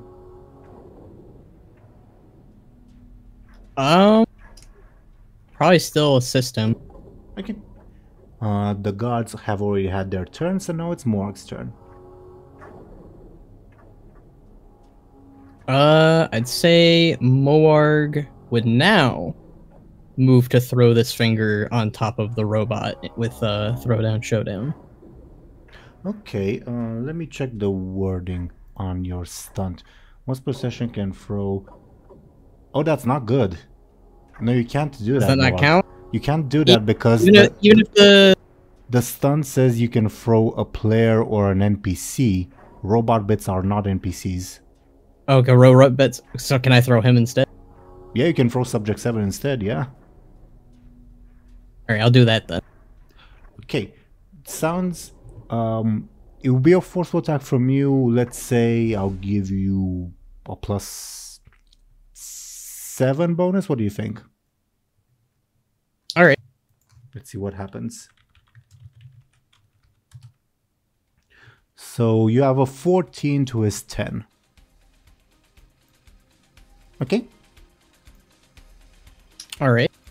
That's 4 damage. He'll take, for simplicity's sake, his level 4 consequence. Do you have a name in mind for it? Showdown. Showdown. Noted. As you throw him through multiple layers of just ship wall, and he emerges, like, without metaphorically blinking an eye, ready to attack once again. But you do get the inkling that you've dealt some damage. Make sense? Oh no, that's 5 points of damage because you have an assist. I'm an idiot. My bad. So that'll be his level 3 stress and level 2 consequence. Is Showdown still fine? Yeah, that's fine. Okay, sorry about that. Okie dokie. Were you going to say something before I interrupted? I don't think so. Okie dokie. That was your turn, Gurin's turn. And I propose after Gurin's turn, we do another, like, reveal, and then we end the session. Is that alright with everyone? Sounds fair. Goran will try to hit the guy with his big hammer. May I get a forceful from Gurin? 6. To an 8. Goran will... Gurin does not have fate points. he does have an advantage, though. That's true. But that would be only an 8 against an 8. Yep. What happens then? Goran gets an advantage? Yep. So But if I don't do anything, he... keeps the advantage. Same things happen. Exactly. Yeah. Alright. Then that's it. Gurin tries to bring down the hammer, but Peter Turbo is just too fast, even in his deluded state, to defend himself. Well, not to defend himself, to... yeah. He's too fast to be hit. So, top of the round, as I mentioned, we'll do the reveal of who shall be facing whom in the next round, and then we'll call the session. Let's go Morg first, I think. A 6. What is the 6? Oh, this is fun. This is a fun one. One that, Fun for who? for me at least. As Morg. It's too variables now. It better not be. Oh, I just noticed. Banrag, did you? Is it a coincidence that Morg has the same name as the Morg demons? It is literally a coincidence. I forgot about that when naming him. And he ate a Moarg, right? No, No. he fell Lord. Who are Aren't Morg? Fellords I think- Moarg? Yeah, they are No. Morg. Wait, are they? They are. They are, yeah. They're the same species. Hasn't the Dreadlord brought this up? No, not the Dreadlord, the Fellord. Probably. Either I don't way, think he has. Either way, Morg, this is what appears before you, ready to fire his cannon at you. Oh, you're fucked. Me? As he prepares to use his stunt in the next session. Oh god, I'm gonna die. It's okay because you get your stunt back as well. That's also true. Oh, we can fire cannons at each other. Me and Benjamin weren't quick enough on the draw. I guess let's do Lyri next. A free, what's a free? Oh, this is familiar to you. Lyri, from the smokescreen emerge a bunch of these individuals. The gimps again? Okay. Well, not the gimps for me, trolls. but The trolls for you. Yeah. Ultra Demon. And next, let's do Bladebeard. What is a 4? Bladebeard, you're with Kyrie again. Oh, ahoy there. This is maddening, she says. Aye. And Benjamin? Benjamin is with subject 7. What the hell happened to Turbo? Where did he? He vanished for the moment. That's no fair. He could just. I put time think, out. if I get a good roll, I think I might be able to one-shot this guy. Subject We 7? cut now. Let's make some. Lyri could probably one-shot any of them with her. Okay, Freshman. let's see. 1, 2, 3. Would I be able to use Petronimi's advantages? No, Uh, only only- Kyrie's, I think. That's actually a very, very good question. And above board, I'll have Petronimi do a roll next session to see if her advantages pass over. Okay? Okay, 1, 2, 3, 4, 5, 6. What if he So gets a really good nice, defending good. roll? Okay, I can use 10 advantages. So that's a plus 20. Mhm. If I use my stunt, maybe that's what, a plus 8? Plus 28. I can Maybe do we're- I can do a +8 and then use my judgment so there's no resistance. So, I mean, I feel like most of us can one-shot these guys if we get a good one. Oh yeah, it's just because it's a matter I have 2 advantages for me, and Ishnu Dores also has 2 advantages that you probably can't use. But we'll see. We'll see. We'll see. So, as I said, we'll call the session here. Thoughts on today's session? Pretty fun. The debates were fun. I hate cards. I love them. I don't know why you don't want to let The me cards are pull fun when one. I'm not the one pulling them. Yeah, I'm the one pulling them. And when you have a Randomness undo scares button. me. But yeah, There's a lot of good stuff in there. Imagine if I opened the portal inside of the ship. Because Imagine I if you escaped. killed everyone. I would have used the pants. What if you are dead? Above board, Oh. the attack would happen before the opportunity to use the pants. If the, like, comet card was pulled, which is the big explosion. You'd have to survive the explosion, then use the pants. The explosion is Yeah. a plus 18 attack. And it's bigger than me. So I think I would have done amazingly. But I pulled the plushie, so I can't pull any more cards. And you have a bunch of stuff that I'm really not sure how to fit on screen. I have to devise a way somehow. It's also like, Alright, but we... You have to we create should- like an inventory button that we click and it opens our inventory. something like that. But You have to invent just finding an excuse to put every single item on the models. I have an idea. I already So- struggle in putting all the X's on poor Benjamin. We should have both Bladebeard and Gurin enter the bag, and then Kyrie takes the bag, and she teleports somewhere and lets us all out. I And we don't think be she in can one because place. we're in a different dimension. But she moves between dimensions. But she can't, right? she She can move couldn't. between. She couldn't different- above board.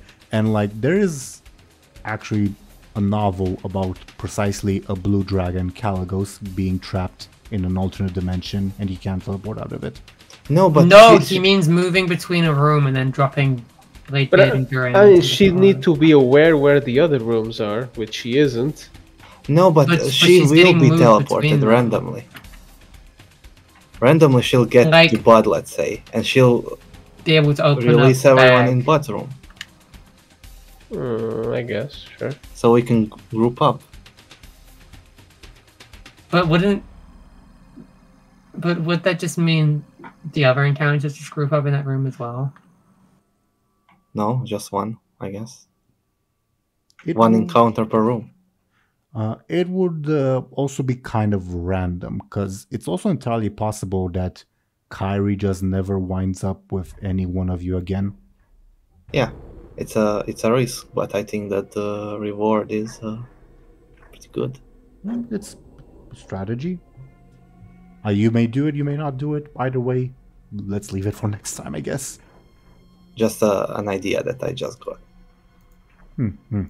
That we'll probably forget by next week. I won. And I'm trying to. I just looked at the screen and Lyri only has one thing while you all are just bloated with shit. Yeah. Again, I really do have to find a way to store those things and display them in a way that's like not intrusive. What does that bracelet even do again? It gives you a +1 whenever the void tries to take you over. Okay. Either way. I feel like that could very easily be like something that isn't an icon, I guess. I mean, it kind of has to be because you said, oh yeah, I'm putting them on, but underneath my clothes so that they can't be seen. And if we don't have them on screen, I'll forget to apply them on the rolls, and you forget about them on the rolls too. So I guess. Either way, it's not a bad problem to have that you have too much stuff. Oh, I like having stuff. And Evidently. yes, I would also kindly ask one of you people who has a Shadowlands model viewer to like send me the sword so I can also have it for Bladebeard's things. Either way, other stuff that happened this session, the debates were really fun. Again, Thompshire, you really pulled the short straw with who's Ouch. more traitorous, Ajar or Uther. Like the paragon of virtue versus like someone who's synonymous with betrayal. Yeah. At first I was thinking of choosing Arthas, but then I was like, Uther's a nicer guy. I guess since it's unlikely you guys will return to the casino. Shall I go into what the other things you could have encountered? in Yeah, the just casino tell are? me what the weird machine does. Weird machine? Like that goblin thing you mentioned. That I think it's the most Oh, the expensive thing. camouflage. Yeah, What's a camouflage? yeah. You're gonna tell me it does nothing, right? No, but it's a camouflage. What is that? A He camouflage. explains it like two sessions ago, Thompshire. Yeah, it's in the name. Okay. Duh. Yeah. I think maybe it's impossible to get it because it's super expensive. It's not impossible. It just is very unlikely, and it would require you to rob every other person in the casino of their crystal coins. Make sense? Which we didn't do once. I just didn't think of like robbing people. What about the skull you kept trying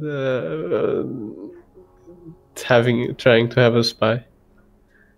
Oh, the skull does nothing. Okay. As chemist slash Garuk said, it's Then why did we feel like compelled to get because it? it's Because we enchanted. failed a roll. Well, it's specifically enchanted to appear appealing.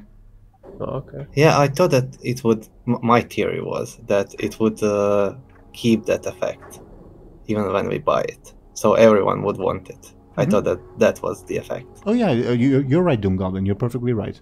Yeah, so that's not that bad.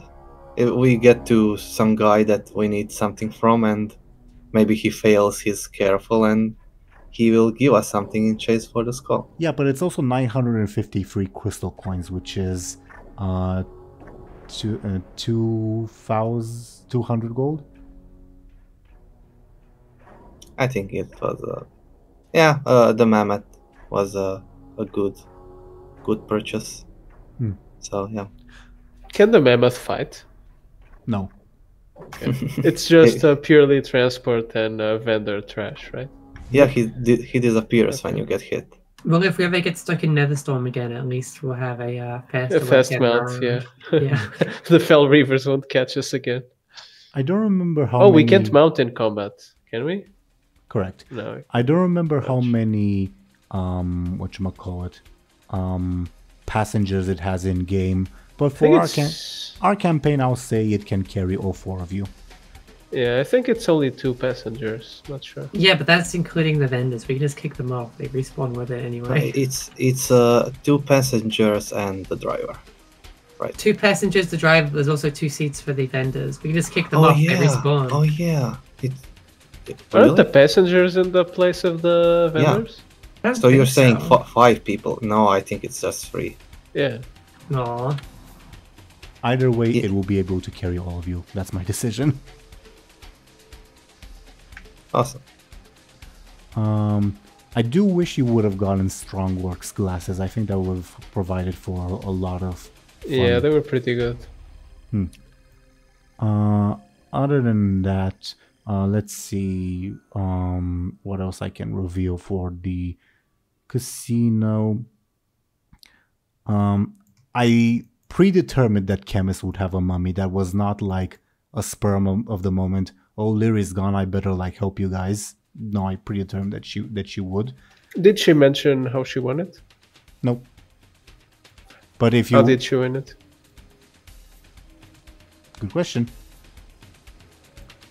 The casino is gone, but Chemist is not. I guess.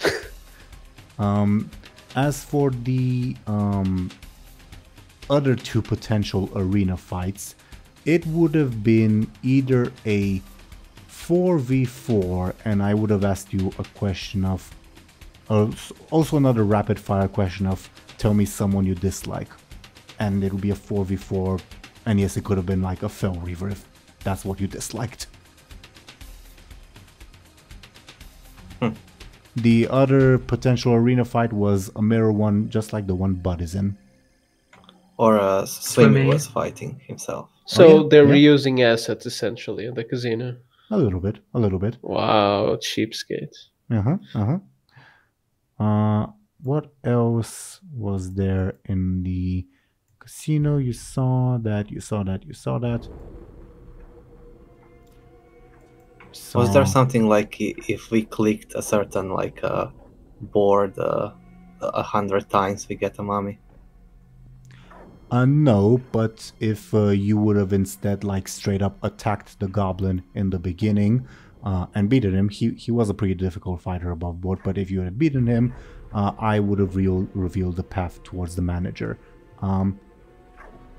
There was also another hidden path that I had in mind, as in namely if all four of you complained, I really want to see the manager, take me to the manager, yeah, you would have gone past the casino bit. Does that make sense? Yeah, being a Karen times 4. Exactly. Also, so you could have gotten also a plushie at the slot machines. You would have gotten the grand prize. It's still a surprise that Lyri won the second best prize. Like, I'm still shocked by that. I think the Fell Reaver thing is still way more surprising. Why? I think the chances were like way lower than 1 in 700 something. Oh, for it to happen that often, yes. Like, we did the math a while back, and for it to happen that many times to Moarg, the math said that it's 1 in 13,000 and something. Yeah, poor guy. Yeah. Yep.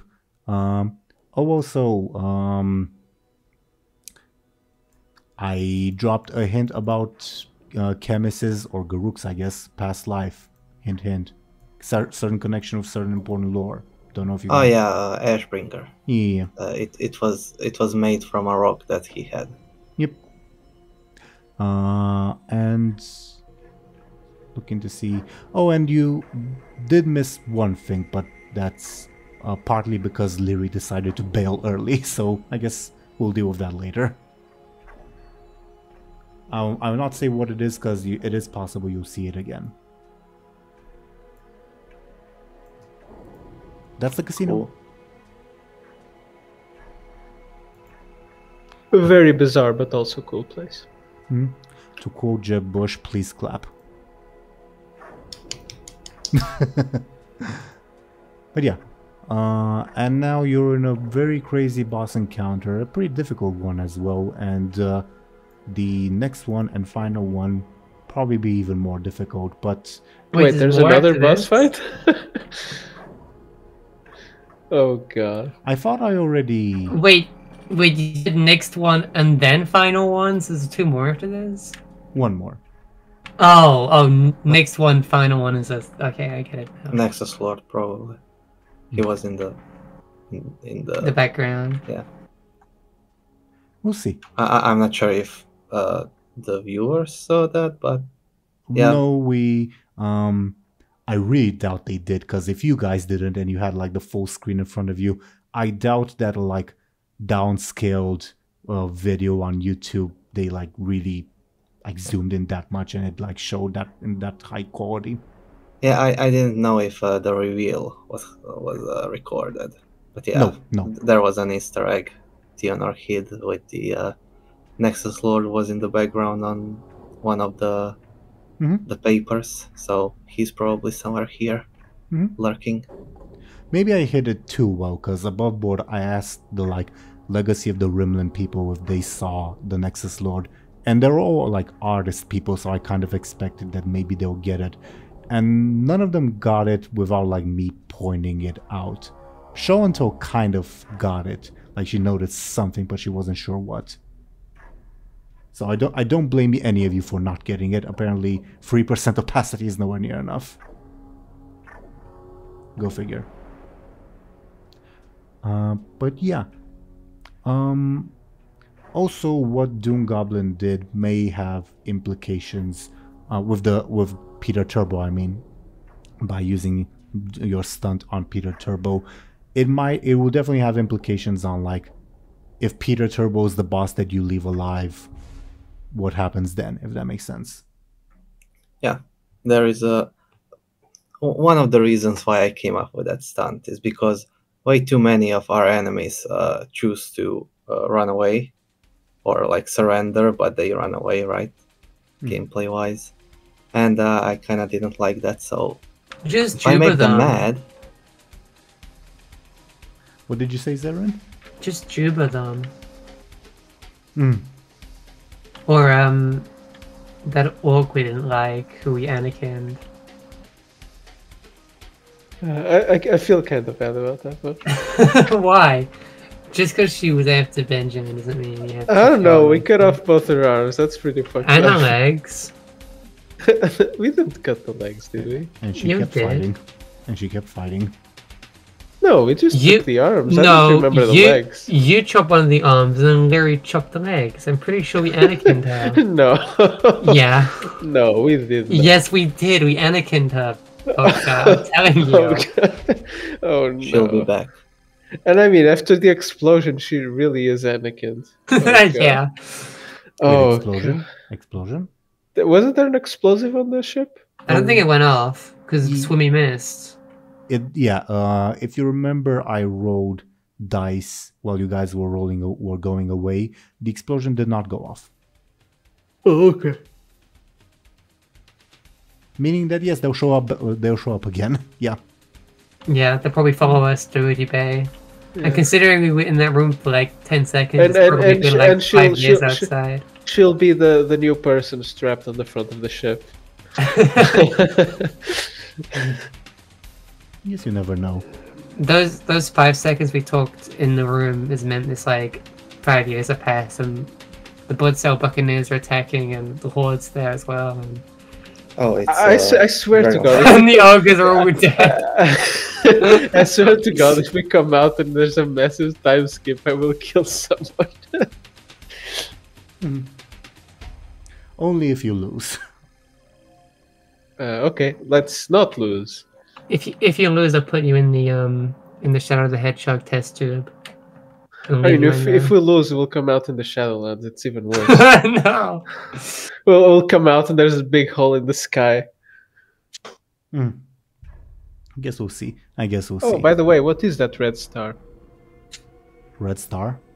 Oh, you mean if you were to emerge in the future, right? Yeah. We'll see. We will see. Yeah, I'm not gonna reveal too much.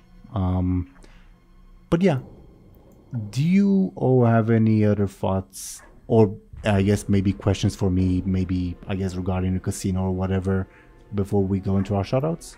Yeah, what drugs were you on? Good question. This probably took a while for you to create. Are you happy with what we did with it? Oh yeah. I guess the worst possible outcome for me was if you found one of the hidden skip buttons, like fight the Killing the manager. fight the goblin, or complain to the manager. Yeah, we have skipped a ton of your work before, and I mean, it happens, and I don't mind it. I guess this time we like interacted with at least the majority of it. So Yeah, the only you missed one thing that I would consider important, but it is what it is, and it's partly Lyri's fault, I guess, for going on ahead. And the other things for this specific thing you found, so yeah, there's Yeah, that. we met Shalon's son. I guess it's a victory. So Sure. And wait, are you gonna show Shalon Rock Shalon's son? no, I don't think that's a good idea. Why not? No, seeing your dad as a rock is after 300 years, I don't think that's good for your mental health. maybe Subject 7 should try to kill him, now that I think about it. But I don't think so. think about it this way: Benjamin's mom is like under a rock as well, and he's okay. Okay. Either way, you're finally dealing with a Season 2 villain, Subject 7. Potentially, I guess he could survive. That's fun. Well, if we kill Turbo first, he survives, right? Yep. Yeah, I think that's it's as I said. I think it's we're better off in the future if we kill Peter Turbo. Yeah, we are. We'll see. So he'll be a Subject 7 will be a season 10 boss. I don't know. Yeah, potentially. We'll just dip him in the water. And we'll have like Bladebeard with a horde of Magar orcs, no pun intended. Illidari Moarg, Lawyer Benjamin, and whatever the fuck loot's gonna happen to Lyri versus him. Lyri is just dead. She's drowned. I don't know. Hopefully. Why drowned? He was fighting underwater, and you said, they can't come with me or whatever." Didn't you say something like that? Oh yeah, Lyri said that if she was kidnapped by Naga, not to follow So her. yeah, she'll just drown alone, I don't think she'll drown. I think she gets sacrificed or something. But or worse. Mm. which would She'll all be turned worse. into a Naga. I don't know. I think there's No, we much- already gave away the Naga thing. The Naga turning Nicholas. Oh, they don't know that. Oh, yeah, they actually. Yeah, they do. We did tell them. Yeah, you're right. You're right. We did tell them. Because of Mera. Well, they never met Mera now, but we told them above board. Well, yeah, because Yeah. yeah. And we'll leave it at that. Okay. Any other thoughts for our viewers before we go into our shoutouts? Not really. Okay. Then let me roll the dice, seeing the order as we usually do. Okie dokie. That would mean, first of all, dear viewers, thank you for watching and listening to us. Second of all, let's have Sir Thompshire first go first and talk about himself and what he's doing. Sir Thompshire, we're all ears. You can find me both on YouTube and Twitter as Sir Thompshire, where I post machinima very rarely, hopefully soon, as I've been saying. And apparently, if Twitter is anything to go by, I only post crotches every weekend. But if you actually click on the picture of the crotches, it's actually a full render. So please take the time to click the pictures. And yeah, that's my PSA this week. Well, maybe at least one of the renders should be, I guess, more bared thighs or something. Yeah. I'll So leave it's up to you to give me an NPC each week that has no pants. I guess it is. I guess I'll make the effort. I guess that's. Can you just make Benjamin's dad like wearing those dad boxes just one session? Thank you. You're at the beach, I guess. Like the ones with the white ones with hearts on them. You are at the beach, so I guess that's. I don't possible. mean like in Booty a Day isn't really a beach, just kind of like a water with mountains next to it. yeah, I feel guess. like I'd get like some horrible diseases if I put my foot in the water. Even though I fell in the water before, but you know what I mean. We all fell in the water. We got sent there by sharks. Do you remember we launched some kind of like aquatic invasion on Booty Bay? Yeah, a little bit. Yeah. Either way, thank you very, very much, Sir Thompshire. Next, the dice say that we should have Banrak introduce himself, but talk about himself and what he's doing and all that. Yeah, sure. Hi, I'm Bannerek. I played as good old Bud, or Moarg, or whatever. And I'm currently still working on machinimas. Maybe some lore videos in the future, but you can find that on YouTube. You can also find me on Twitter, where I'm most active. And you can also find me on Twitch, where I play the Baldur's Gate lately. And yeah.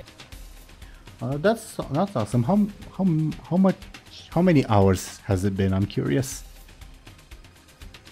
Several? I don't exactly have a number. Unfortunately, the first streams were deleted because I didn't know what I was doing. But Can't you just look at the Steam profile? Yeah, you can the save file has the time there. let me see if I can pull that up.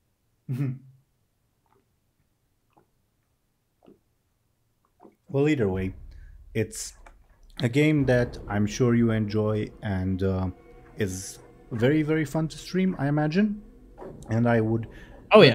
I would recommend Banrak's stream to everyone. I've tuned in once at the beginning because I wanted to avoid spoilers for later parts, and was very, very fun, I thought. And Banrak, you're a great streamer, so yeah, do check him out. 109 hours. And all that was on stream? Lovely. Good job. Oh yeah. Good job. Either way, thank you very, very much, Banrak. Next, the dice say we should see what DoomGoblin is up to. DoomGoblin, could you please go ahead and talk about yourself and what you're doing? Yeah. I'm DoomGoblin. I draw stuff. You can find me on Instagram and Twitter and Blue Sky, I guess. I guess it's back. And yeah, many other sites. But yeah, I draw things. That he does, and that you may. Thank you very, very much, DoomGoblin. And next, we would have Zoran. Could you please go ahead?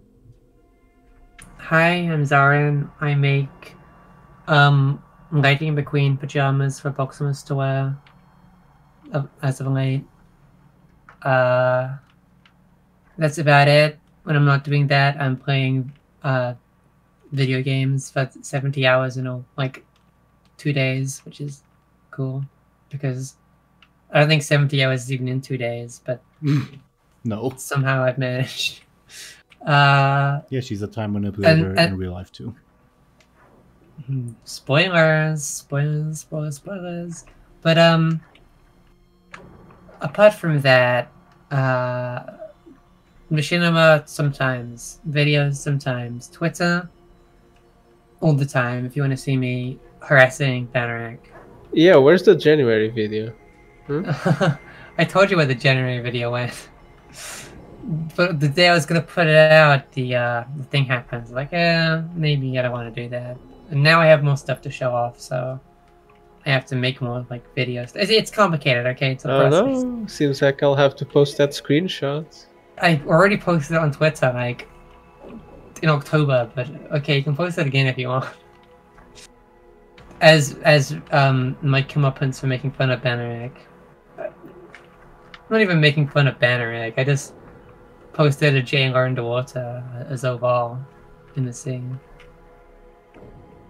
Although the Ben behind this horse has been getting a lot of likes lately, I don't know why. Did someone retweet Because it? I retweeted it. Oh, see, you're part of the problem as well, but that's good. He is part of the problem. He needs to be deleted. It's not an issue at all. In fact, you get some Zell points for that, Thompshire. But anyway, that's what I do. I harass Bannerak, I play video games, and I make stuff for other people right now. And I don't put out videos in January or February, or probably even March. Anyway, and he was your game master, Teeironor, at the end. Let's go. Yeah, that was Zoran. Thank you, Zoran, for talking about yourself. As Zoran mentioned, I was your game master, a dungeon master, Teeironor. I do this series, it's a lot of fun. I also do another series called Legacy of the Rimland. Different group of lovely people. Sometimes DoomGoblin shows up, so I guess not entirely different. That you can check out on my channel. Set in its own universe, it's a lot of fun. There may be some new content coming soon, depending on some things. We'll see. Other than that, thank you once again, dear viewers, for watching and listening to us. Should be back next week unless something happens, but either way, we'll see you when we'll see you. Goodbye, everyone. See ya soon. Bye. Bye.